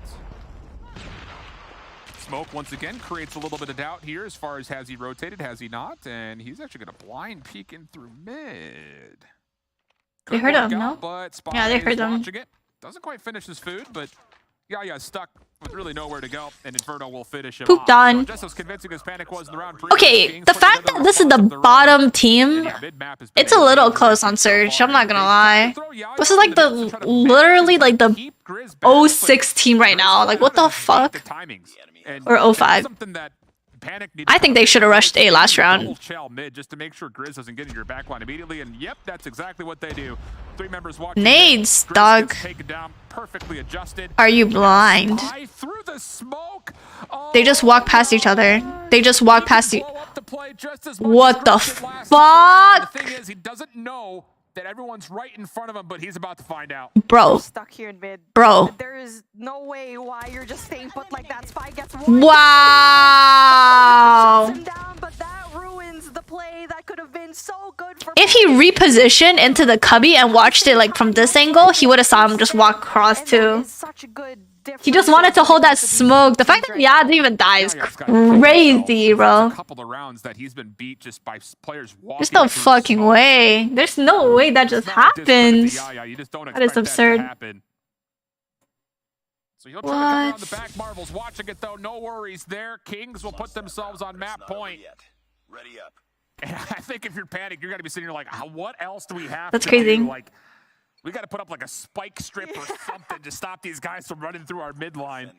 They got to put a wall, an actual wall right there, because right now Kings are just disrespecting the smoke of Panic, and you gotta think, right? Yeah, they're probably gonna stay back because we see smoke, but nope, Kings are just not gonna do that. They will just definitely display that confidence. Raid pushes really aggressively, gets that pick off, and now the smoke again pops there. The thing that's really cool about this, if you're just to watch the minimap, is like Grizz tries to get forward, he gets contact, he backs off, and as soon as he backs off, Raid pushes forward. It's just this poke and prod, a little ebb and flow of one player hits on one side, as soon as he backs off, somebody hits on the other. Also helped that Marvel cleared out Wine with an opening snipe. It's just, wow.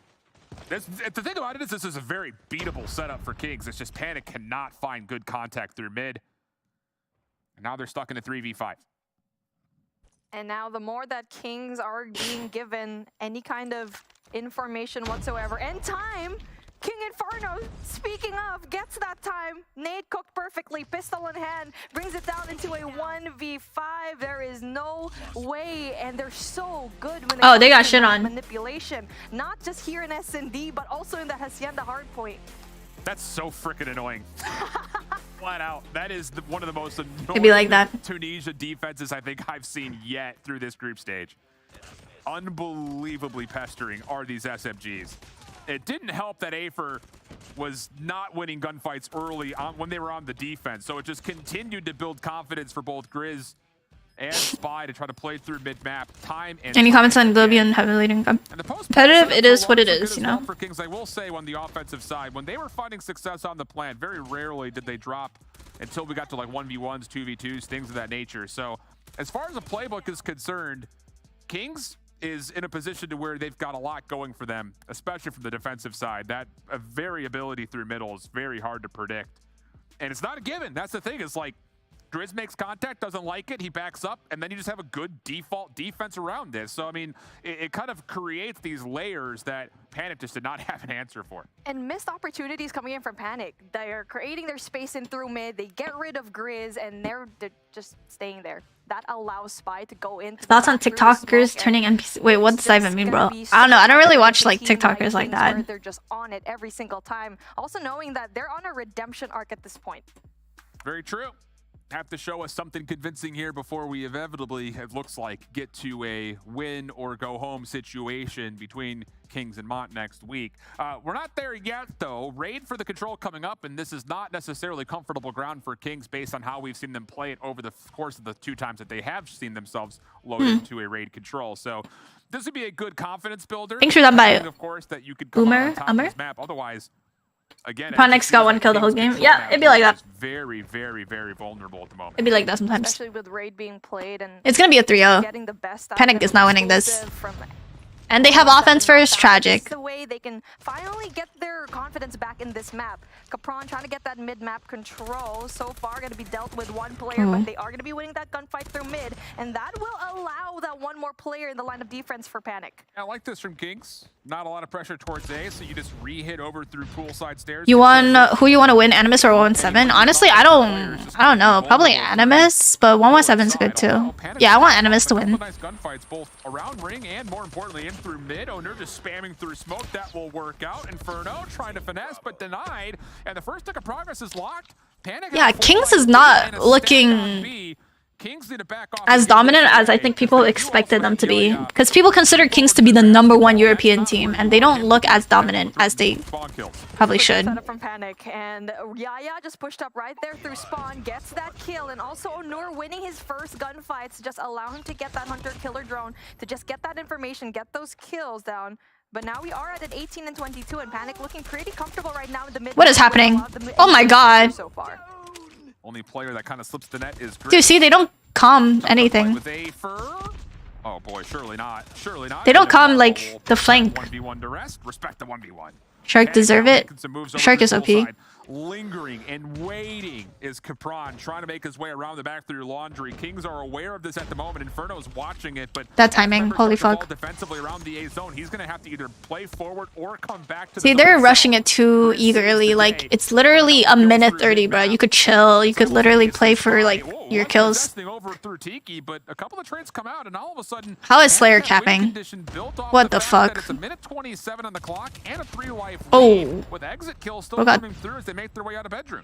And now 2 players from now Panic going into that kitchen route, also winning their gunfights as well. Oh my god, Capronex is fucking dog shit, bro. Just allowing Panic to push. Oh my god, Slayer is going crazy. That could have been the game-winning, round-winning kills rather coming in. How did Panic not kill? Oh wait, did. I was like, what? Disable is not banned. I was gonna say, how the fuck did he not die? 6 seconds on the clock. Sick flash, man. Considering playing in towards he flashed himself. Solo Chell, though. Where's the help? Just wait for somebody. Holy shit, he flashed himself. Spam shots come out, a little bit of noise created. Yaya's flank does get shut down. Y'all have time. You just need 1 good wave, bro. And the clock like, I don't know, man. Yeah, Zim is coaching King. Waiting for contact at mid. And Kings have no reason to chow this, and very wisely, they will wait. Nyen is the best EU player. Are you good, bro? Nyen is in fucking is Chinese. Have to go back to the drawing board with only 25 seconds on the clock. I love the patience right now from Kings. They're not going to be peeking anything. And now for play number 3 from Kings as well, trying to go in there for that flank. Watch play number 5 from Kings. Spy gets. Oh my! That's a crazy gunfight to lose, dude. But also 9 seconds on the clock, and everyone else from Panic needs. Why are you making noise? Why go for a flank where you could have gone through kitchen? Oh my god, you're. Well, this is all down to number 1 Marvel. 2 seconds, get on. There's no one on the zone, bro. You've got to be kidding me. Holy shit! Operators at the ready. 25 seconds on the clock. Panic his ass, bro. Panic his ass. You lose a 5v1 because nobody's on the hill. Everyone went through kitchen and laundry. You took too long. Oh, what a mistake that is. You had a guy kitchen? You had a guy kitchen fucking using the Holger, bro. Y'all are dog shit for that. No way. Kind of have advantage to win it. Oh my god, how are you gonna win all your gunfights to lose? Fucking shitters. No way that just happened. Oh my god. Man, it's just gonna steamroll out of control at this point. Yep, Inferno's now right there with the claw. That's actually goofy. Oh man, 3 kills for Grizz right now. Pretty up in hand, and that just allows them to just get so much utility out of the closet. Marvel gets the Annihilator as well. He's getting those kills, but Slayer shuts Holy him down. shit. Do we have any ibuprofen in the studio? Because, oh my goodness. 22 plays 12. King's looking pretty much guaranteed to pull this second round. Slayer's going to try to fight back with the Annihilator. But once again, he's kind of in tight spaces, trying to finesse kills through. If you ever make it could have written that tragic. King's behind the cover of smoke, and with a little bit of support from Nah, no way. War Machine will make their way on to A. Slayer still operating with the Annihilator, only has 1 shot left. I would buy that. Oh, word. Shit, bro. Sending it now. What is Yaya doing? Like, bro's on a marathon. Essential play is gonna be won right now by King Spy. And the fact that Panic got fucking shit on, dude. No way. And now they only have to worry about that 1 player. That's gonna be Slayer. Trying to get those kills down. Yeah, it's over, bro. He will be dealt with by Ray. And they're gonna lose on fucking defense, so. Second tick of progress. Or offense. 16 lives for them and 2 left for Panic. And What would you say Panic is lacking? Well, their timing was really bad. They took too long. This is a round where Kings just got so much value from Grizz to start things off. The Purifier followed up with Inferno's Claw. They just took too long This there. should be a 1-1 game right now. But the thing is, And if okay. that would be the case, you don't really lose much composure if you're Panic on The thing in is- that second round. But now all of a sudden you're down 0-2. Kings is considered like the best European team, right? Okay, so keep that in mind. Panic is right now the worst EU team. And Panic does not scrim. Like, they don't scrim.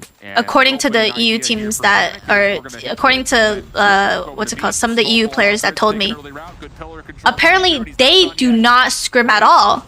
So the fact that they keep it somewhat competitive, obviously series-wise, like match game-wise, it's not close, right? They're fucking 2-0 right now. But the games have been close. The S&D was close, the control rounds have been close. It's like, considering they don't scrim, it's a little weird, you know? We'll probably get this last player from Panic that will try to go and push through. Yaya's just trolling. And now Panic can't even cross the map with how dominant Kings have been. So far though, that Alpha Hill is going to be left wide open. But with Panic, they don't know that. The thing about it too is Kings fully stacked at Zig could just hit through pool stairs, get him off the zone really quickly with just an easy flank, and well, they're gonna even push through in towards garage. So Panic don't want it bad enough though, it's close. But the thing is, Panic can't qualify anymore anyway, so it doesn't really matter. Here, but boy, I'll tell you, just when you think Panic can't surprise What the fuck us am I anymore, watching? they surprise us. How is he alive? Yeah, I think they give. I have so many questions. How is that kid still alive? Does he have armor right now? Are we playing BR, kinetic armor in hand? But there you go, Grizz goes He in killed with the himself. Purifier, trying to go in yet again for that spawn trap. Oh, He's in a that's really good toxic. spot, but 3-0 right now for Kings, and it could Yeah. have easily been a close So they're all just matchup, rank but warriors? that No, was no, they're not rank warriors, but round you know, number Panic 1. is already like 0-6, so they just didn't scrim because they know they couldn't make it, right? We need help here in the studio. Dr. Phil, Oprah, anybody? That's crazy, yo. It raises my blood pressure too much, flat out. You're doing this two games in a row, man. But for Kings, at least you were able to kind of clean up a 3-0 here, as I think the expectation was What's good, meta? largely across the community. Some moments of like, ooh, maybe I know they all just left VC without saying goodbye. That's goofy. pretty much calm and collected from start to finish for Kings.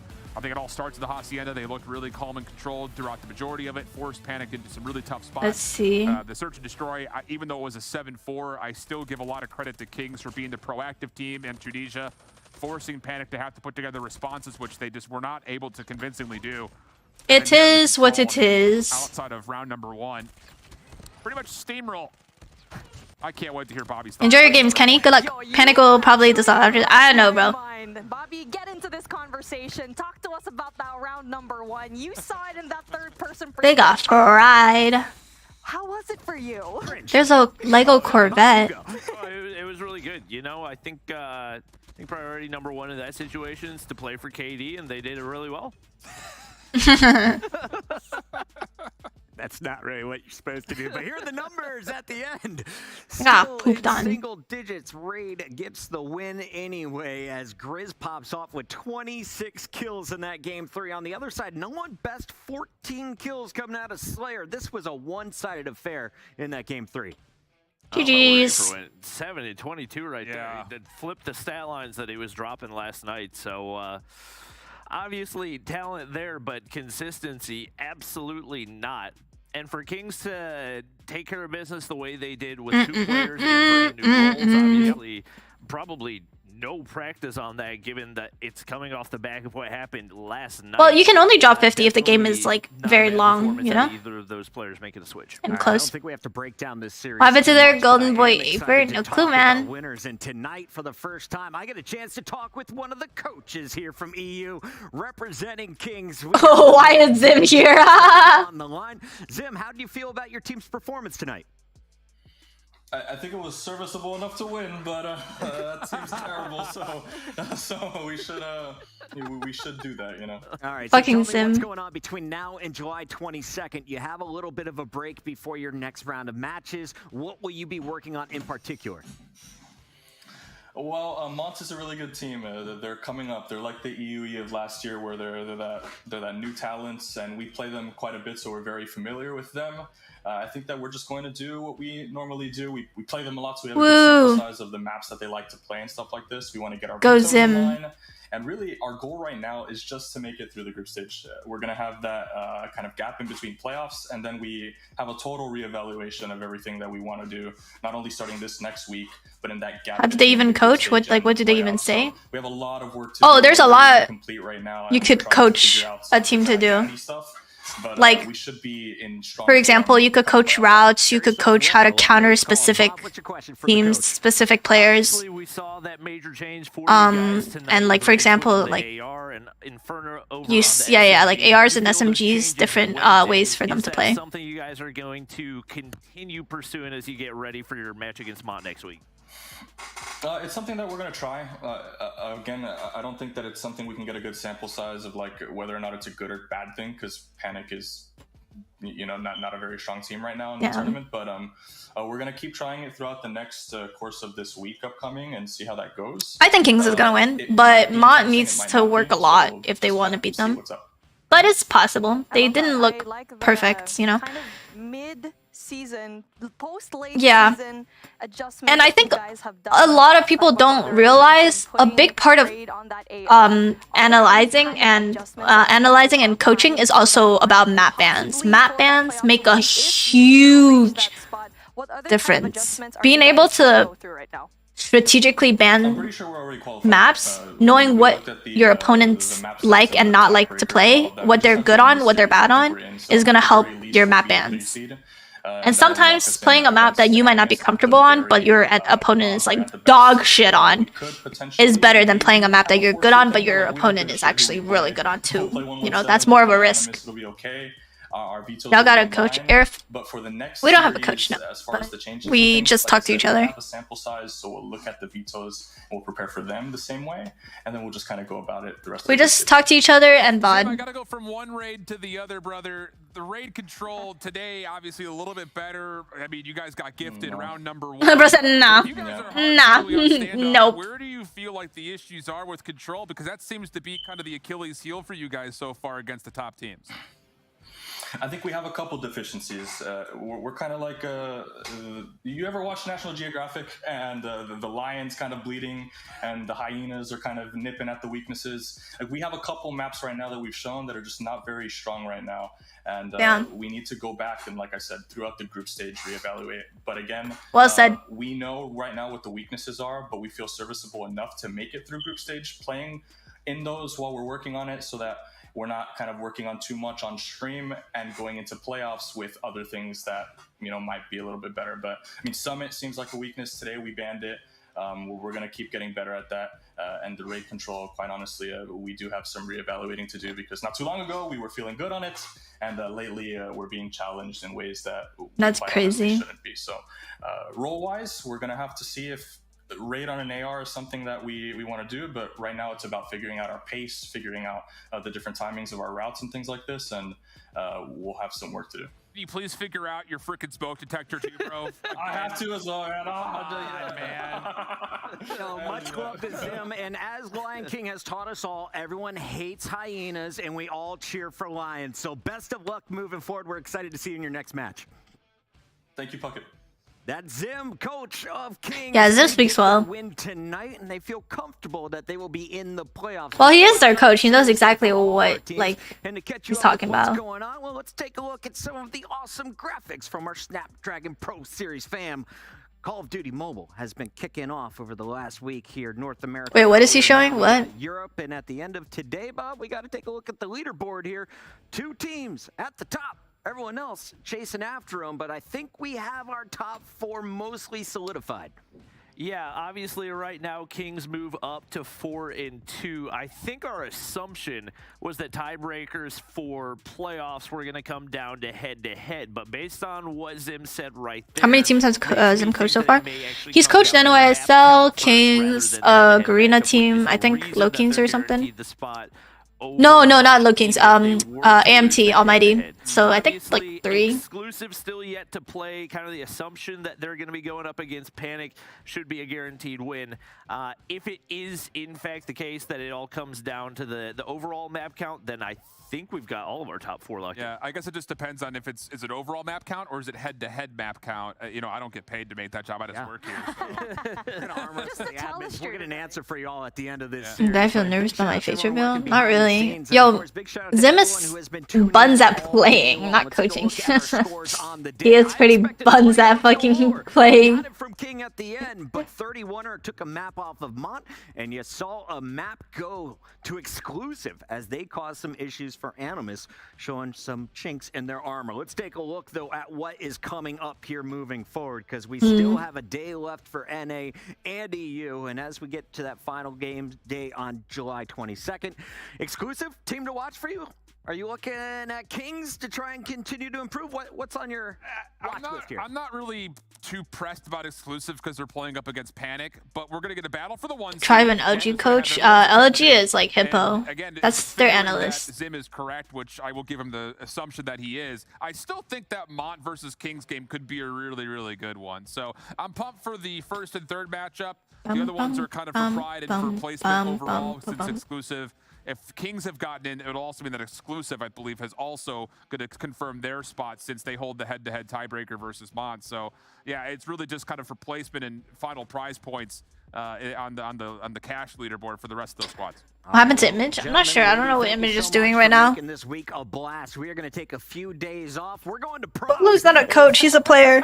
4 days for more NA. He's their sub right now. Duty Mobile. We hope you all enjoyed the show, and we'll be back with more in just a few days. So drop that follow, subscribe right now, and lock in. We'll see you then. Very nice. What if you get an advance from a care package and comp? Well, you're not allowed to use a care package, so nobody throws it down anyways, so. Yeah. How